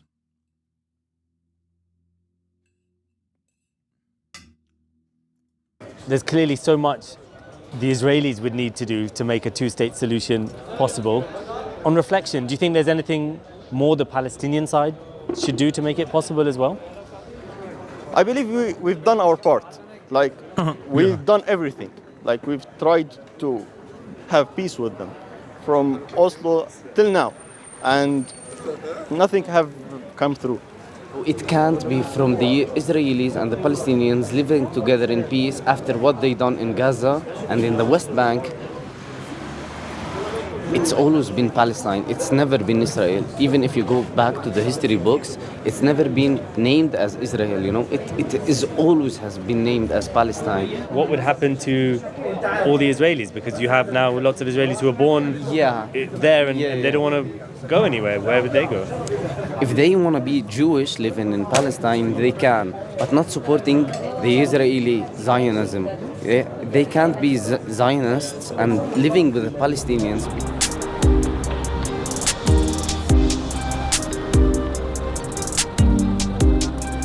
The thing about the two-state solution for me is I feel like I lost hope in that. Obviously, there's a lot of bloodshed and there's a lot of hatred from both sides, and they're being taught to hate. We're being taught to hate in a way, or throughout the bloodshed, we hate by default. You're always being treated in a very bad way as well. Like, I've had a lot of things happen to me from the Israeli soldiers and so on. So how am I gonna act normal with these people at the end, you know, because they obviously do not treat me as an equal. They obviously do not see me as an equal. If it's not a two-state solution, what do you think the solution could be, if there is a solution?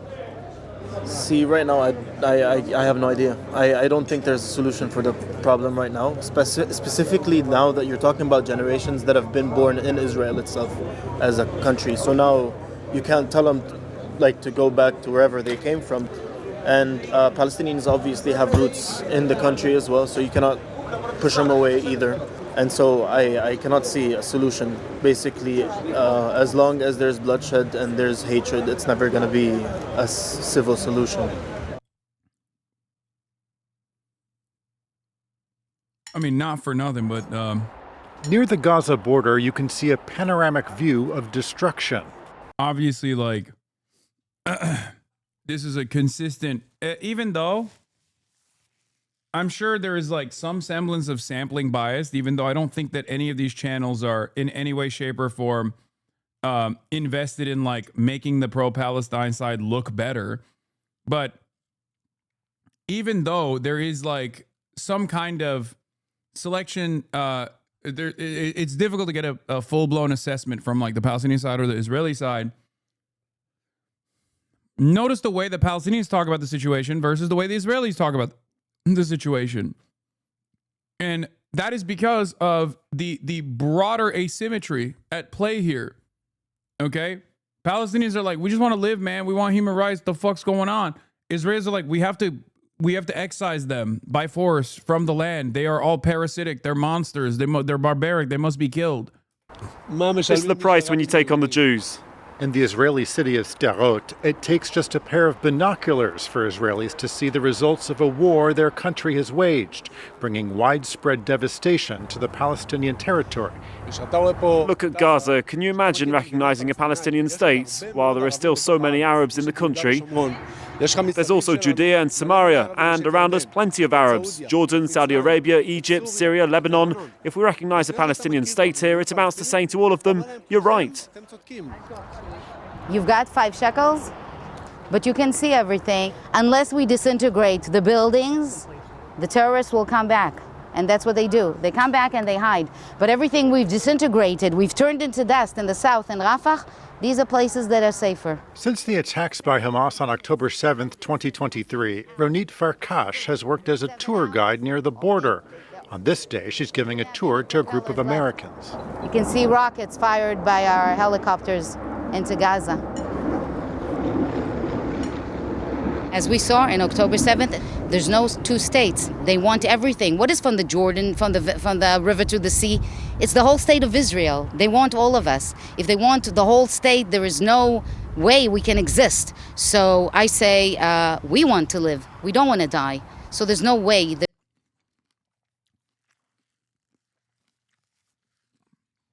How do you fix people like this? I can't tell you what I think.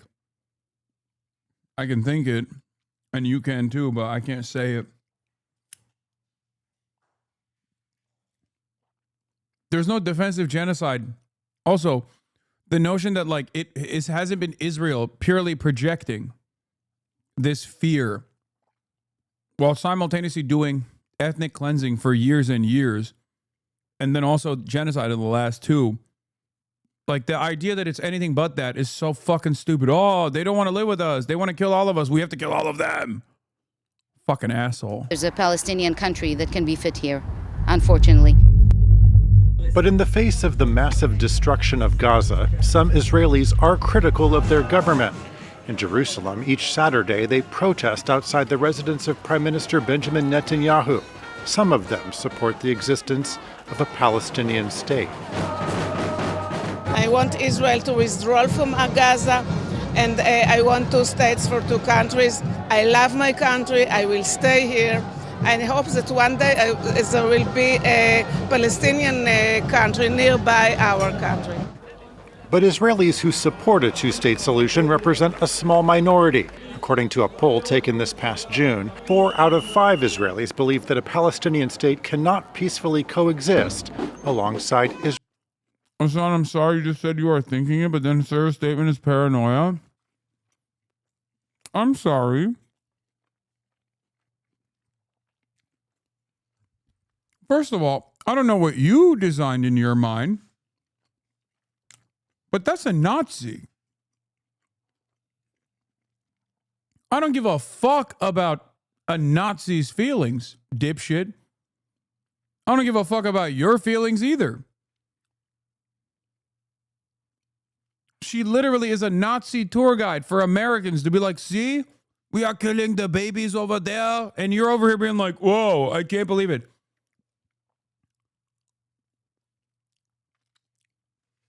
She doesn't even actually feel paranoid. She's actively championing the monstrous death and destruction of Gaza. No, this person is a dumb fuck Turkish Zionist. Okay? That's what this fucking dipshit is. An absolute dog. Okay? I don't know who else writes paranoia like that other than Turks. A fucking barking little dog of the West.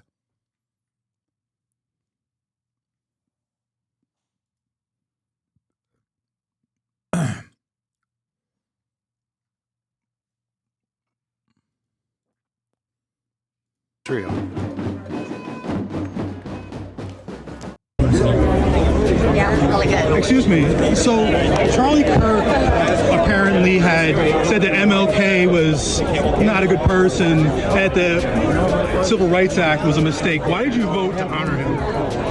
I did not vote to honor him. I voted against political violence. So that vote was against violence only, but the name of the bill is like Honor Charlie Kirk Act or something. Yeah. So you voted for it, but you weren't honoring. I voted to end political violence. You know, he also said some horrible things about Simone Biles, who've been sexually assaulted. Nothing, and you still voted for him? Let me see if I can get him. Thank you so much. Thank you, Congressman Charlie Kirk said that. Charlie Kirk said that MLK.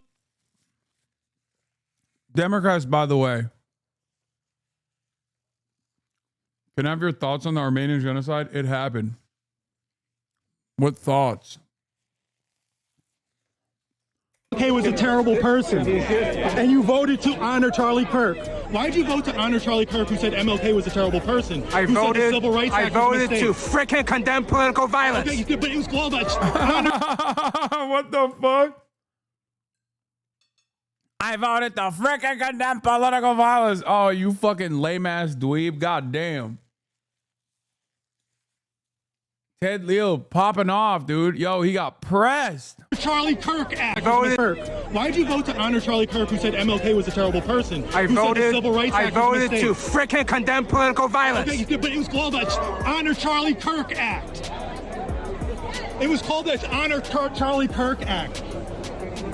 So you could do a little fake screaming, but what you did is you disrespected a lot of people. Condemn political violence. Yeah, and what did he say about Simone? What did he say about Simone Biles? What did he say about Simone Biles? He said Simone Biles was a sociopath for sitting out the Olympics after she had been sexually assaulted. That's what Charlie Kirk said, and you voted to honor him? And you voted to honor Charlie Kirk? How dare you?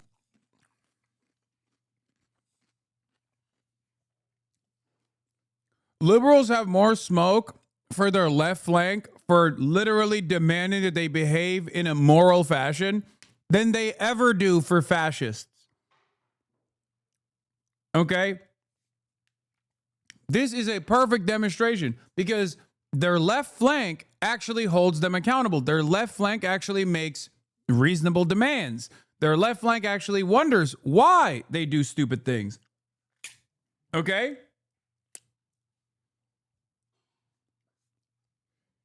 The bill itself was not even remotely actionable. There's nothing in it.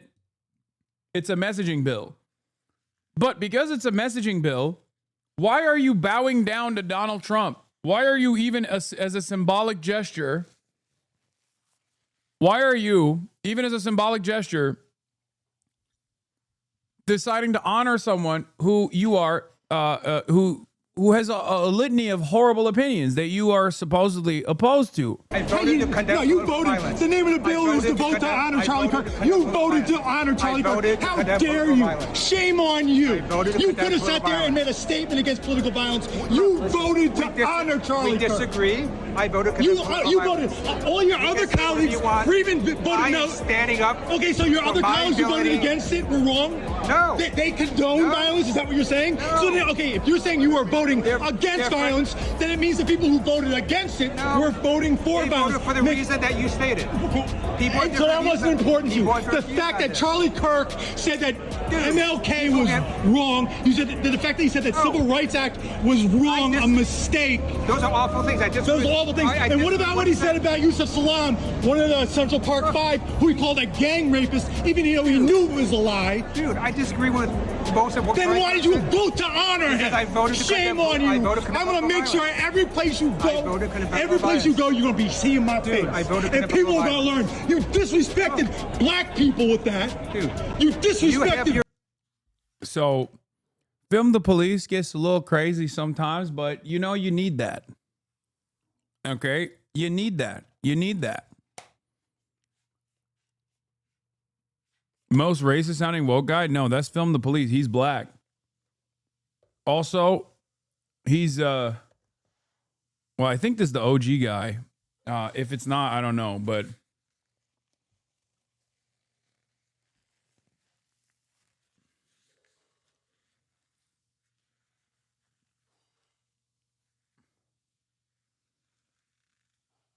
But also, yeah, he's one guy, but I don't know if there's a different guy who's filming this. I think this is him.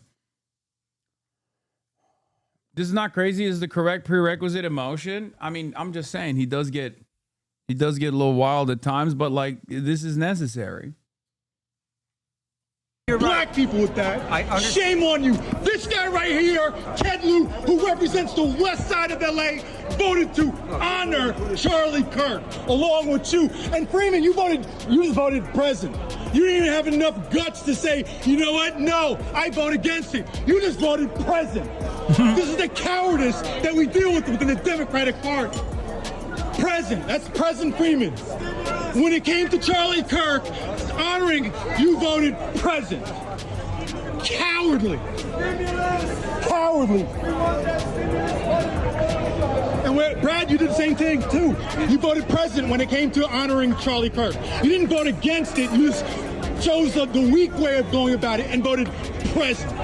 President. Weak about that. There's no debate about that. You read the resolution? Well, I did read the resolution. Why'd you vote president? It's just like, it just makes no sense. Remember, I told you guys, like, of course they're going to add, of course they're going to be like, oh, honoring Charlie Kirk as the goat of politics and also condemning political violence bill is understandable. Of course they're going to write a fucking messaging bill like that to create this trap, to create this rhetorical trap.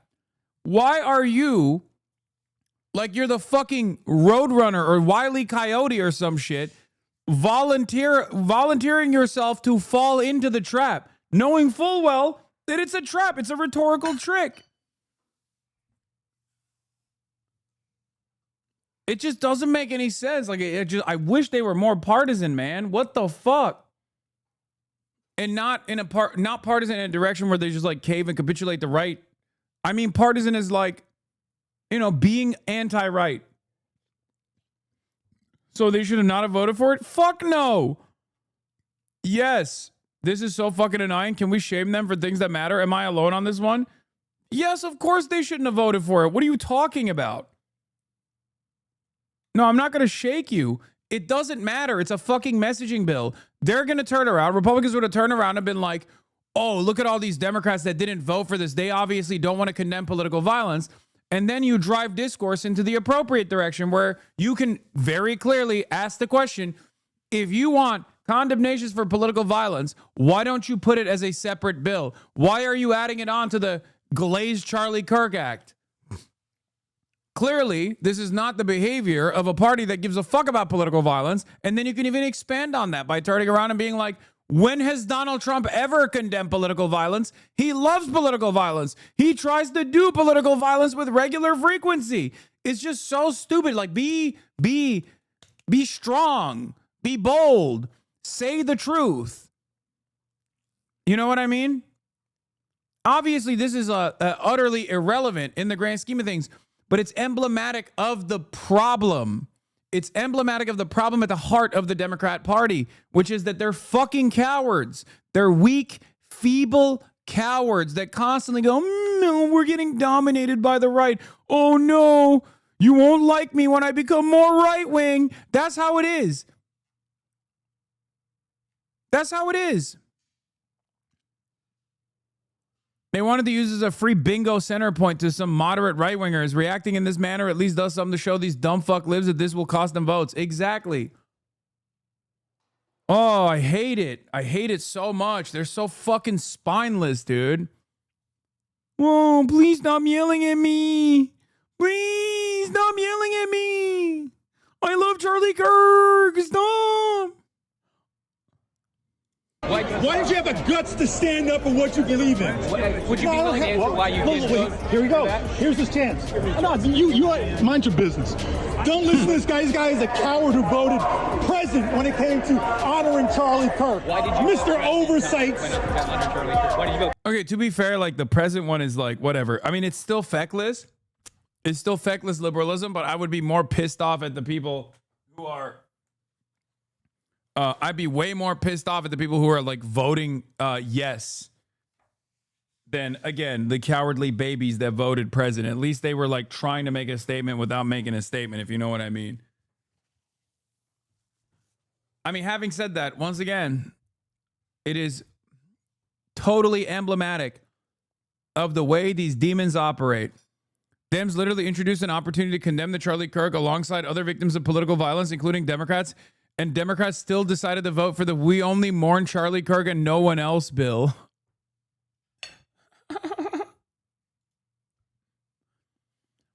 Expressing the sense of the House of Representatives condemning all forms of political violence and rejecting rhetoric that dehumanizes or demonizes political opponents.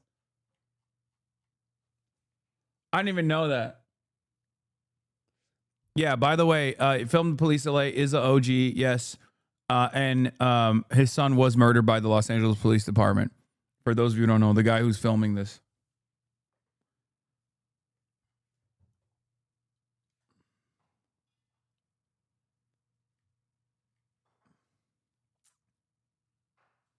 On that. There you go. Answer it. Don't stand in my way. Don't stand in my way. Bring it down. I don't have to do anything. If your people vote the right way, we wouldn't have this problem. This guy voted to honor Charlie Kirk. This clown right here voted to honor Charlie Kirk. He has a right to free speech. I have a right. I absolutely have a right to free speech. You see what the goons are doing? You see what the goons are doing? Look how badly these goons are trying to stop freedom of speech. This is how we do freedom of speech. This is how we do freedom of speech. That coward right there voted to honor Charlie Kirk. You disrespected black women with that. You disrespected black people. You disrespected gay people. You disrespected single women. You coward. Breaking, Steam just went down. Fully down all APIs. Wait, what?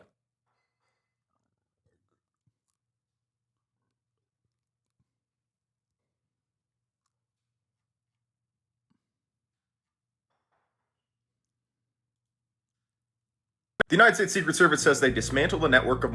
This guy's a fucking groiper, dude.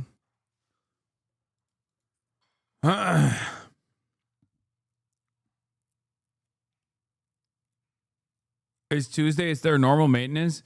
No, Gaben got closed. Gaben turned into clothes, bro. That's what happened.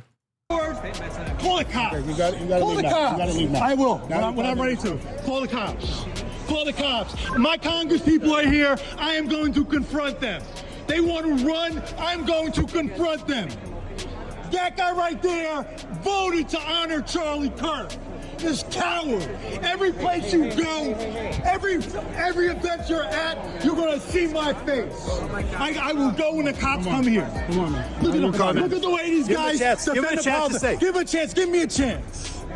Look at the way these people try to stop the First Amendment. Call the cops. I don't care. Call the cops to defend Ted Lieu, who defended Charlie Kirk. This guy voted. Okay, well, we got it. I got the point. Anyway. President Trump. Ex-Antifa member praises Trump's latest move against group long time coming. What is this? Ex-Antifa member? Officially signing an executive order designating Antifa as a domestic terror organization. All as the White House aims to crack. For the record, people don't understand how over-encompassing this fucking, executive order is. It's already illegal. They're going to try to make it legal, but understand that this is devastating for the First Amendment. Okay. Also, who the fuck is ex-Antifa? What is that?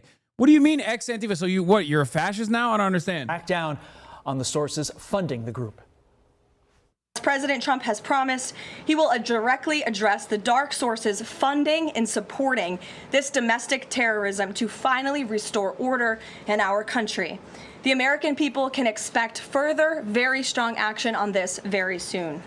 Everyone, Republican, Democrat, everyone in between, we all deserve to live in a country where we do not have to fear for our lives simply for stating what we believe in. Former Antifa activist Gabriel Nadales joins me now. Thanks so much for being on the program. And look, it is unclear at this point exactly what this designation means legally. But Gabriel, what are you hoping? What? He's doing a why I left the Antifa? What does this even mean?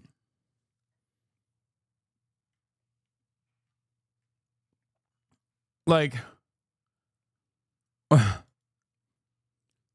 Gabriel Nadal is a conservative libertarian activist who was formerly an anti-fascist activist. He's now currently the national director for the pro-American organization Our America. Since 2008, Gabe was a member of Anti-Fascist Action and attended several rallies and counter-protests. In 2016, Gabe was nominated for the Network of Enlightened Women Gentlemen of the Year Under 30 Award. What? From 2008 to 2014, he's been an active member of the Anti-Fascist Action far-left group. He then denounced the group and stated that it's a violent organization in 2014, while Nadal was a member of the libertarian organization Young Americans for Liberty at Citrus College.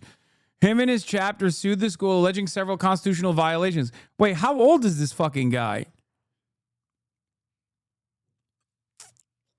So if he was in college in 2014, how old was he when he was a part of the Anti-Fascist Action? 12?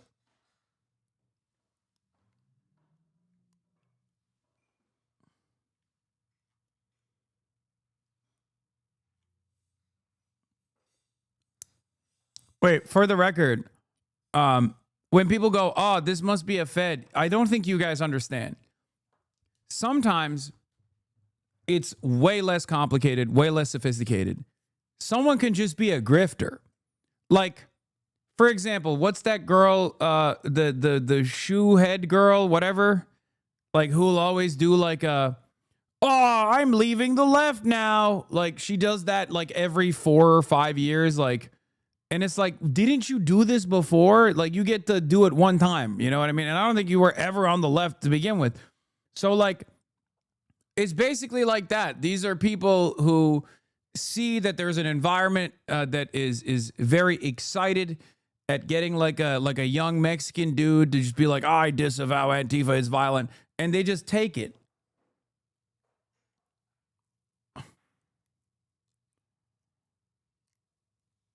Do you see what I mean? This is not like a Fed operation. This guy's not getting paid by the fucking CIA. In 2019, Nadal was, according to his autobiography, invited to the White House by the Trump administration to witness the signing of an executive order meant to promote free speech on college campuses. Also in 2019, Nadal claimed that Antifa is trying to hurt and harass and called for the movement to be labeled a domestic terrorism threat. Yeah, this is what his thing is. This guy said, if I catch you lacking, you're going to end up like Charlie Kirk. I don't think you're going to do that. I'll be honest with you. I don't think you're going to do that. Someone else might, but I don't think it's going to be you. Because you're in a Twitch chat. You're in my Twitch chat. You're chirping in a Twitch chat.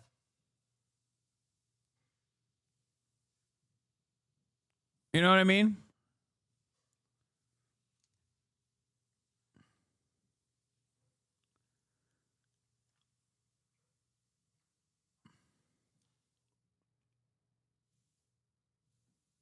He's a PragerU stooge, of course.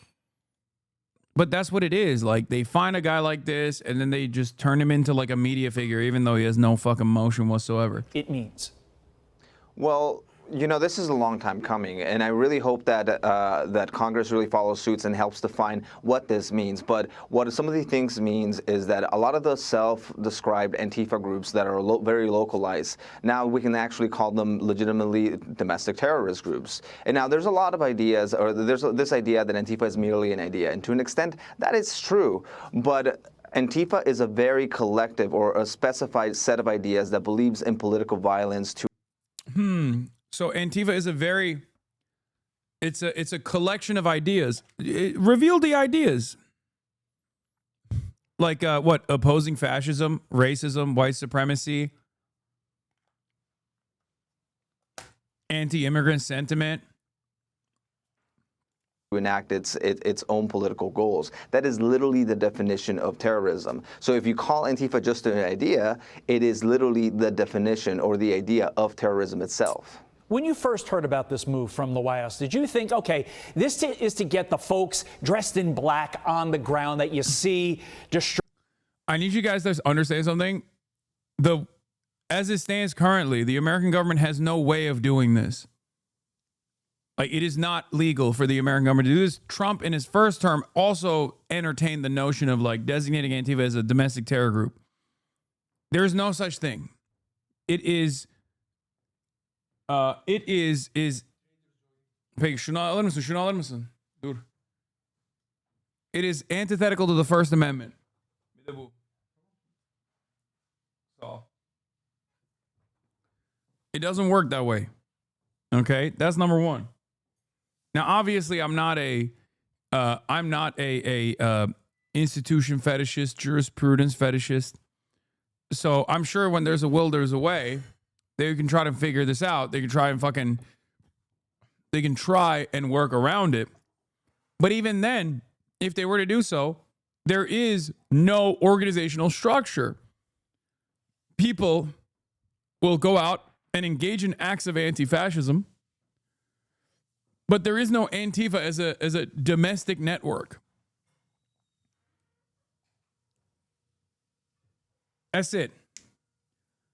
There are organizations out there, political parties like the PSL, DSA, that engage in acts of anti-fascism, but you can even go so far as to say that the No Kings protest is a Antifa.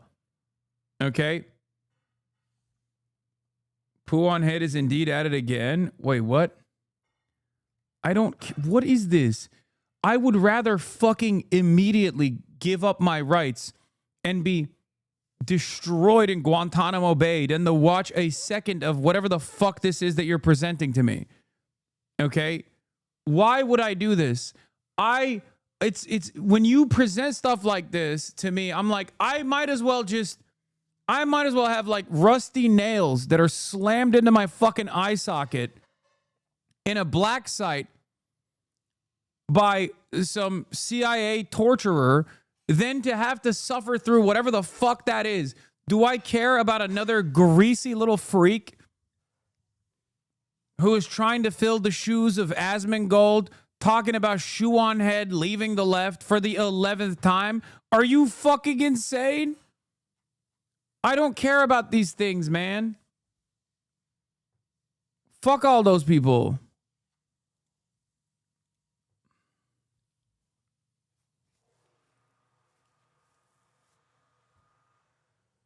I think a simple no would suffice.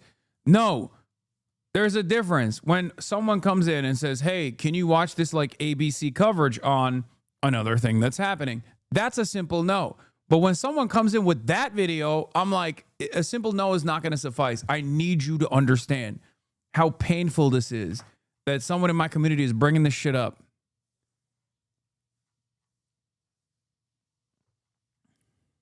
Destroying communities, or did you think more so, like I said in the introduction, this is to find the people funding Antifa?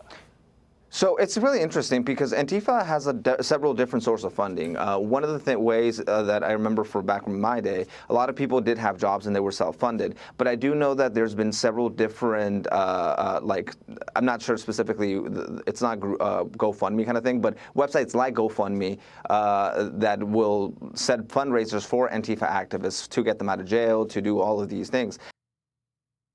You mean bail funds? Like bail funds that are set up, again, totally fucking legal. I can't stress this enough. Crowdsourcing mutual aid is charity and it is completely legal. Okay? Do you want to make mutual aid illegal? What are you talking about? ACLU for peaceful protesters who's been unfairly prosecuted? Yeah.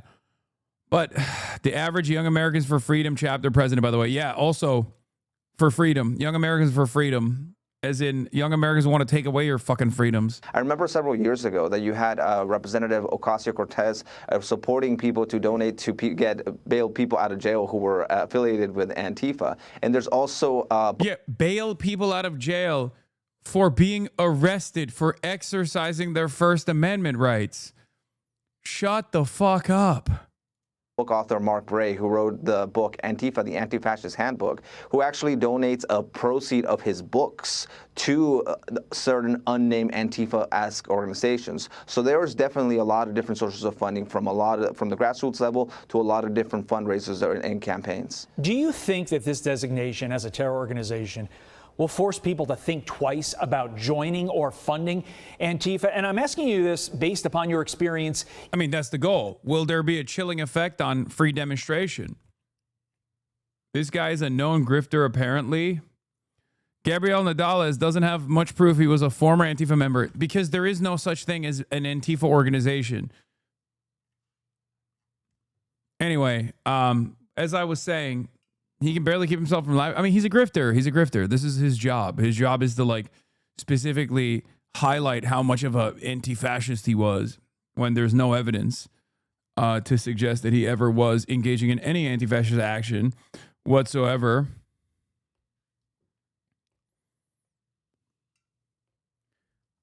But also, once again, every single thing that this administration is attacking is actually just protected by the First Amendment. Can you check my logs again? I did it right this time. No, stop. Stop demanding I check your logs. I will never check your logs. Stop it.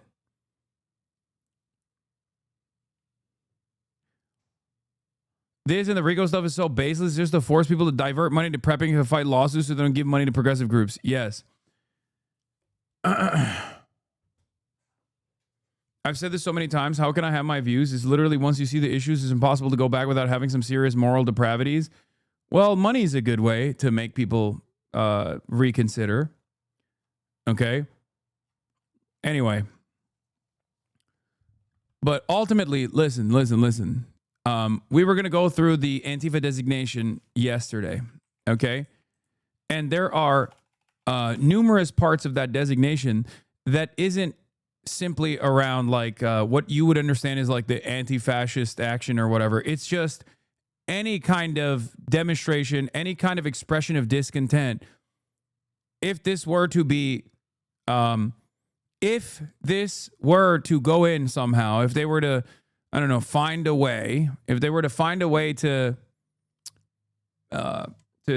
pull through and actually make it illegal, make anti-fascism a terrorism designation or whatever, then the executive order very clearly spells out every single act of discontent against the current administration. Okay? Trump's executive order designating Antifa as a domestic terror org is worded so that anyone protesting ICE agents, filming or asking them for ID, or informing people of their rights can be charged as a domestic terrorist. This isn't an attack on Antifa. This is an attack on our rights. Government, law enforcement authorities, and our system of law. It uses illegal means to organize and execute a campaign of violence and terrorism nationwide to accomplish these goals. This campaign involves coordinated efforts to obstruct enforcement of federal laws through armed standoffs with law enforcement, organized riots, violent assaults on immigration and customs enforcement and other law enforcement officers, and routine doxing of and other threats against political figures and activists.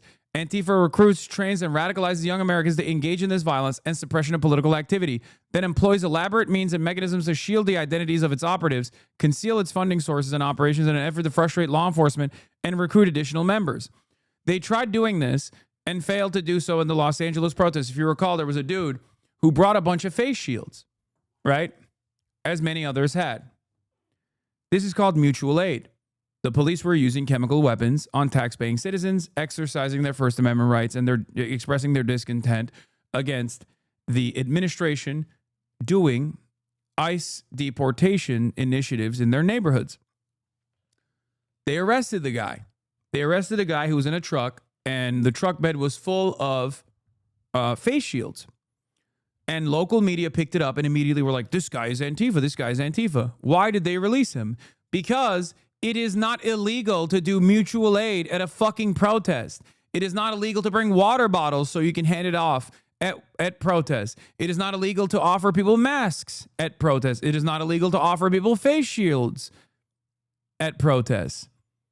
This is called mutual aid.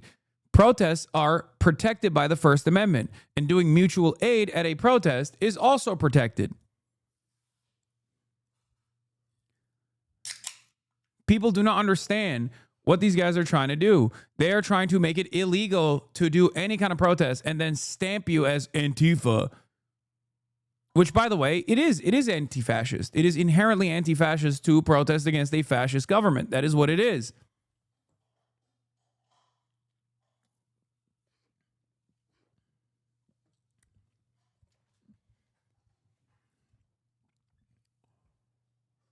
I can't believe we're not even done with the first year of this goddamn administration. Yeah, it's a militarist, anarchist enterprise that explicitly calls for the overthrow of the United States government, law enforcement authorities, and our system of law. For the record, explicitly calling for the overthrow of the United States government is also protected speech. You can say it any day of the fucking week. You could be like, I want the United States government to be overthrown. You can say that in the United States of America. You can't say it in other countries. You can certainly say it in the United States of America. Suck my fucking dick. That's number one. Okay?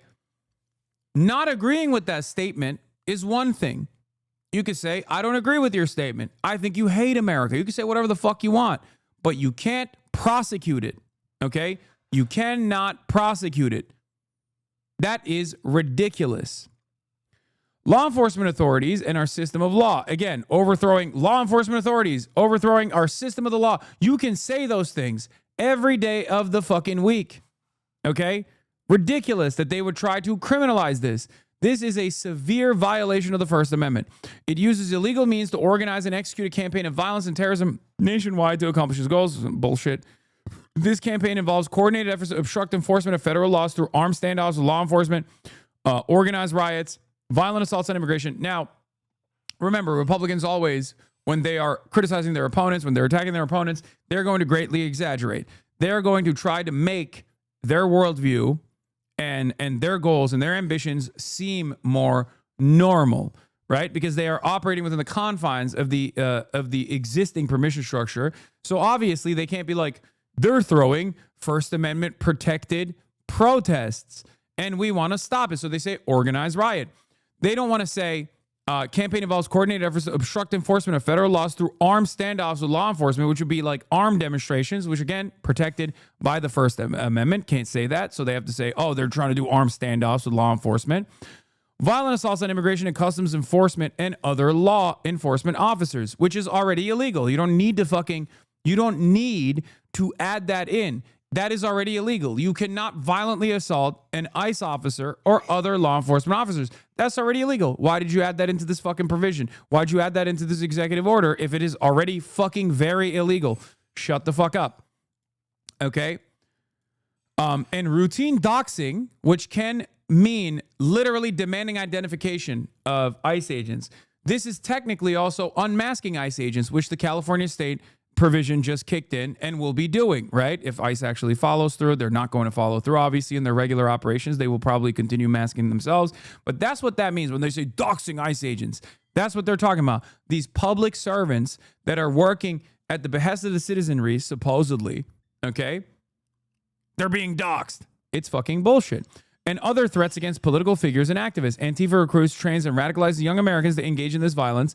This part is also interesting. Recruits, trains, and radicalizes young Americans. It makes me feel like they're going to go after people that they have declared political dissenters of the administration, and then they're going to tie it back to stochastic terrorism. They're going to say that it's actually these guys are fomenting discontent and therefore doing terrorism, anti-fascist terrorism, people like myself, right?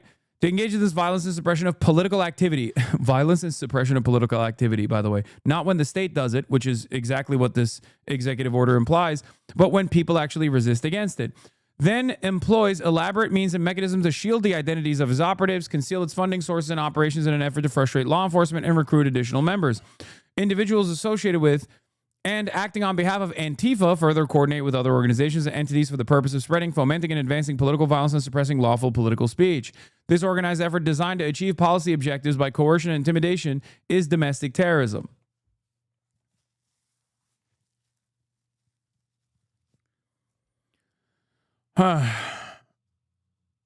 Isn't this the dumb shit Destiny says all the time? Yes, he's getting his wishes across, dude. Don't worry. It's just, this time he's in the crosshairs as well, because in the eyes of this administration, there's no difference between someone like him and someone like myself. Section 2, designated as a domestic terror organization. Because of the aforementioned pattern of political violence designed to suppress lawful political activity and obstruct the rule of law, I hereby designate Antifa as a domestic terrorist organization. All relevant executive departments and agencies shall utilize all applicable authorities to investigate, disrupt, and dismantle any and all illegal operations. They want to do COINTELPRO, okay? They want to restart that. But this time, it's not even against the Black Panther Party or numerous other like actually formed organizations that are both anti-fascist and also seeking to uplift certain marginalized identities and groups. But this time, they're going to do this for everybody, okay? The vagueness of the anti-fascism designation is deliberate. It is by design. It is so that they can use it against anybody from fucking Jimmy Kimmel down to people like myself and down to even more radical elements within the anti-fascist movement. Okay? That's it.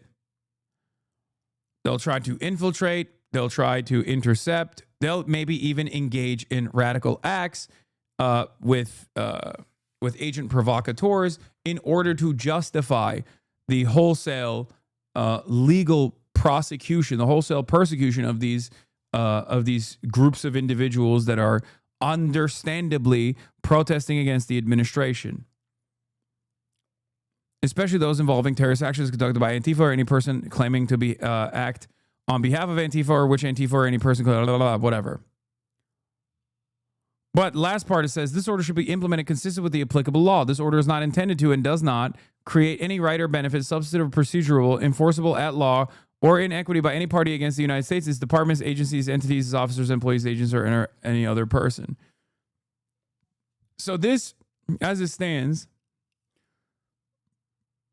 is nothing. It's nothing. Nothing at all. It's not an actionable demand. And there's really nothing you can do about this. But when the administration says jump, the Republican dogs say how high, which means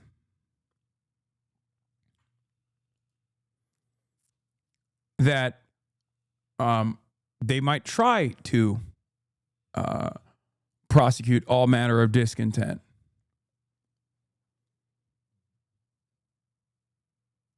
So what you're saying is this is literally a shitpost? When the administration shitposts, you have to unfortunately take it seriously because this is the most consequential shitpost of all time. Under normal circumstances, you say it's ridiculous. They can't be sincere. They can't do anything about this. But it's good to still be a little bit. It's good to try and prepare against it. Anyway, now let's get to. Where is it? Now let's get to Isaac Chodener. Okay? Isaac motherfucking Chodener did an interview, this time about liberalism. The interview on the New Yorker. This time, Isaac Chodener has put his crosshairs on the legal scholar Cass Sunstein, arguing for a more expansive definition of an ideology under threat. Now, liberalism is already dead. Okay, for those of you who don't know, Isaac Chodener is the New Yorker's very own pit bull, an attack dog. I can't figure out what his like worldview is, but it doesn't matter. No matter who's in the crosshairs, he is going to slice him and dice him. Okay? It's usually always a worthwhile read.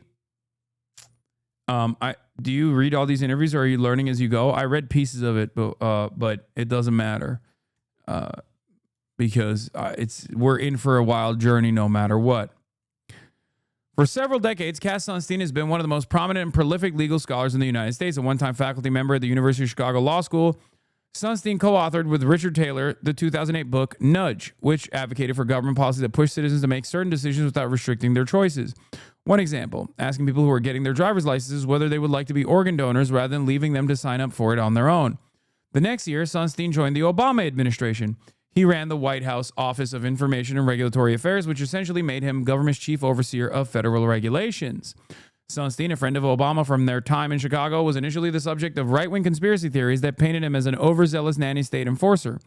But he ended up disappointing progressives who thought he was too deferential to the free market. Sunstein has written a new book called On Liberalism, which is a defense of the idea of liberalism at a time when Sunstein believes it is under threat from both the right and the left. The book barely mentions Donald Trump or contemporary politics, however, and instead provides a defense of general liberal belief system. Sunstein's conception of liberalism is quite capacious. It includes New Deal liberals and so-called classical liberals, including, I'm going to get to the Flotilla after this. Okay? I'm going to get to the Flotilla after this.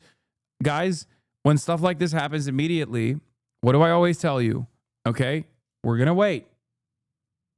We're going to wait for now, and then we're going to get to it after. Okay, we're going to wait for more information to come in.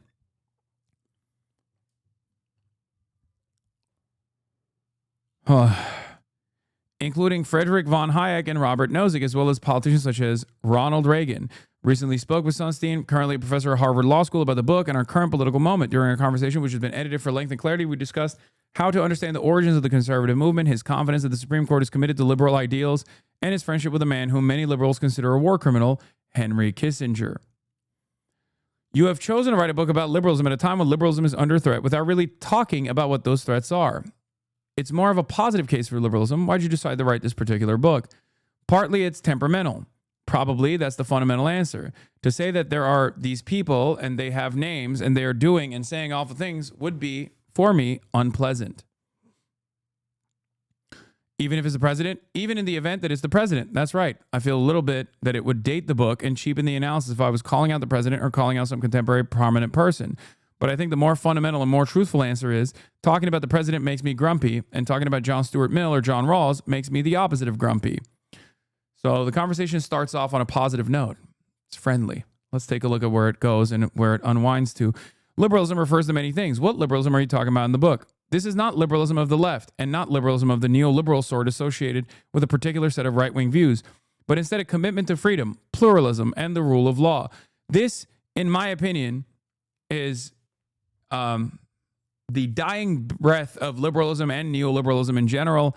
And there are a bunch of thinkers who have made all of their money and made all of their prominence off of defending these institutions, defending these concepts, who are now trying to desperately either rebrand or defend it on principle. One example of this is abundance, right? The abundance book, to me, represents a new way, a new method of defending neoliberalism, defending liberalism in general, and trying to do it in a way where you're like adding not necessarily new conditions, but like a new patina, right? Because even liberals themselves understand that this monoculture is destined for doom and despair. It's over. People are moving away from it. Okay. And unfortunately, many people are not just moving away from it, but they're moving in the direction of fascism, fascist mechanisms of control, rather than moving away from it towards a new evolution of the economy, one that actually analyzes the class contradictions and one that actually seeks to have more egalitarian outcomes for all on the basis of class, rather than other sectarian identity metrics, color, creed, religious background, ethnicity, nationality, and the like. Unfortunately, due to the endless conquest that liberals have engaged in against their left flank, they have designed this environment where fascism can thrive. Let's continue. That's the holy trinity of the liberal tradition. Freedom has crashed out, most importantly in terms of freedom of speech and freedom of religion, but it also includes private property. Pluralism is our currency. It also means respect for people who have diverse ethnicities, diverse religious convictions, and diversity in their sense of what kind of life is good. Even though the book isn't about liberalism in the sense of modern American political liberals, it did seem that you were both trying to explain why you have some sympathy with that form of liberalism, but also that when it comes to a larger tradition, you have affection and respect for a much broader category of liberals. Is that accurate? It's completely correct. I almost called the book Big Tent Liberalism, which means a form of liberalism that includes Ronald Reagan and Barack Obama, and that includes Mill and Robert Nozick, who was a libertarian. It is a wide range of people who intensely disagree with each other. And that is what the book is fundamentally celebrating, the liberal tradition that unites these diverse figures. What surprised me in the writing is that I spent much of my career arguing with right-of-center liberals and being skeptical of some of the views of Hayek, or people who I would call overenthusiastic free marketeers. But doing the book, I came to see them as brothers and sisters. The fundamental values that they speak for are ones I'm honored to share. And in time, when illiberal and anti-liberal thinking is riding high, to see free marketeers, the anti-government liberals, as allied in their insistence on freedom, pluralism, and the rule of law is, I think, a step forward. Yes, you wrote recently, once upon a time I regarded Hayek, Ludwig von Mises, and the Austrians, and also Robert Nozick, Murray Rothbard, and the libertarians with respect and admiration, but in important ways as adversaries. They were not, I thought, on my team. I no longer think that. I think they are on my team, or much better, that I am on their team. Every single person demonstrated here, from Mises to Hayek to especially Rothbard, are fucking freaks, by the way, which I assume Isaac Chodener is going to bring up. I did see some of the statements that he made. Okay? Like, they are, like, Rothbard, for example, is the one who coined the term baby marketplace, if you want to understand how fucking insane they are. Okay? Rothbard believed that there should be a marketplace of children where parents can volunteer their children in the marketplace of babies to ensure that children are sold to the highest bidder. A commitment to market economics to such a degree that he believed in his mind that if parents were to sell off their children, the parties with financial power to purchase them would actually do a better job of raising them. Okay?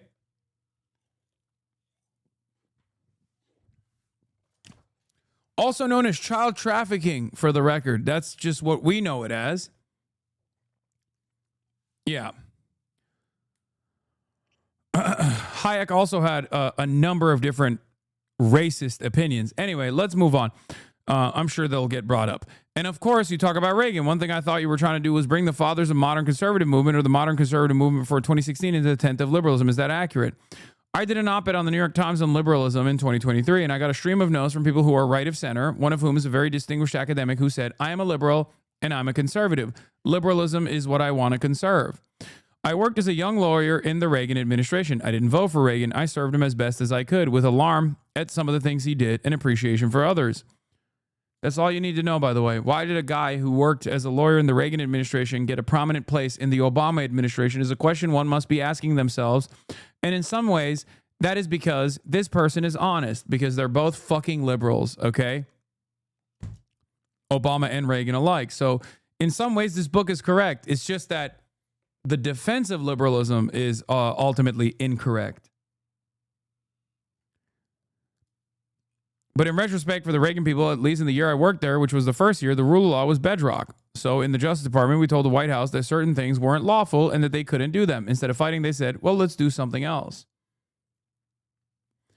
I've had a love-hate relationship with Hayek, maybe more like love skepticism, kind of like a romance that isn't going to work. But now the love is in a big font and the skepticism is in a smaller font. Many of the people on the left really don't like him at all. But part of my fondness for Hayek was fueled by a book he wrote about John Stuart Mill. It's really a collection of letters between Mill and Harriet Taylor, his wife. Some of these letters are from before they were married. It's kind of scandalous, and Hayek was really into it. There's a lot of passion there. That makes me love Hayek. Also, it's a book about freedom. Why would he do the book? It's a book about freedom between two people who loved each other. Hayek talked about disliking Near Eastern students because they were fundamentally dishonest. He said that he had a profound dislike for the typical Indian students at the London School of Economics, which I admit are all one type. Bengali moneylender sons. I didn't know about that. Wow. Hayek was a very complicated figure. He wrote a lot. Some of it's not so good. The Hayek that I admire is the Hayek who was an extremely persistent and repetitive and powerful critic of socialist planning on the ground. Like, this guy literally goes, oh, he's a racist? But guess what? He fucking hated socialism. Oh, he's a racist, but he was a profound anti-socialist. And guess what? I really like the anti-socialism, so I can totally overlook the profound racism, which once again begs the question, who's in the fucking tent? Okay? Who's in big tent liberalism? Because it seems to me like racists are in the big tent liberalism as long as they are anti-socialist. Kind of feels like a lot of liberals who associate themselves with the moniker, especially at this point, and I don't mean just like people who go, I'm a liberal, I'm a Democrat, who gives a fuck, whatever. I'm not talking about the average normies. I'm talking about the thinkers, right? I'm talking about party politicians. I'm talking about people who engage in commentary, right? Like professional media broadcasters, things of that nature. A lot of those guys exist within the confines of what is allowed in liberal ways of thinking, okay? And that consistently moves further and further to the right. It expands further and further to the right. It never expands to the left. There is a point that it does not go beyond. Once you start talking about class politics, you're out. They'll allow you to speak. They'll allow you to say your piece, but they will never agree with you. But they will never align with you. They will, however, align with people who are increasingly to their right, as long as they too can unify under the banner of anti-communism and anti-socialism. This is the reason why America has eviscerated its left flank.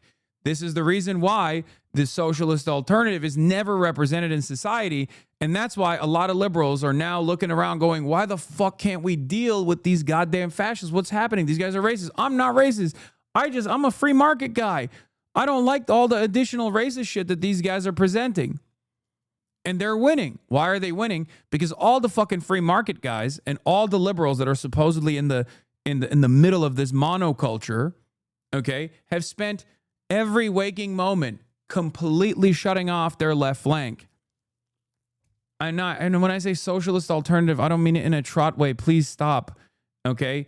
I'm just saying that the alternative to capitalism is socialism, presenting it as an alternative. I don't mean it as like the trot way, okay? Calm down.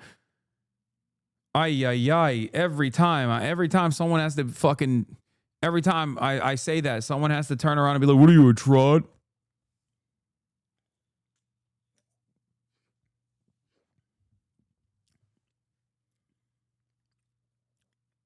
Let's continue. The Hayek I admire is a Hayek that is who was an extremely persistent and repetitive and powerful critic of socialist planning on the ground, that it couldn't be made to work because the socialist planners won't know enough, even if they're competent and well-motivated. And also the Hayek who would occasionally say that liberty has an economic foundation, but also a moral foundation. And in a time like ours, Hayek as Mr. Liberty, that's someone who we want to be in the same club with. And here we go. Hayek supported the 1973 coup in Chile. There are lots of things that don't make sense, that don't make him seem like such a Democrat or liberal, correct? Now, for the record, this is neoliberalism through and through. Neoliberalism does not actually oppose the regulatory body interfering in the events of the normal, the free markets, okay? Neoliberalism absolutely does not abhor any kind of regulation coming in. Neoliberalism has historically preferred dictatorship as long as said dictatorship is allowing private enterprise to thrive. Okay? That's what's so different. That's what a lot of people don't understand about neoliberalism. Like, well, they say, like, Democrats, you're considering the Democrats to be neoliberal, because at times Democrats will offer subsidies, for example, or Democrats will offer the public-private partnership. Democrats are simply the left flank of neoliberalism as opposed to the Reaganite right wing that is the right flank of neoliberalism. Okay? Ultimately, as long as the corporate dictatorship structure remains, both parties are perfectly fine with that, okay? And they spend every waking moment preserving that system. Remember that. A lot of people fundamentally misunderstand it, and they think like neoliberalism is like a different version of libertarianism, which I guess you can make an argument for. I understand that. But the major difference here is that as long as there is a strong government that props up industry, okay, that takes away from the functions of good governance that would normally exist, okay, that rich capitalists consider to be too much market regulation, or the government actually outcompeting the market forces, for example, things like, you know, government-funded programs, public schooling, or even nationalization of the extraction industry in its entirety, or even different sectors within the extraction industry, whether it be oil and gas or whether it be forestry service. These sorts of things can never be controlled by the government. They must be given to private enterprise. And once it is given to private enterprise, then of course the government can intervene. at the behest of private enterprise through subsidies, through tax cuts, through deregulation.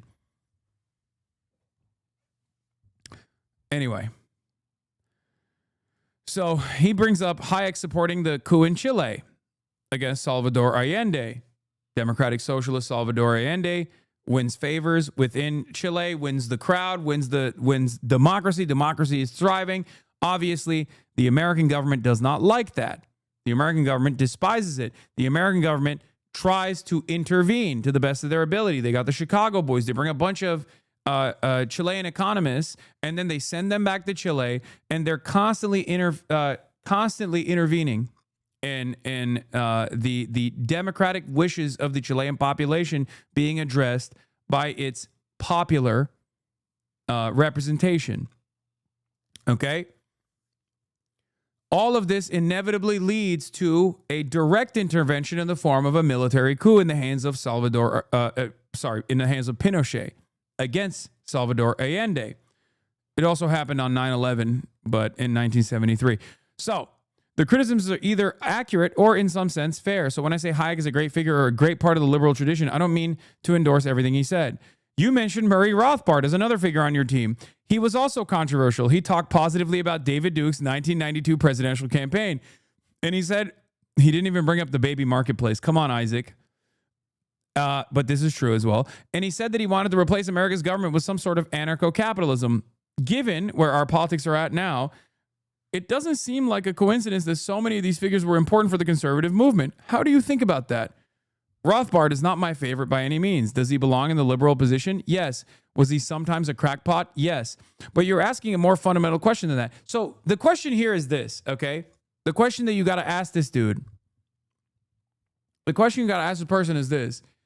How is it that you are comfortable with a guy who aligned with David Duke and wanted anarcho-capitalism, but anyone that offers a modest socialization initiative, modest social democratic reforms, or even social democratic reforms that exist in other countries like nationalization initiatives are outside of the liberalism agenda? Meanwhile, don't you feel like your comfort with people such as this, considering them to be, banner holders for liberalism, has created this environment where the only people outside of this on the right are just like straightforward, currently active neo-Nazis?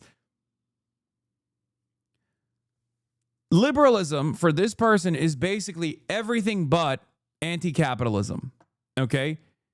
Everything but anti-capitalism. That's it. The tent is so vast, it's so large, it's so big that it features white supremacists. It features people who have, like I said, advocated for selling children on a marketplace. But while this, for someone like myself, is a perfectly apt descriptor of liberalism, this person is defending that, okay? I agree with that, but then you get mad at me and you say, what are you, Stalin? Like for claiming that the liberal confines are vast and it goes all the way to fucking David Duke. You get mad at me for saying that, but here is a guy who's a defender of it saying it, you know?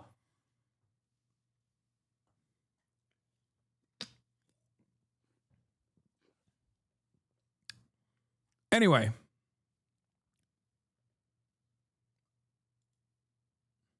A perfect defense of liberalism, no notes.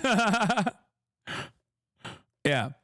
But you're asking a more fundamental question than that, which is about whether there's continuity between some features of the liberal tradition and some forms of the illiberalism we have now. There's a sociological connection between some things that anti-liberals say and some things that certain liberals say. And that's because certain liberals were unfaithful to their liberalism. Real liberalism hasn't been tried. Once we really solve the freer the markets, the freer the people equation, it's going to be so good. Real liberalism hasn't been tried. The liberals who were also racist or sexist or spoke about groups of people in hateful ways were human beings who were insufficiently reflective of what their liberalism entailed. Now, how would we show that perspective is more accurate than saying that they were naturally illiberal? I think the answer to that is connected to the answer about why I wrote a book that I said almost nothing about contemporary illiberalism or contemporary politicians. It's a character failure on my part. I was just curious for your explanation regarding how we ended up where we are. I'm not saying that the conservative movement of 1980 or 1994 or 2012 was fated to become what it is today. I am, by the way. I don't care about what Isaac has to say here. I am saying that this is the natural, logical conclusion of reactionary politics. Reactionary politics always ends up with fascism. That is why there are so many similarities with the way that Nazis came into power and the politics that they demonstrated for their own respective time and their respective material circumstances and the politics of the modern Republican Party. Okay? That's it. It was always going to become exactly this. When I say character failure, I meant it more as a tendency to accentuate the positive, let's say. There is a form of right-of-center liberalism that is content with status hierarchies, that is very unhappy with anything that makes people feel reprimanded. Part of the emotional appeal of Reaganism was that there were left-of-center reprimands that seemed like an insult, an effort to inculcate shame, an effort to cast American history in a way that wasn't sufficiently celebratory. Is this clear? Oh, these guys got racist because the left was too fucking smarmy. That's what it is. Shit, they didn't. How is that any different than Donald Trump? This guy claims that he fucking hates Donald Trump. He must love what Donald Trump has been doing to the Smithsonian, I guess, because that's precisely what Donald Trump has been doing.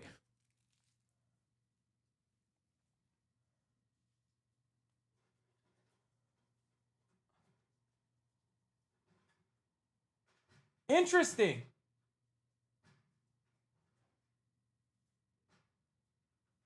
Interesting.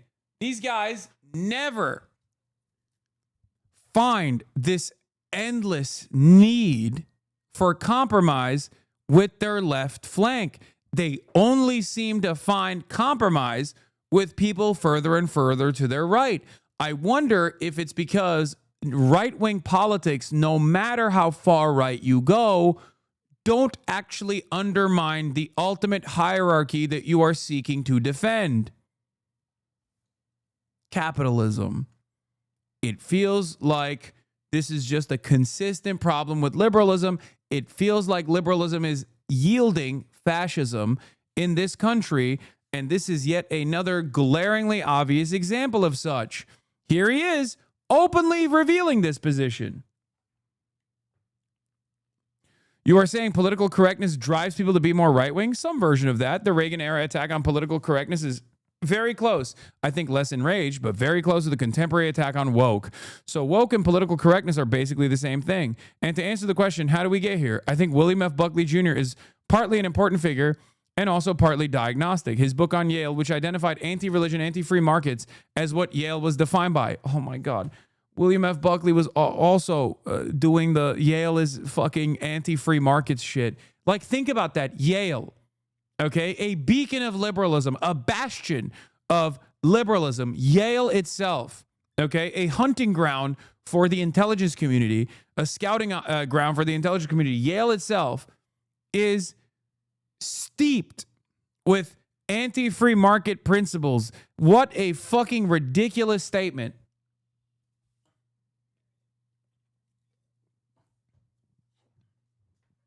Yeah, Yale, where Dick Cheney graduated.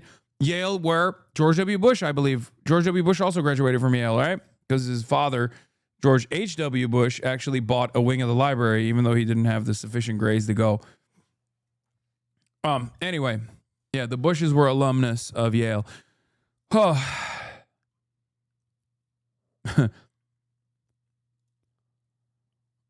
What Yale defined by resonated for the Reagan people and it resonates for the Trump people. If you ask if Buckley's book is an illiberal book, I think the answer wouldn't be yes.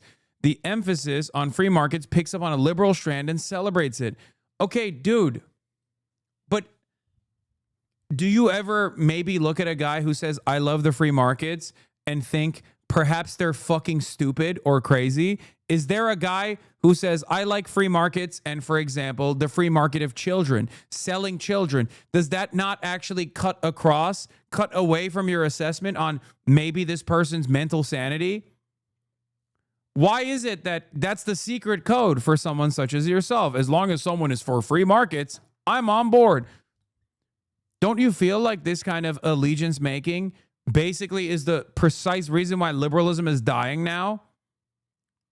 You know, because of the contradictions that are baked into capitalism, and liberalism's unyielding defense of the capitalist structure has created far too much animosity amongst one class over the other. The class contradictions are becoming more glaringly obvious, becoming more unavoidable. And in the process, people with no avenues of analyzing or interpreting the class battle that is taking place are finding themselves in the throes of reactionary sentiment, you know, in increasingly more illiberal ways. But as long as the free markets thrive, I don't think this guy gives a shit whether it's a fucking fascist form of governance like Pinochet.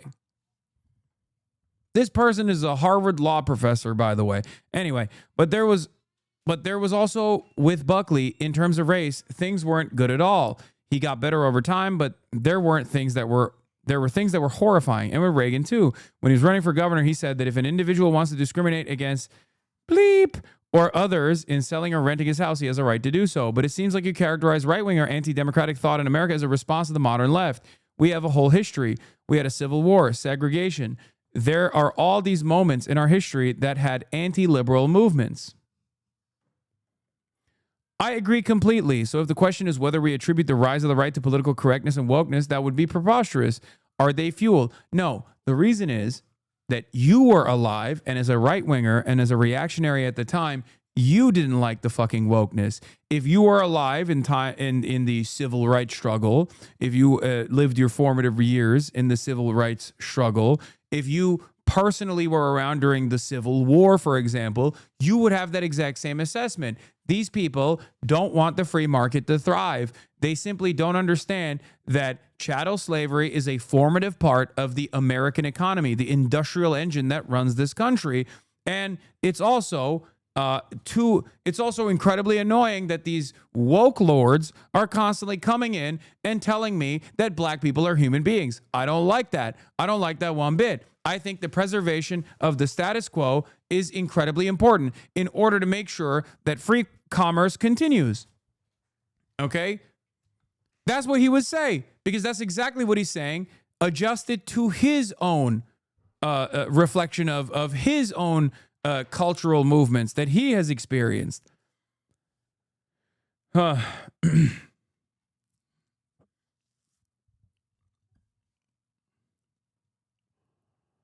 That's completely right. If we want to say that America's been imperfectly liberal country from early on, that's empathetically true. And by imperfectly liberal, the claim is that it shows imperfect fidelity to liberal principles that are shared by many on both the right and the left. And so you can make an argument today that the South has risen. And I don't mean to say that anything about particular Mississippi or Georgia, but to say that some of the thinking associated with the pro-slavery movements hasn't died. Yeah, maybe because we weren't illiberal enough in our ambition to stamp out the scourge of racial hierarchical thinking in the South, because the very same liberals that you probably admire totally capitulated to the right-wing psychopaths. Anyway, let's continue. I remember a column, praise John Brown. I think Sherman had a few things to say about that. Sherman didn't go far enough, all that stuff. Anyway, I remember a column you wrote in 2014 called Partyism Now Trumps Racism. It was about the problem of disliking people or responding to them differently based on the political party they belong to. But we do have a situation now where Trump tried to launch a coup. He failed, but half the country voted for him, and an entire political party is almost full of cultish devotees of him. As someone who has known a lot of Republicans in Washington for a long time and advocated for liberals to be more open-minded towards Republicans in many cases, I'm just curious how you think that through. Therein lies the ultimate betrayal. A liberal is so faceless. A liberal is so devoid of moral conviction beyond defending capitalism that you arrive at a thing that a liberal is supposed to care about the most, right? The destruction of the institutions that uphold this hierarchy, that have defended this hierarchy in perpetuity. The administration, the White House, the Capitol, these sacred grounds, right, that have historically defended free enterprise all around the world, right? When that historic franchise is desecrated by HVAC business owners, white supremacists that are coming from all around the country as they shit in Nancy Pelosi's desk and as they parade after beating the fuck out of the minimal amount of law enforcement that existed on that day, on January 6th, these guys still turn around and say, oh, well, what are you going to do about it? One of the best examples of this is with Charlie Kirk. A lot of people have focused on Charlie Kirk's racism, white supremacy, his misogyny, the consistent demands that like a wife is supposed to be servile to the interests of his master, the husband, all this shit, right? All this stuff is important to address for people like ourselves because we give a fuck about racism. We give a fuck about the humanity of black and brown people and trans people alike. Well, guess what? Liberals who can maybe turn a blind eye to those sorts of things because of their own personal point of privilege cannot turn a blind eye to the institutions being desecrated on January 6th. They love talking about January 6th. Well, lo and behold, a person who actually was responsible for January 6th directly offered material support and literally bust people in with the Turning Point USA on January 6th, Charlie Kirk, is now being hailed as a bastion of liberalism, as a hero who simply wanted to engage in spirited debate by the very same liberals who were in shock that January 6th took place, in shock that there could be an internal movement in this country that could desecrate the halls of Congress. Charlie Kirk was a January 6th warrior. So even in that sense, these guys have no institution that they will defend beyond capitalism. Do you understand? That's something that I'll never understand about Ezra Klein. Like, I made fun of January 6th. You didn't. You thought it was the most pivotal event in American history. You acted like it was liberal 9/11, okay? And then you turn around and look at the Muhammad Atta of January 6th and you go, that's a great guy. It doesn't make sense to me. I can say that if I want to because I don't really give a shit about January 6th. I thought it was funny, okay? You don't. This is a direct stain on American liberal democracy, and they shat on it, both literally and figuratively, and you are celebrating one of the fucking guys who did it. What the fuck?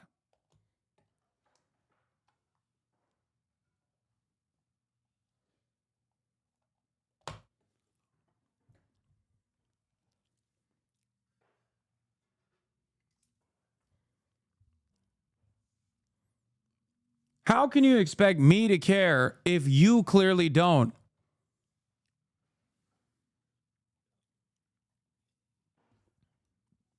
Anyway, let's get back to it. What's going on is on the other hand mysterious and on the other hand straightforward. What's going on is on the one hand mysterious and on the other hand straightforward. What's straightforward is that on the part of many Republicans, the thinking is if we do anything that's inconsistent with what we see as the zeitgeist, we're going to lose our jobs and we might get shot.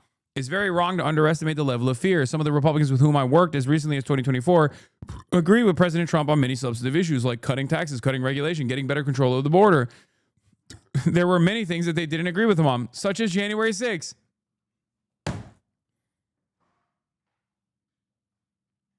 See? And didn't agree with him with respect to going after political enemies. It's this that makes every liberal turn a blind eye to this. Do you understand? This is the problem at the heart of the fucking Democratic Party as well, because the Democrats also represent this way of thinking. Okay? That's it. Because you are so predisposed with tax cuts, cutting regulation, getting better control over the border, and numerous other things that Republicans are doing, that you don't mind when they do all this other shit. You don't mind when they keep consistently upping the ante. You don't even care about the values that you supposedly espouse. This is why liberalism is dying. Okay? Republicans en masse could have voted for someone who wanted to cut taxes and regulations in the 2024 primary. There were a lot of candidates who were pro-life and in favor of low taxes, and Trump still overwhelmingly won the primary. There's something that's straightforward, which is fear. My emphasis on freedom from fear in the book was not unrelated to observing people who are not free from fear. There's also the extent of to which people behind closed doors will say certain things about the current president, but not say those things out loud. Do you have faith that the Supreme Court is currently committed to liberalism? Yeah. Steam is up. Very important. Please check log. Thank you for the update, chatter. Yeah, I think the Supreme Court is committed not to leftist liberalism by any means, but basically to liberalism. They all believe in freedom of speech. Pfft. Okay. They all highly committed to the freedom of religion. Oh, okay. Pluralism is something they embrace. Oh, okay. I do think that the court in general, the Chief Justice in particular, is in a really rare situation with the President of the United States potentially disregarding it. So what the justices have done recently cannot be fully explained, except by reference to a perception on the part of some that we have to tread very cautiously here, because the court as an institution is more vulnerable than it has been in maybe 100 years.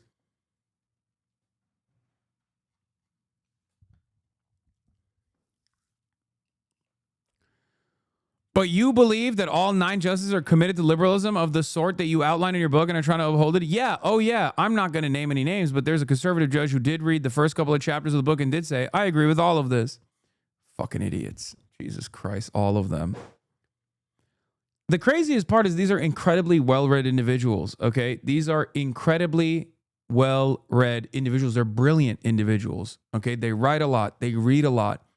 But when you have horse blinders on, when you have lost the capacity to dream, when you have lost the capacity to look at everything that you have defended your entire life as maybe being wrong, you will stunt your growth. Your intellectual capacity is stunted, okay? The problem is these guys actually do have room for growth, but in the rightward direction, which is precisely the reason why so many liberals find themselves in the throes of reactionary politics like this, or at least find themselves aligning with reactionary politics like this, because there is a limit. There is a limit to how far left they can go. They will never go beyond abolishing or even reconstructing capitalism. They will never go beyond, they will never look at capitalism from a critical lens, because that is the established norm and it will forever continue. Okay? This is why I think it's easier in many respects to explain to younger people, and I don't mean like, fucking 12-year-olds or whatever. I mean just like well-read individuals who haven't already calcified in their worldview after getting so much social conditioning to imagine a world outside of capitalism as like anything but death and fucking destruction and chaos. Okay? Please talk to 36,000 viewers about the flotilla being attacked. There were 40,000 people watching half an hour ago. There have been 8 explosions now and 7 boats hit.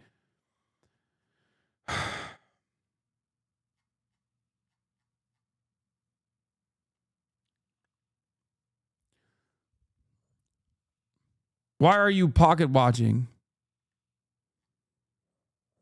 Why are you view count watching?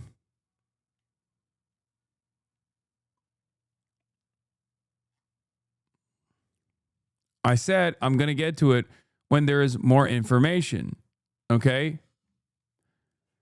Wow. I would just say that I find it very hard to believe, especially with Samuel Alito and Clarence Thomas, who seem to me to be kind of out and out partisan Trump supporters. This is completely fair to question. Alito is an extremely careful lawyer and a very precise judge.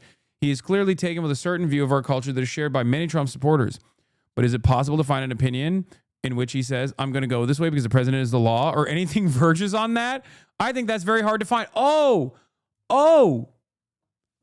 he never said it outright. You know what this is? This is has he said the N-word, therefore he's not racist, of interpreting legal scholarship. Okay? That is crazy. What a brilliant mind this guy is. Harvard Law, by the way. Wow, he did not specifically write like, I'm doing this because I love Donald Trump and Donald Trump wants me to do this. It almost feels like the entire conservative interpretation of the Constitution kind of leans on finding new academic interpretations of the Constitution in an effort to make it work with whatever contemporary demands a Republican president is making, don't you think? I don't know. Isn't that at the very heart of every different kind of legal scholarship that demands a reactionary position on a constitution that's supposed to be a living, breathing document? Anyway, is there anything in his opinions that shows disrespect for freedom of speech or freedom from religion? I think that's impossible to find. Thomas is an originalist. He's the most committed originalist on the court who believes the Constitution should be understood in accordance with its original meaning. Yeah. I don't like that view much, but you can hold that view and be liberal in a sense of believing in the rule of law, believing in freedom of speech. He does not want to overrule New York Times v. Sullivan, but he's not the only liberal who thinks that, and that doesn't make him illiberal. That decision from 1964 raised the standard for defamation lawsuits in a way that is seen as crucial to press freedom. So I do agree with you. There are concerning things about the political connections that appear, but in terms of liberal tradition, I'm not giving up on Justice Thomas. Oh, okay, so I should believe you. You may be the most hopeful man in America. You mentioned in the book that one of the key components of liberalism is human rights. I am thinking a lot about the Reagan administration policy, especially in places like Latin America, and wondering whether you think the conservative movement has broadly believed in human rights. I think one critique of liberalism from people on the left is that liberalism is complacent about imperialism specifically. Remember, he was a Reagan lawyer. Okay, so you're right to press on human rights. I would single out as the holy trinity of freedom, pluralism, and the rule of law. I do refer to human rights as a part of what liberals are committed to. You can believe in human rights while disagreeing about what falls in that category. Oh my God. He said, human rights is fine. He just wrote it out on the spot. That is liberalism through and fucking through. Just, all right, I don't really care about that much. But here, a second ago, he's talking about like how crucial it is, how much it is a fundamental part. How much is a fundamental part of liberalism? One question, and he goes, it's fine. As you say in the first sentence of the chapter 1 in your book, liberals believe in 6 things: freedom, human rights, pluralism, security, the rule of law, and democracy. So I put democracy and human rights there, and I believe it to be true. But there have been liberals in history who are, let's say, ambiguous in their enthusiasm for democracy. Some people say you could have a liberal society that isn't democratic. I disagree with that. In my view, democracy is a condition for liberalism, but liberals sharply disagree about what's included in the category of human rights. You might think there's a right to an education, as Roosevelt did. I certainly do. And other liberals would say that's a policy that's probably good, but there's no right to it. Now, on imperialism generally, the question is, what does it mean exactly? Harvard law professor, you know what imperialism is, you fucking asshole. You literally work with Ronald Reagan and Barack Obama, okay? You know what it is. But again, his bag relies on him being oblivious to this term, okay? Notice how the 6 fundamental principles of liberalism can also be argued away in a mere moment with the first sign of pushback. What do you believe? Fucking nothing. Fucking nothing at all. Just power and being in proximity to power. And also, more importantly than anything else, free markets. The freer the markets, the freer the people.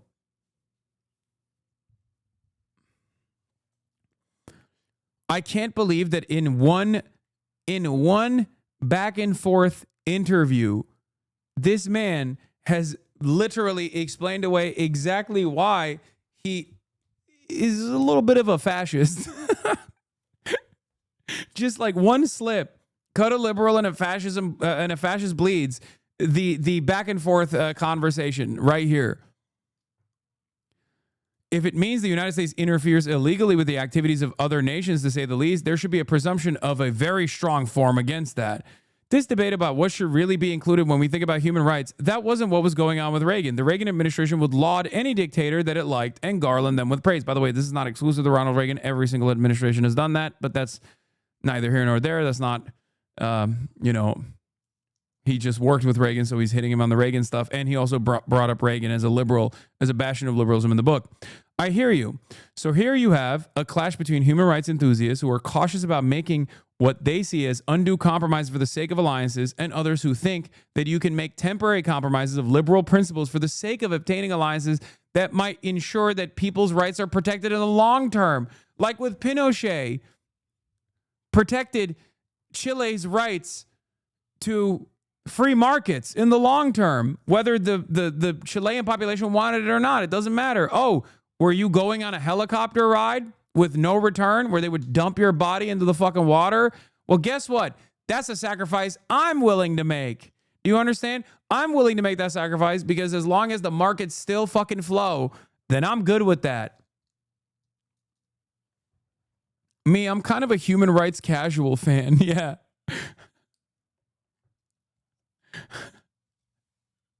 Temporary compromises. What about long-standing compromises? And I feel I have kind of a division of labor within my family on that one, and I defer to spouse. Your spouse, I defer to spouse. Your spouse being Samantha Power? Wait. He's married to Samantha Power. Oh my God, I didn't know this. I defer that to that human rights advocate who is also a realist.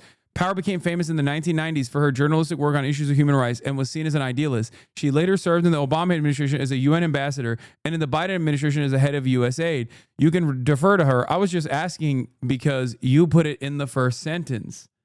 I didn't know that. All I meant by human rights was some category of fears that are walled off from government intrusion. If you say, I believe in freedom of speech, freedom of religion, private property, freedom from unreasonable searches and seizures, and I don't believe in Social Security, I don't believe in a right to a home, I don't believe in a right to be free from discrimination, I don't believe in a right to education, then you can still be a liberal.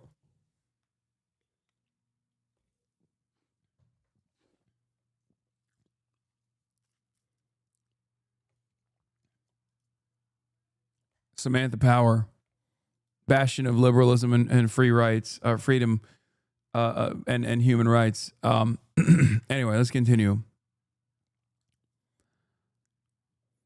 In terms of human rights, I've always found it a little bit puzzling, given what you write and given who your wife is, that you two were so close to Henry Kissinger. Of all the pre-Trump political figures in America, he is the one I think of in some ways as the opposite of liberal, given his behavior towards the rest of the world.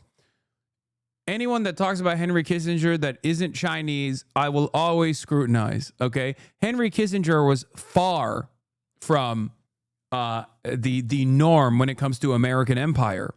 Certainly not. But he is the most appropriate beacon of anger. Everybody fucking hates Henry Kissinger, hated Henry Kissinger, may he rest in piss. So he was like the most appropriate target for even liberals, right? With the exception of the Chinese. The Chinese, I put them in a totally separate category. They understandably will always respect Henry Kissinger for obvious reasons, okay? Let's be real. He was a little bit of a Maoist. Him and Nixon were principled Maoists, and they were committed to the People's Republic of China and unlock the potential of the People's Republic of China and have created this unlimited prosperity that we enjoy now, okay? Henry Kissinger was Chinese. That's besides the point. I'm not gonna dive into that. But anyone who is not Chinese who says they like Henry Kissinger, what the fuck do you believe? Your bias is showing. Hasan, the new people won't understand the joke. Henry Kissinger did a lot for China. Okay? That's it. He did a lot for China. Yes, Henry Kissinger walked so Xi Jinping could run.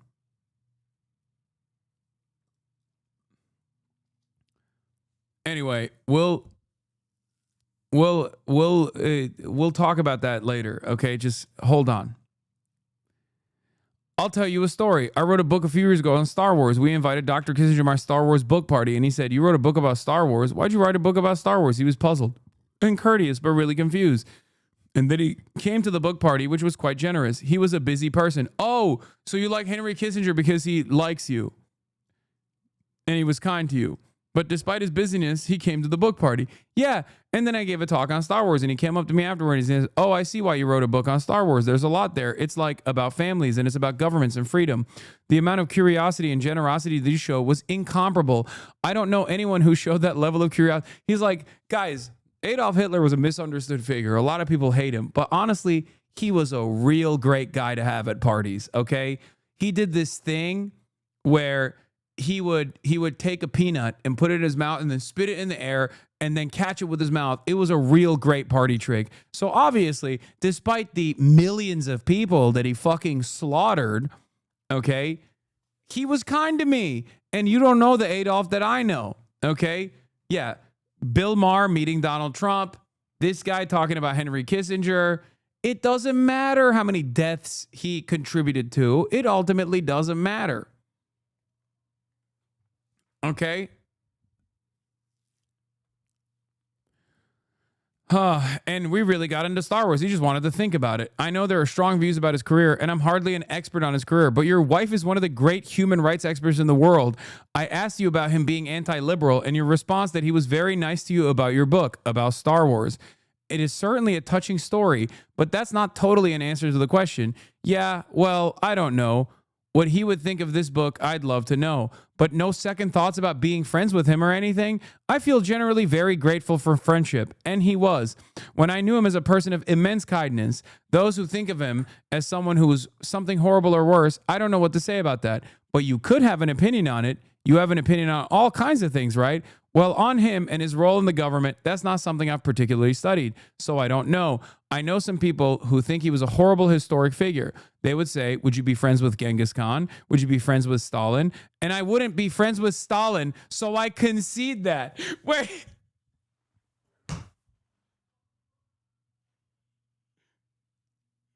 Motherfucker said he wouldn't be friends with Stalin before Genghis Khan, bro.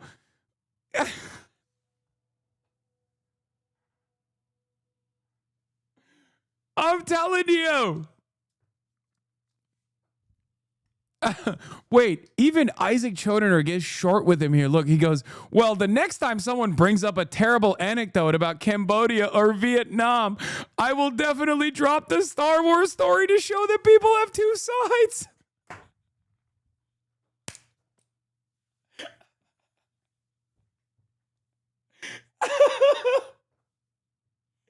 Just fucking blistered him. Also, I need to go back to this quote. Would you be friends with Genghis Khan? Would you be friends with Stalin? And I wouldn't be friends with Stalin, so I concede that. That is a crazy thing to say. So, like, Genghis Khan, the great annihilator, right? Like, I'm Turkish, so it's a little different from my perspective, okay? But, like this is like a franchise pick, okay, for evil guy. I mean, he literally redefined the planet. He redefined the maps, okay? And this motherfucker goes, Stalin, that's a bad guy. Genghis Khan, don't know if I would be friends with him or not. Probably would be friends with him, okay? But not Stalin.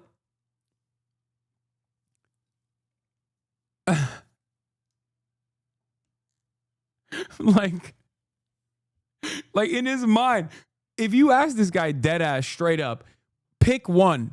You have one bullet, okay? You have one bullet in the gun, chambered. You're in a room with Adolf Hitler and you're in a room with Joseph Stalin. Who do you kill? I know for a fact he'd kill Stalin. 100%. 1,000,000%. He'd be like, yeah, I got to kill Stalin. I mean, come on. One is far more consequential.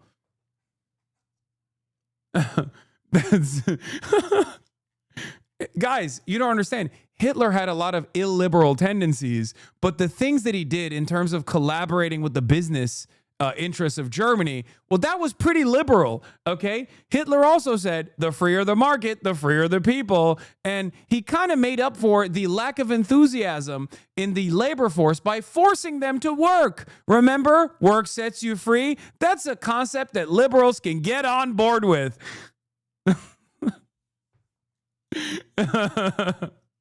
Oh my God.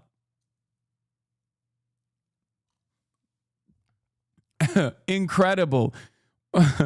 Yeah, and wait, by the way, this was the most insane line.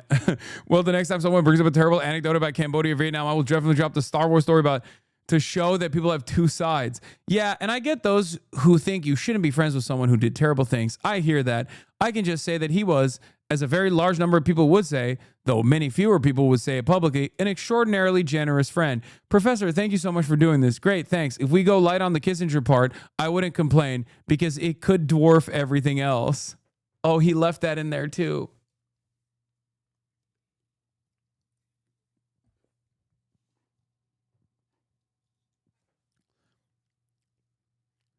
A Harvard constitutional scholar on Star Wars and the Supreme Court. The Harvard law professor and constitutional scholar on what Star Wars can tell us about today's Supreme Court.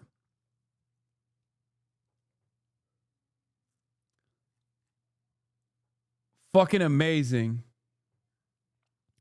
The funniest part about this is that Sunstein has spent his entire life being such an obsequious toady to everyone around him. He's incapable of realizing how badly him and his stupid book are being insulted. Yeah, I actually cannot comprehend how he left that in there. I mean, or how he didn't understand that this was like incredibly, this was a blistering critical hit.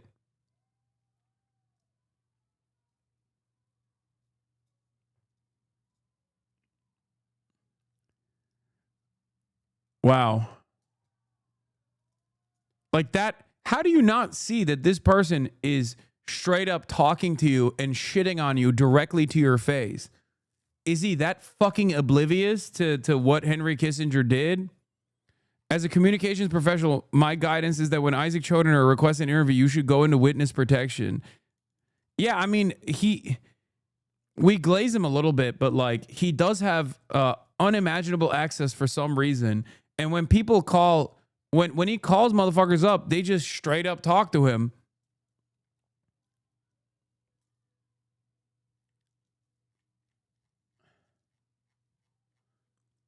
I don't understand it.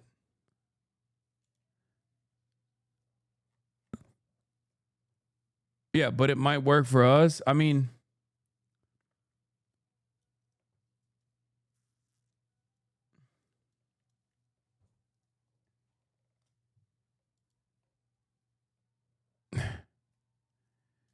me, something of a legend, like I'm Badger Vance or a superhero, Captain Underpants.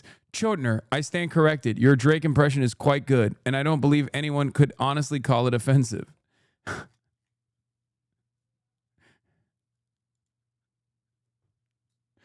So stupid.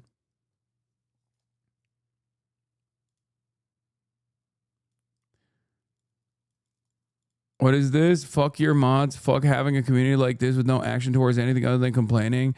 I would hope you actually would move people to be activists, as this is your main message supposedly about what you do. What happened? Did you get banned for something and now you're complaining? Because that's not activism. Oh, it's this. Oh my God. Dude. You got a 30-second timeout because we're not covering the flotilla until we actually get to this.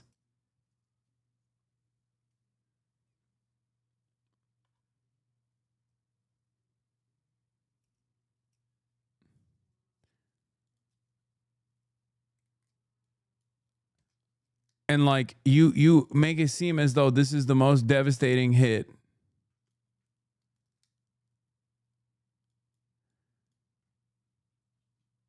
This betrays what this community set out to do. Anyway, earlier today, Israel, or yesterday, Israel straight up came out and fucking said, I don't know what this shit is on the side, but Israel straight up came out and fucking said that the flotilla that was slated to reach the shores of Gaza was actually Hamas. Obviously, this is a change in attitude. It actually went from this is a selfie ship that shouldn't be taken seriously to this is actually now a Hamas ship. And now you already know when they call something Hamas, that means they're going to kill them.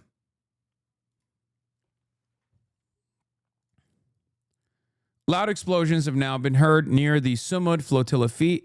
A reporter on board on one of the flotilla ships is reporting that there has been a loud explosion near the fleet while drones fly overhead. The Marine VHF radios that the ships use are also jammed. Our reporter said no injuries were initially reported. We'll bring you more soon. As of an hour ago, the flotilla organizers have issued a statement rebuffing Israeli claims that they would deliver the flotilla aid to Gaza. Israel vows to stop the Gaza-bound flotilla, claiming that the vessels are trying to breach a lawful naval blockade. Explosions can be heard throughout from people that are on the ship.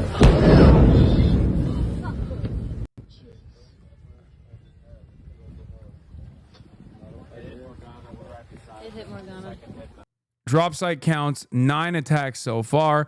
Reports of 5 attacks on the Global Summit flotilla, as well as at least 3 explosions. Drop site news reporter Alex Colston says he saw at least 1 explosion. Organizers say that one person on Yulara had their arm burned by an object drop from a drone. 15 drones were reported seen over Alma. All boats are on high alert, wearing life jackets and carrying out safety protocols. The story is developing. Update: there have been at least 9 attacks and at least 6 explosions over the past hour and a half. Organizers tell drop site. Video is from Brazilian activist Thiago Avila. Alert, alert. Unfortunately, the Global Summit flotilla is being attacked once again. It's the 6th explosion that we hear. The first was on Oela boat, the second on Yulara boat, the third on Otaria boat, the 4th on Maria Cristina, the 5th in Selvadia. We just heard a new explosion here. They are throwing flashbangs at us. They are jamming the radio communication. They are throwing chemicals like they did in Yulara. This is an attack situation. We know they have been doing these things for psychological warfare. The drones have been above us for a long time, for many nights, but now they are escalating into more severe and more dangerous types of attacks. We send this alert to the world. Pressure your governments. Pressure anyone to pressure the ones that are doing this, and we know very well who they are, to stop this attack. We are less than 600 nautical miles from Gaza. We are a humanitarian, non-violent solidarity mission. We are bringing food and aid to open a humanitarian corridor. We are protected by international law. We are part of the conscience of the world. Why did they stagger the flotillas instead of doing a bunch at once? Is this way better? It's because the reason why they're doing it like this is because in the past they were testing it. They were testing to see what Israel would do. And this is the largest flotilla that has launched so far. That was family. The family is now the 8th ship to be attacked tonight.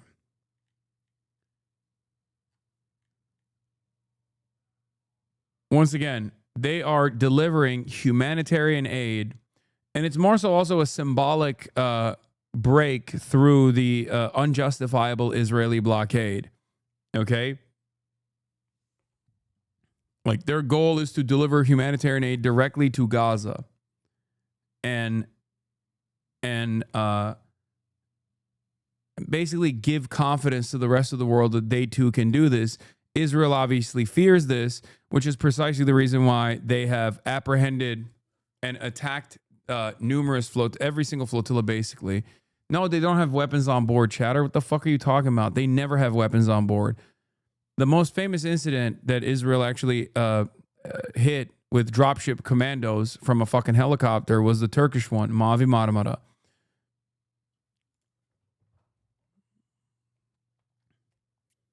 No, these are human rights workers and activists.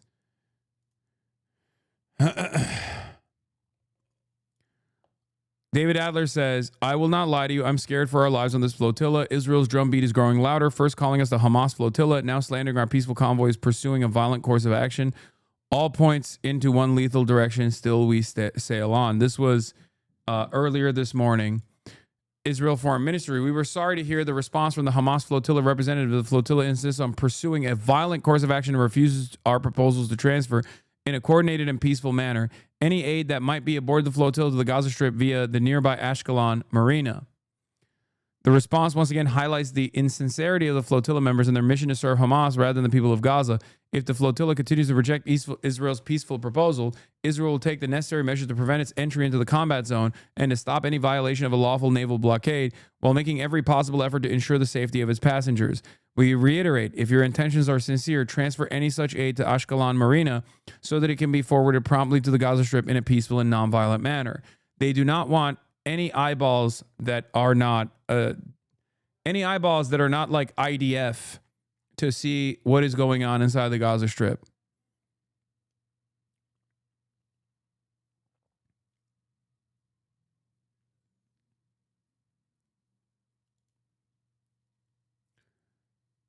Greg Stoker is on it as well. He said the global Samud flotilla is being targeted by, as of yet, non-lethal psychological attacks which include drones and the hijacking of VHF radios. They're playing ABBA, probably in line with their weird obsession with Greta. We will not be deterred. There are also reporters on this flotilla as well. There are human rights workers on this flotilla. Yeah, so they are doing everything in their power. Felix says, Israel does not think this sways anyone. If you're a true believer who's looking for them for talking points, give us the aid so we can safely distribute it at the sites where we also claimed Hamas provoked us into committing massacre after massacre isn't really worth using. It's really just proceduralizing whichever form of mass murder they want in their toolbox. This is them shouting, anyone going to stop us? Going once, going twice. After that, they have their on-ramp for shooting commercial jets out of the sky. Which is true. That's like, they have no care or consideration for anyone. It doesn't matter. You could have an American politician on there and they still would fucking shoot it.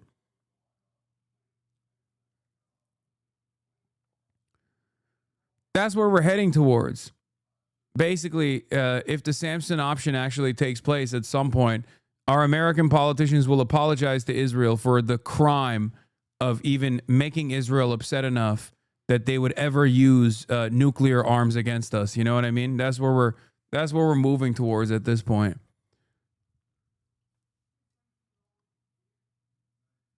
Yeah. They could kill Lindsey Graham and we say sorry he got in the way.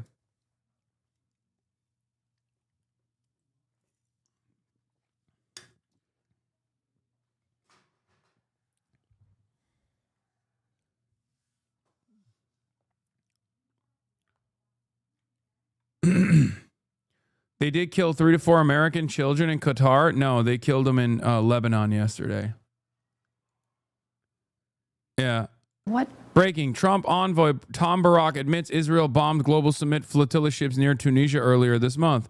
In an interview with the national news Hadley Gamble, Barak, special envoy to the region dealing with Syria and leading figure in the administration's Hezbollah disarmament push, said Hezbollah has zero incentive to disarm when Israel's attacking everybody. He then went on to list several countries the apartheid state has attacked in recent months, including Tunisia, where multiple flotilla ships were struck by drones. Tom Barak is a really interesting figure because he is Mr. I say the quiet part out loud. He's Mr. Might is right. Very interesting figure in the administration. Every time you put a fucking camera in front of this guy, he will literally be like, Israel is a demonic entity that's going to kill every single person, and there's not really anything you can do about it, as a matter of fact. And I love that shit. And what are you going to say about it? What are you going to do about it? There's no reason for you to actually fucking cave to any of our unreasonable demands. He recently, in the same interview, literally said something along the lines of there's no such thing as peace. Borders are malleable and they're actually determined by the violence of the oppressive party. Something along those lines. Like he will just do like an anarchist deconstruction of state violence, but then sit there and say it's fucking awesome and good. I'm not even joking. He literally incentive do they have to put their weapons down? Zero. Zero. I mean, this is the problem, especially when Israel is attacking everybody. So if Israel is attacking Syria, Israel is attacking Lebanon, Israel is attacking Tunisia. As it goes on,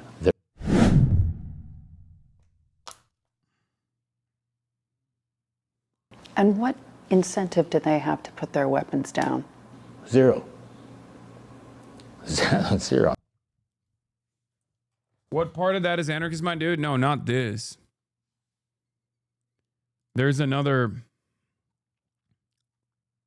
official documents calling our entire flotilla. This is Quentin Quarantino, by the way. HasanAbi had on one of the ships. Hamas-led jihadist propaganda, terror boat. They're doing everything they can to convince the world that we are terrorists, which is fascinating as we're not carrying weapons. We're not carrying anything but ourselves and food and medicine. But, you know, I think that it goes to show that they do feel threatened by our mission, not because we actually are a threat, but because the mere thought of this humanitarian corridor opening and the world being able to feed Gaza disrupts what they're trying to do. They're very intent on starving children. The photos of skin and bones children are not an accident. The children that are being blown to pieces are not just an accident. This is part of the goal. That rhetoric about the flotilla being a terror flotilla, I mean, it may be laughable to us, but it is. I'm going to be doing an interview with Nathan tonight after the stream. Not a joke. The Israelis have a very long history that's very well established of painting peaceful protesters, in the case of the 2018 March of Return in Gaza, where they painted peaceful protesters as a violent threat, which they then used as justification for getting trained snipers to shoot them, and over 200 people were killed. Also, Israel has used the same tactic of portraying journalists as part of or affiliated with Hamas, which they have then used, or academics in the case of Rafat al-Arir. And it's not just empty rhetoric. What is done is that they are painted as terrorists and then they become an actual violent target. So the shift in rhetoric on your flotilla, you know, from just seeing this as a nuisance to treating it as a terrorist threat, matches a pattern we've seen of establishing someone as a threat, and therefore, in the case of Anas al-Sharif, a journalist, using it as justification to then kill them.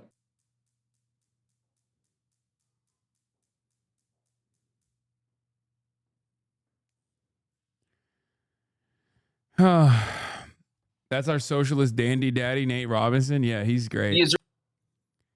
He's great. All right, so that's the update on the flotilla. That's all we got for now. I'm glad that we did the can liberalism be saved shit, because god damn, that was a banger article. The answer is no.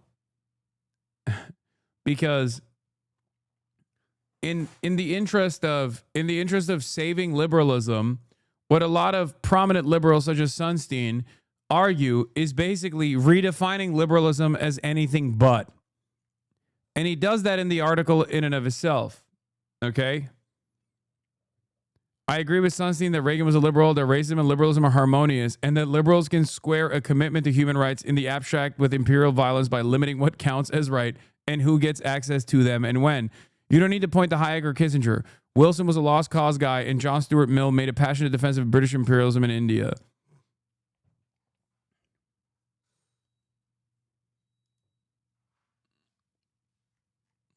Corporate leaders openly admit that they will side with authoritarianism over democracy if democracy might produce policies that they don't like. Kathy Wild, president and CEO of Partnership for New York City, a nonprofit organization that represents the city's top business leaders, said Republicans have told her that the threat to capitalism from the Democrats is more concerning than the threat to democracy from Trump.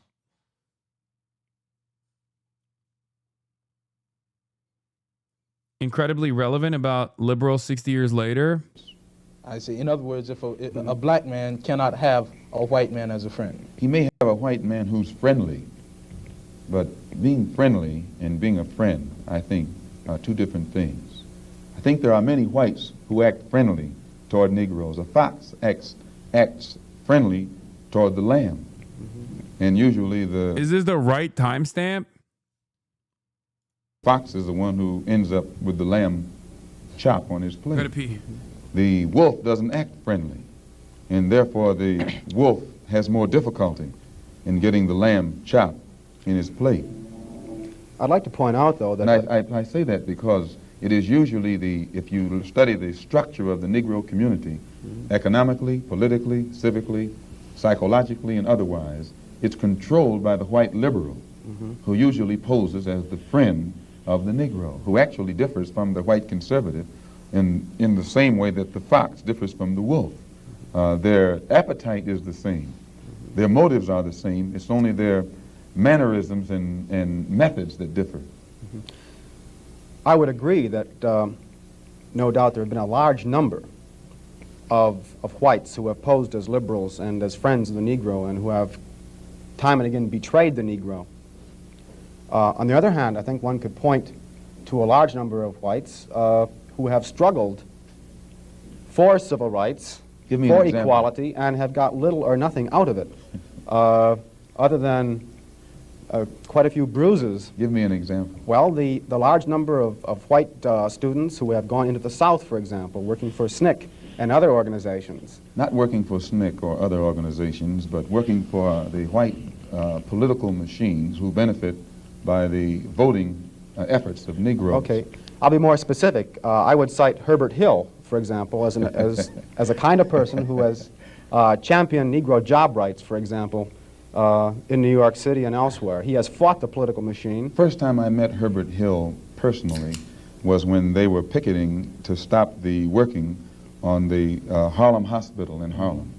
Negroes for 10 years had to fight the city to get an annex built on the Harlem Hospital, because in Harlem we need a hospital.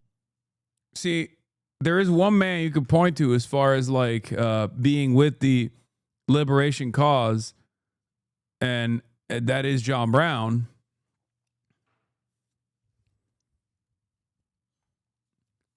For sure. But obviously no white person, especially in 1963, is going to bring up John Brown.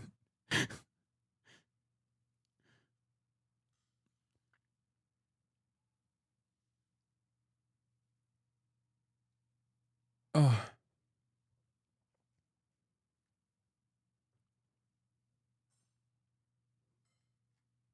Anyway.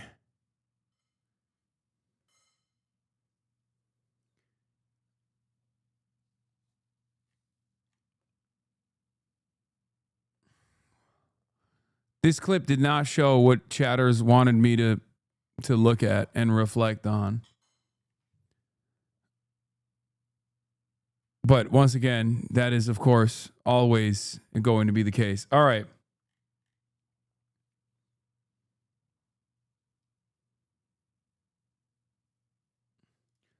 Did you see that YouTube capitulated to Jim Jordan? Breaking. Due to our oversight efforts, Google commits to offer all creators previously kicked off YouTube due to political speech violations a return to the platform, but that's not all. YouTube also admits the Biden admin censorship pressure was unacceptable and wrong. Confirms that the Biden admin wanted Americans censored for speech that did not violate YouTube's policies. Details when YouTube began rolling back its censorship policies on political speech after Judiciary GOP began its investigation. States that public debate should never come at the expense of relying on authorities. Promises to never use third-party fact checkers. Oh, boy. Warns that Europe's censorship laws target American companies and threaten American speech. Over the past few years, we have uncovered massive scandals relating to big tech censorship. What's really crazy about this?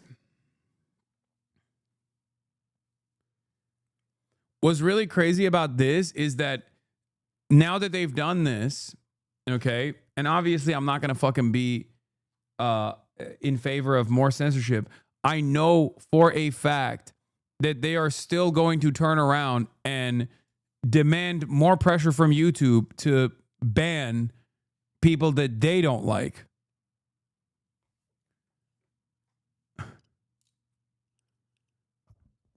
So this isn't just about like making demands from YouTube and like defending free speech. This is about what kind of speech they consider to be permissible and should be allowed on YouTube, and what kind of speech that they will not allow on YouTube. And if you think YouTube will actually not cave when they demand that, like, you know, anti-fascists, which are now designated as a terrorist organization, get demonetized, get banned and deplatformed, make no mistake, YouTube will absolutely cave.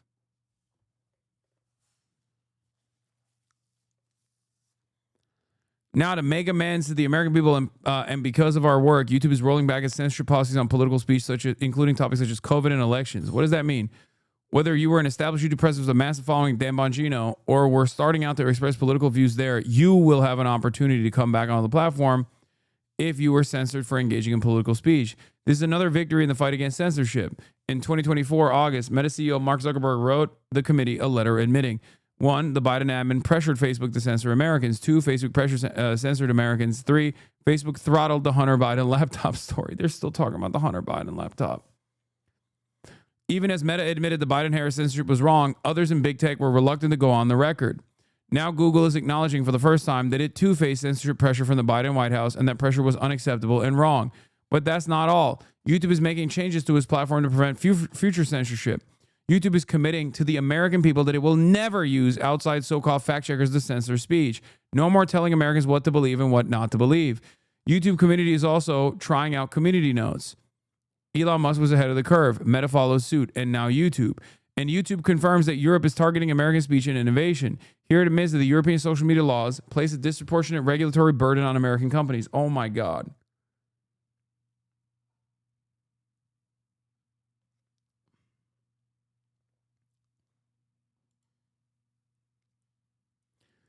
YouTube will let creators who spread COVID misinformation back onto the site. Now, here's the thing. Okay? We'll see where this goes, but any commitment to freedom of speech on platforms, especially right now, is not the worst thing, no matter how much misinformation is captured in it. YouTube already had a fucking major Nazi problem. But the reality of the matter is, I think these guys are going to move forward and start prosecuting speech on YouTube as long as it's like expressing discontent against the administration. And people that will celebrate this decision will then turn around and celebrate that one as well. Race realism videos are about to skyrocket. Brother, it's YouTube. They always had an opportunity on there.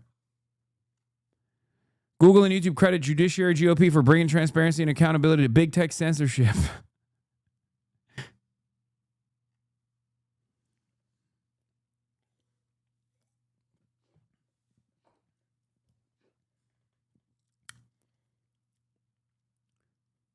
YouTube always had that. This was like some of the most extreme. This was some of the most extreme cases.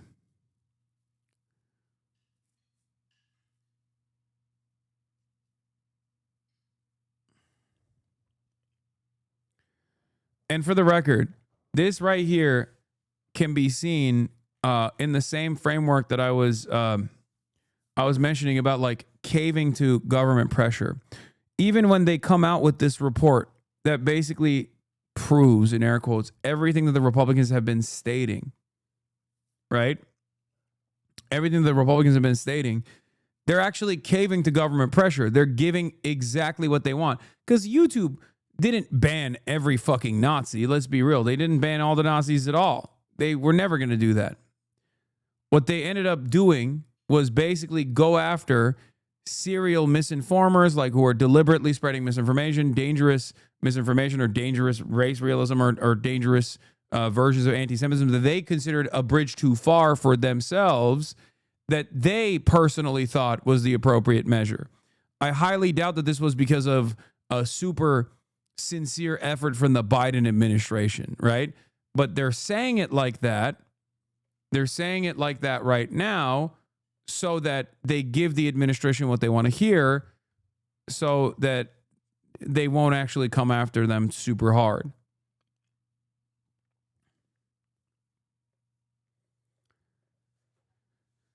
I suspect another reason why they did this was because of advertiser pressure as well. Terrorist psycho, may you feel the full weight of what you have done. Once again, I have not been an advocate for deplatforming or censorship for obvious reasons, considering that I am a committed critic to the state of Israel. Having said that, we are literally going over the administration celebrating an initiative that forces YouTube to abide by the principles of free speech, and you are here celebrating that I get deplatformed.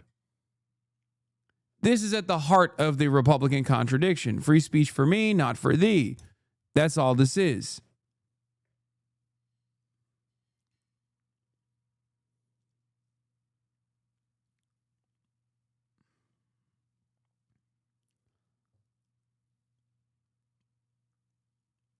That's it. Constantly being like, you're a terrorist, you're scary, your ideas scare me, I don't understand things, and things that I don't understand cause me to be fearful, and therefore the government should intervene and actually take you out, is the most pathetic thing you can be. Okay?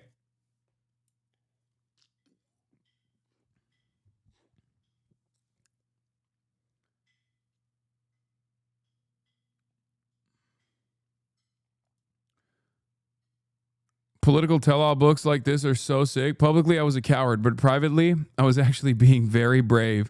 Yeah. New MAMALA Harris writes that Biden's response to Gaza was inadequate. I had to plead with Joe to extend the same empathy he showed to the suffering of Ukrainians to the suffering of innocent Gazan civilians.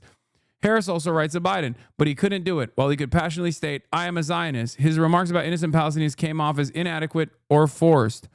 Gaza was also a factor in Harris's VP deliberations. When she met with Shapiro, we talked about how to handle the attacks he confronted on Gaza and what effect it might have on the enthusiasm we were trying to build. Big protests at the convention were a major concern. Harris acknowledges becoming frustrated with left-wing Gaza protesters. The threat to withhold their vote got to me. It felt reckless. The issue was not binary, but the outcomes of this election certainly was.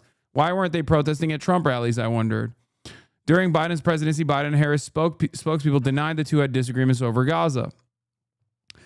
Of course, once again, neither of these folks were in any way, shape, or form different from one another with respect to Israel's endless, unlimited genocide and conquest. And that was part of the puzzle for them. Adam Johnson writes, she still thinks the issue was feigned empathy or lack thereof. For Democratic elites, everything is a PR problem. The issue was not the fact that Biden was a conspicuous racist who didn't even bother faking like he cared about Palestinians. The issue was that he acted upon this disposition with material policies. Policies Harris still, a year later, hasn't rejected. Better words would have helped exactly zero Palestinians. This was not and never was the issue. We wanted assurances and we wanted to see a change. We wanted assurances, and we wanted those assurances to be reflected in policy decisions. It's extremely telling that 1 year on, she still can't articulate a single policy critique of Biden on Gaza, nor has she issued a single public criticism of Trump on any Gaza policy. We have zero indication she thinks the issue was anything but a poorly managed PR headache.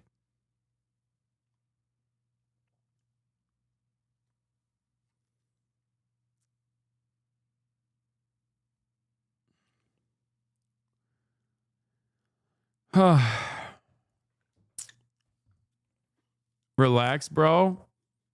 Fuck you mean relax, bro. I fault Khamala Harris with this current administration that we're experiencing. I fault her inability to understand the severity of the crisis. I fault her with inaction in the face of genocide because she decided to take the worst option possible. A continuation of business as usual politics at a time when there was so much discontent towards Joe Biden that she became the fucking leader of the Democratic Party as the vice president. That was a unique moment. That should have been enough for someone like Kamala Harris or anyone really with 3 working fucking brain cells to recognize, oh shit, people really don't fuck with Biden. I am going to be a different candidate.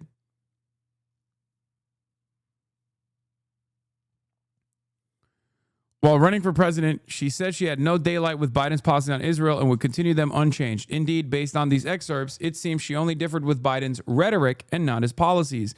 Harris, on one hand, and they still don't understand it, by the way. They will never understand it. I think liberals refuse to understand it. They think it's all just like like a minor tweaking. It's like a PR note, and things will be better. While running for president, she said she had no daylight between Biden on the policies. Harris, on the one hand, says she was very influential and consequential in the White House, but on the other hand, says she had absolutely no influence over Biden on Gaza, but also repeatedly says she agreed with him 100% and would prolong Biden's policies to the letter. Only difference, based on the excerpt in this book, is she had with Biden was over his speeches being so lopsided towards Israel. Did she agree or disagree with Biden greenlighting to demolish Rafah, defund UNRWA, bomb hospitals? Doesn't say. She offered rhetorical, not policy changes. This signals a larger Democratic theme. They want to criticize the condition of Palestinians without naming the culprit. They want to pretend there's nothing the U.S. can do about it, and all the legitimacy, arms, and money we give to Israel provides us no leverage to do anything.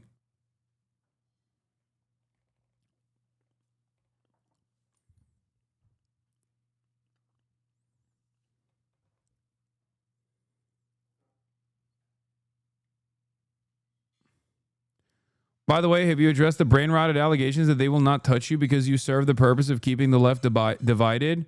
Yes, that is true. My job is to divide the Democratic Party. Please do not arrest me. Please do not prosecute me. Please do not deplatform me. I am your most loyal servant, Donald Trump. Please. That's great. I hope they think that. And I hope they keep me from being deplatformed. That's such a funny take from a person who is not even a marginal figure on the left or even the Democrat Party, if we're being real.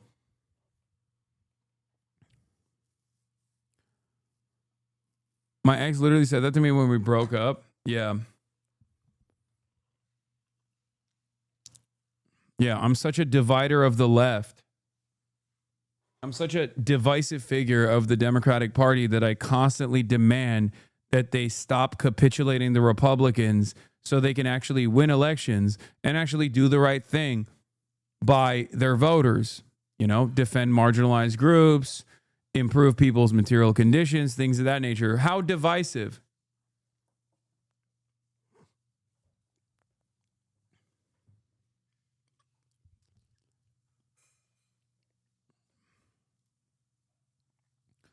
You only consider that to be divisive if you don't care, if you just simply think this is team sports.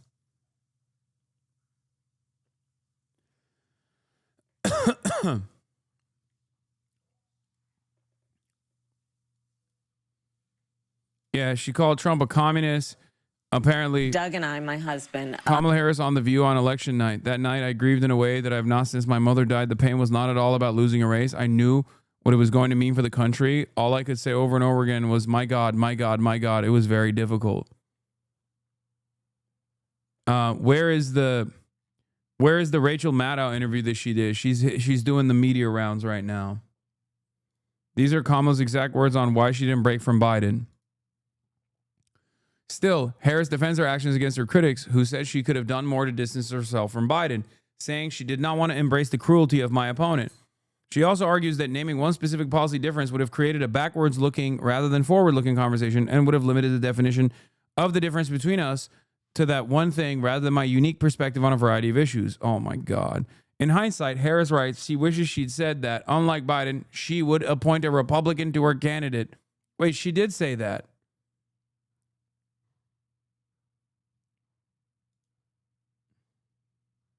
His reaction to that since this part of the book has come out. Oh, this is Pete Buttigieg. She said Pete Buttigieg is a homosexual, so I couldn't have him as my VP. Straight up. And then she's like, I didn't mean like he's gay and that's wrong. I just meant that like people are not ready for a gay man or something. If you've had any reflection on that, or I guess I'd ask you to just elaborate on that a little bit. It's hard to hear. Yeah. With you running as, you're the first woman elected vice president. You're a black woman and a South Asian woman elected to that high office, very nearly elected president. To say that he couldn't be on the ticket effectively because he was gay is hard to hear. No. That's not what I said. That he couldn't be on the ticket because he is gay. Yeah. They came after my boy so hard, Bernard. They were like, oh, you said you can't run because you're a woman, over and over again. Okay? Over and over again. But well, yeah, when Mamala's like, yo, you're gay, sorry. Not going to work for me. To a gay woman, by the way, is who she's saying this to, which is crazy. Gay. My point, as I write in the book, is that I was clear that in 107 days, in one of the most hotly contested... It's just so funny because by no means am I defending Pete Buttigieg, okay? I am not. I'm not defending Pete Buttigieg as a decent VP pick or a presidential pick, okay? I do not like Pete Buttigieg. But his sexual identity has nothing to do with that, okay? It's his worldview that I do not like. That is insane. I have time and time again responded to critics who have said Kamala lost because she's a black woman. And there are many black critics of mine who have said this as well, that like America was not ready for a black woman. America hates black people. This is true. America does hate black people 100%. And America hates women. Also 100% true. The problem is it doesn't matter. Those are hurdles. Those are setbacks that you can overcome. And the only way to overcome those setbacks is by being an earnest communicator and also having great policies. Khamala Harris did not have great policies, and that's the reason why she ultimately lost. That's it. Okay? It isn't to, I would never in a million years say that like a gay person doesn't have a harder time winning the presidency, or a woman has a harder time winning the presidency than a man, or a black person doesn't have a harder time winning the presidency than a white person. This is all true. Okay, but these hurdles are negligible if you have great policies that keep the voting population in mind. That's it. That's it. But if you don't have those things, then yes, you will not be able to eke out a marginal victory. Elections for president of the United States against someone like Donald Trump who knows no floor. Oh yeah, he would have just said Pete Buttigieg is gay, Lamau. And he would have won that way. To be a black woman running for president of the United States and as a vice presidential running mate, a gay man, with the stakes being so high, it made me very sad, but I also realized it would be a real risk. No matter how, I've been an advocate and an ally of the... Look at Rachel Maddow's face. The LGBT community my entire life. So it wasn't about yeah, right. So it wasn't about any prejudice on my part, but that we had such a short period of time. Yeah, time was running out. That's why America was just not ready for a gay man in 107 days. 108 days? Maybe then. None of this matters. None of this matters. But the problem is, Democrats only speak in one language, which is electability. And it's ironic because they're speaking in the language of electability as to why they make certain decisions after they fucking lost. It's like, maybe you don't know electability, okay? Let's try something different. Fuck. This is what is so frustrating to me. It's like, well, you're lost. Why are we losing? Why are we listening to a loser? But I was homophobic for a really good reason. No, like the problem here is just fucking say you don't agree with Pete Buttigieg's policies or something. But the reality of the matter is she unironically was afraid of Pete Buttigieg because he was gay and was afraid of Josh Shapiro because he was Jewish and also pro-Israel. Okay, that's clear from like the excerpts that I've seen. But what's so stupid about this is none of that matters, okay? This is all negligible. It's a hurdle, sure, just like Kamala Harris being a black woman in an objectively misogynistic and objectively white supremacist country is a hurdle. But you can clear that hurdle if you actually have good policies. If you go to people and you go, listen, I'm a black woman, you don't have to say that. People can see it, right? But like, I want you to have health care. Those motherfuckers want to take away your health care. People are going to go, I don't give a shit. I want health care. That's it. That's what democracy is. That's what democracy is. Explain Mamdani. Example Mamdani. Exactly. Zoran Kwame Mamdani is a 34-year-old brown Muslim socialist. What the fuck are we talking about? I'm so glad he won the primary so I can just point to him every single fucking time. To be like, really?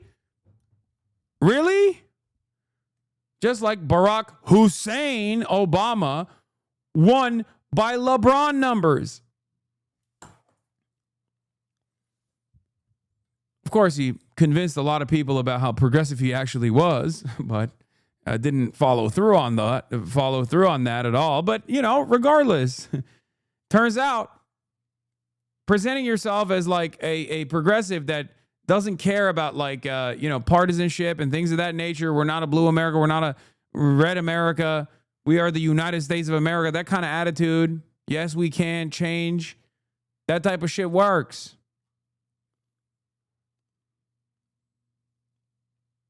Kamala won, election was stolen. Let's go. Blue and on is in here. And the stakes were so high. I think Pete is a phenomenal. The stakes are so high. I agree. Some people took it seriously. You guys didn't.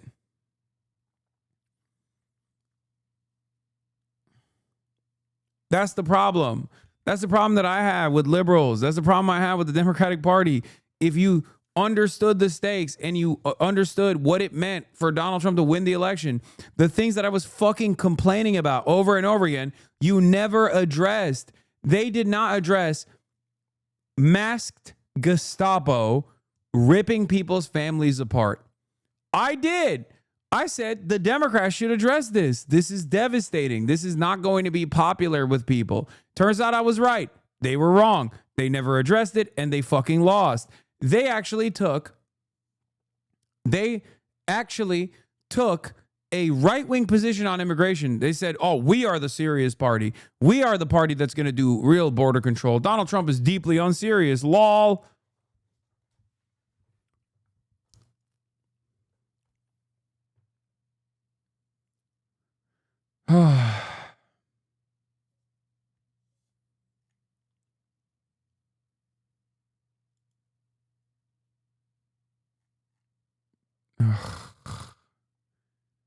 Public servant.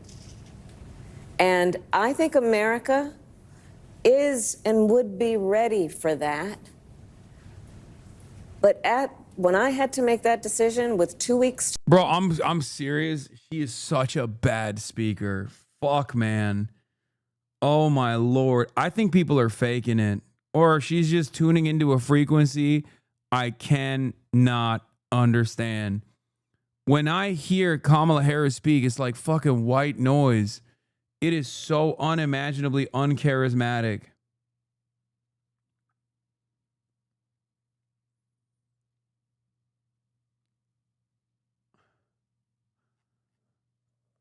She has such a hard time taking any issue seriously and directly answering questions. To go.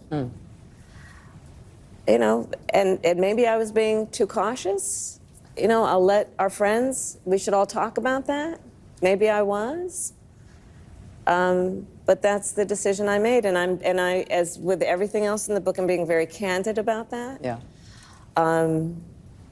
With a great deal of sadness about also the fact that it might have been a risk. Well, you consider.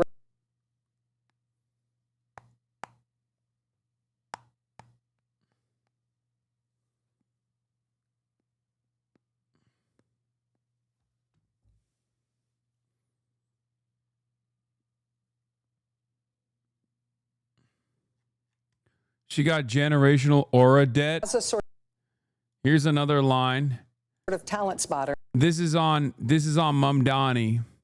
In the Democratic Party. Yeah. What do you think of him and his candidacy? And what do you think of mainline Democratic shyness and agitation about the prospect that he's going to win? Look, as far as I'm concerned, he's the Democratic nominee and he should be supported. Do you endorse his candidacy? I support the Democrat in the race, sure. But let me just say this.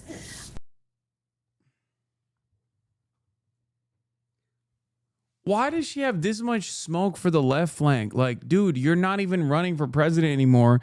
When you did run for president last time, you presented yourself as like this leftist candidate. Remember when everyone would yell at me and say that I'm racist for undermining Khamala Harris's track record because she was for Medicare for all? A notion she quickly dropped. Maybe it was because, just like these corporations that claim that they're pro-LGBT, that like farm the ugliest fucking pride merch you've ever seen 1 month out of the year, they quickly drop that notion because they don't actually give a fuck about the LGBTQ population. Kamala Harris's leftism was purely aesthetic. She thought, as a bad room reader, I guess, that she could present herself as that. And then, of course, when she had any proximity to power, she quickly dropped all of that. And that made her look like a cynical pretender. And on top of that, as a cynical pretender, she also didn't have any motion or charisma to redirect the conversation back to her newfound policies.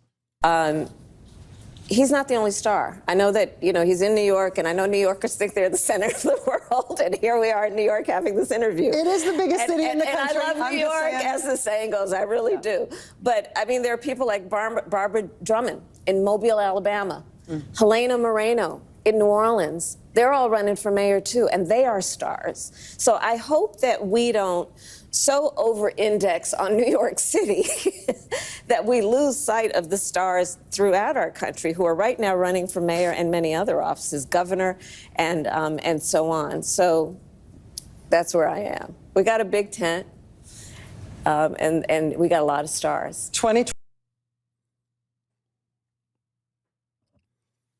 She said all mayors matter.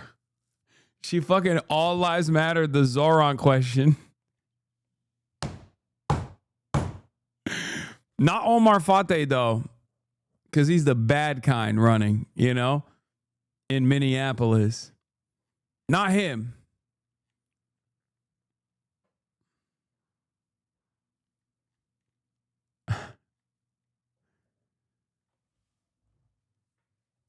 Hey, enough about New York City. What about Mobile, Alabama? Now, I mean, I don't know those other mayoral candidates, so I can't speak on them.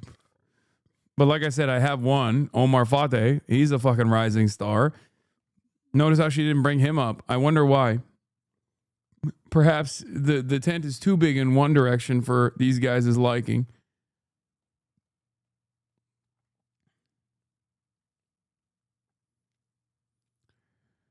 I'm right by Mobile, and I ain't never heard of whoever she said.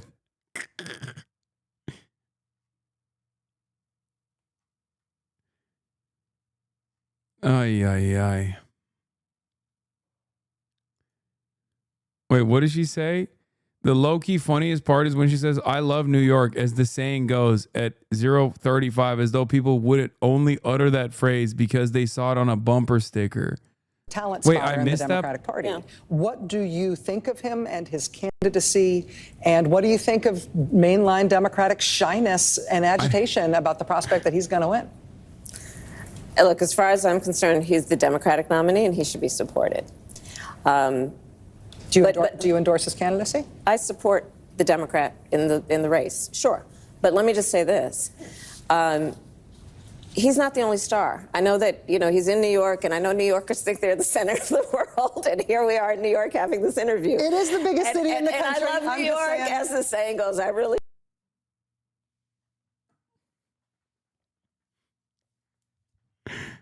Concrete jungle where dreams are made of.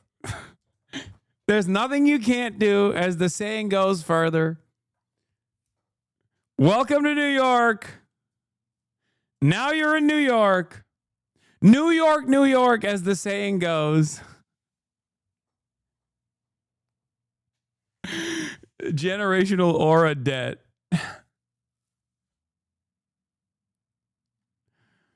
Oh, fucking awesome. Anyway, she also had some statements for the private sector where she thought the corporate oligarchs would be the safeguards or the guardrails of democracy. Hilarious. Good attitude to have. Anyway, I'm going to skip Ryan Ruth, but apparently he tried to stab himself in the neck. Jimmy Kimmel's returning as well.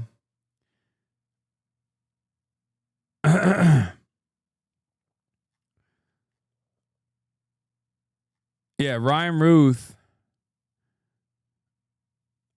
Oh, here. This is what I wanted to. Khamala Harris calls Donald Trump a tyrant and a communist dictator.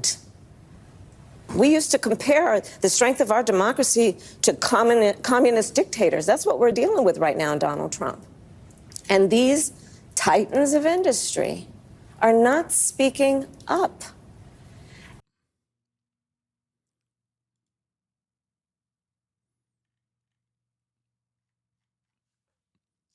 Given that he's currently trending, let's not forget this all-time Sunstein banger, which to this day remains one of the dumbest things I've ever read. Russia is using Marxist strategies, and so is Trump.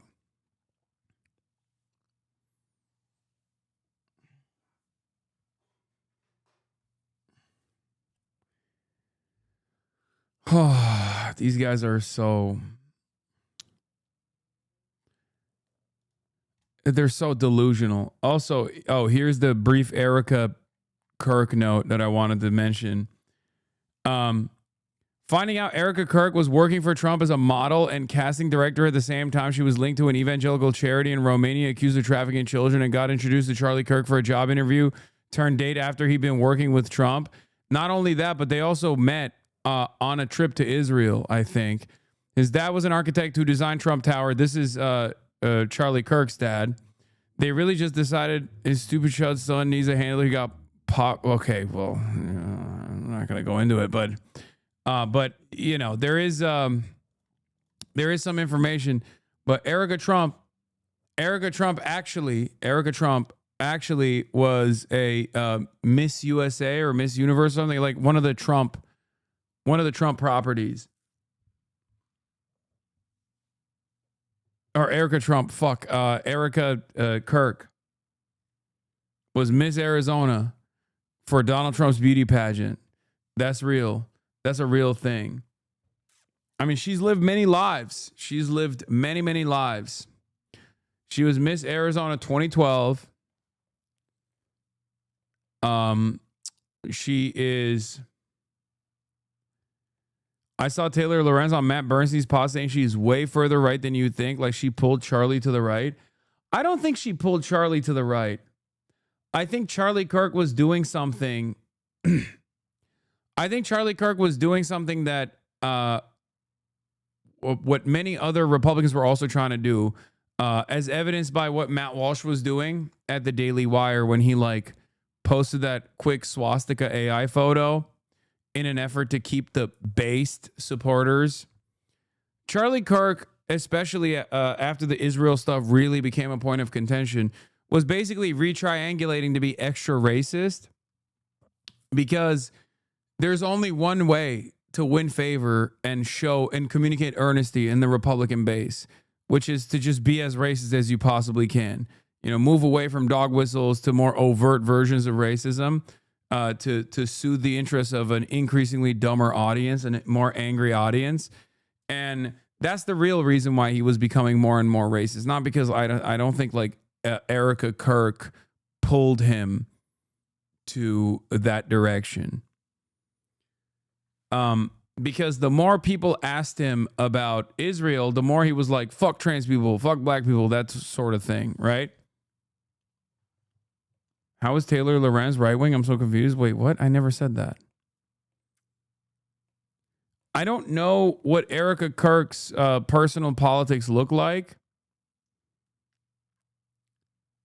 but I will say that Charlie Kirk was, I think, desperately trying to do more overt forms of racism in an effort to soothe the interests of the cackling hyenas in the base of support for the Republican Party that were like, why aren't you saying enough about Israel?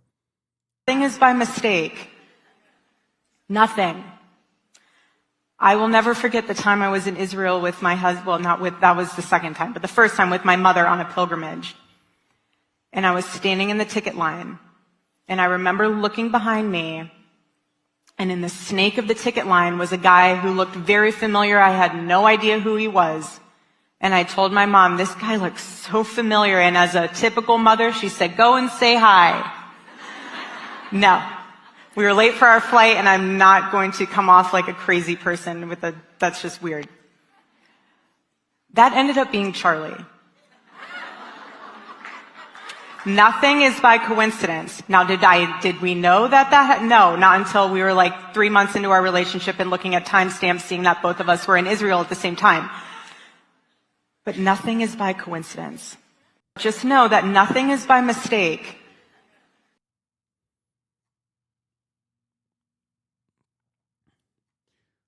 Yeah, I looked into their background a little bit, and like,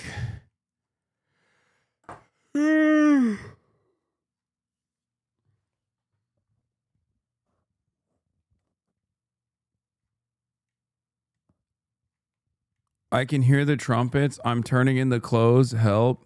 Good luck, chatter.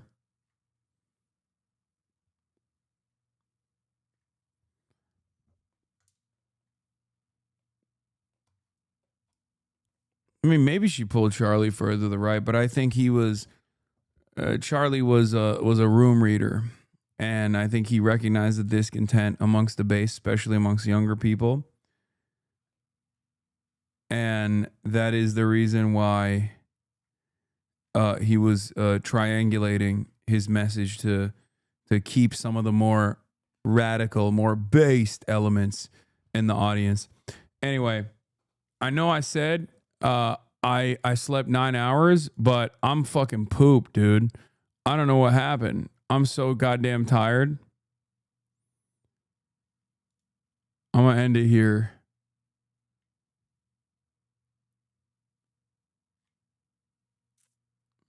I'm gonna end it here. Can you join my modded Minecraft server, please? No. Fuck no. Half day Hossy. You already know what it is. It's half day Hossy time, baby.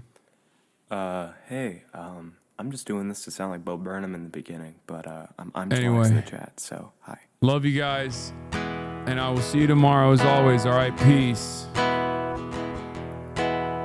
Stunning lo-fi introduction, starting off the day. All the chatter's trickling in, hostile people hate. Sunny Los Angeles, California, says Hasan. The stun lock to the stun lock to the topic's just begun. There he is again, Hasan is streaming. Hasan is streaming. There he is again, Hasan is streaming. Hasan is streaming. Reviewing the P.O. box, Uncle Uger's face. Sudden discord agitprop, gray names take on race. Tiny Bernie Sanders, LGBTQ Air Force. The whole left at your fingertips, and Anye out your door. The H3 Crowder debate, the Young Turks online show. 3 full fucking years of this, and plenty more to go. 90-day fiance talks of champagne bourgeoisie. A Trump rally live reaction, a mass riot in DC. There is again. Hasan is dreaming. Hasan is dreaming. There he is again. Hasan is dreaming. Hasan is dreaming.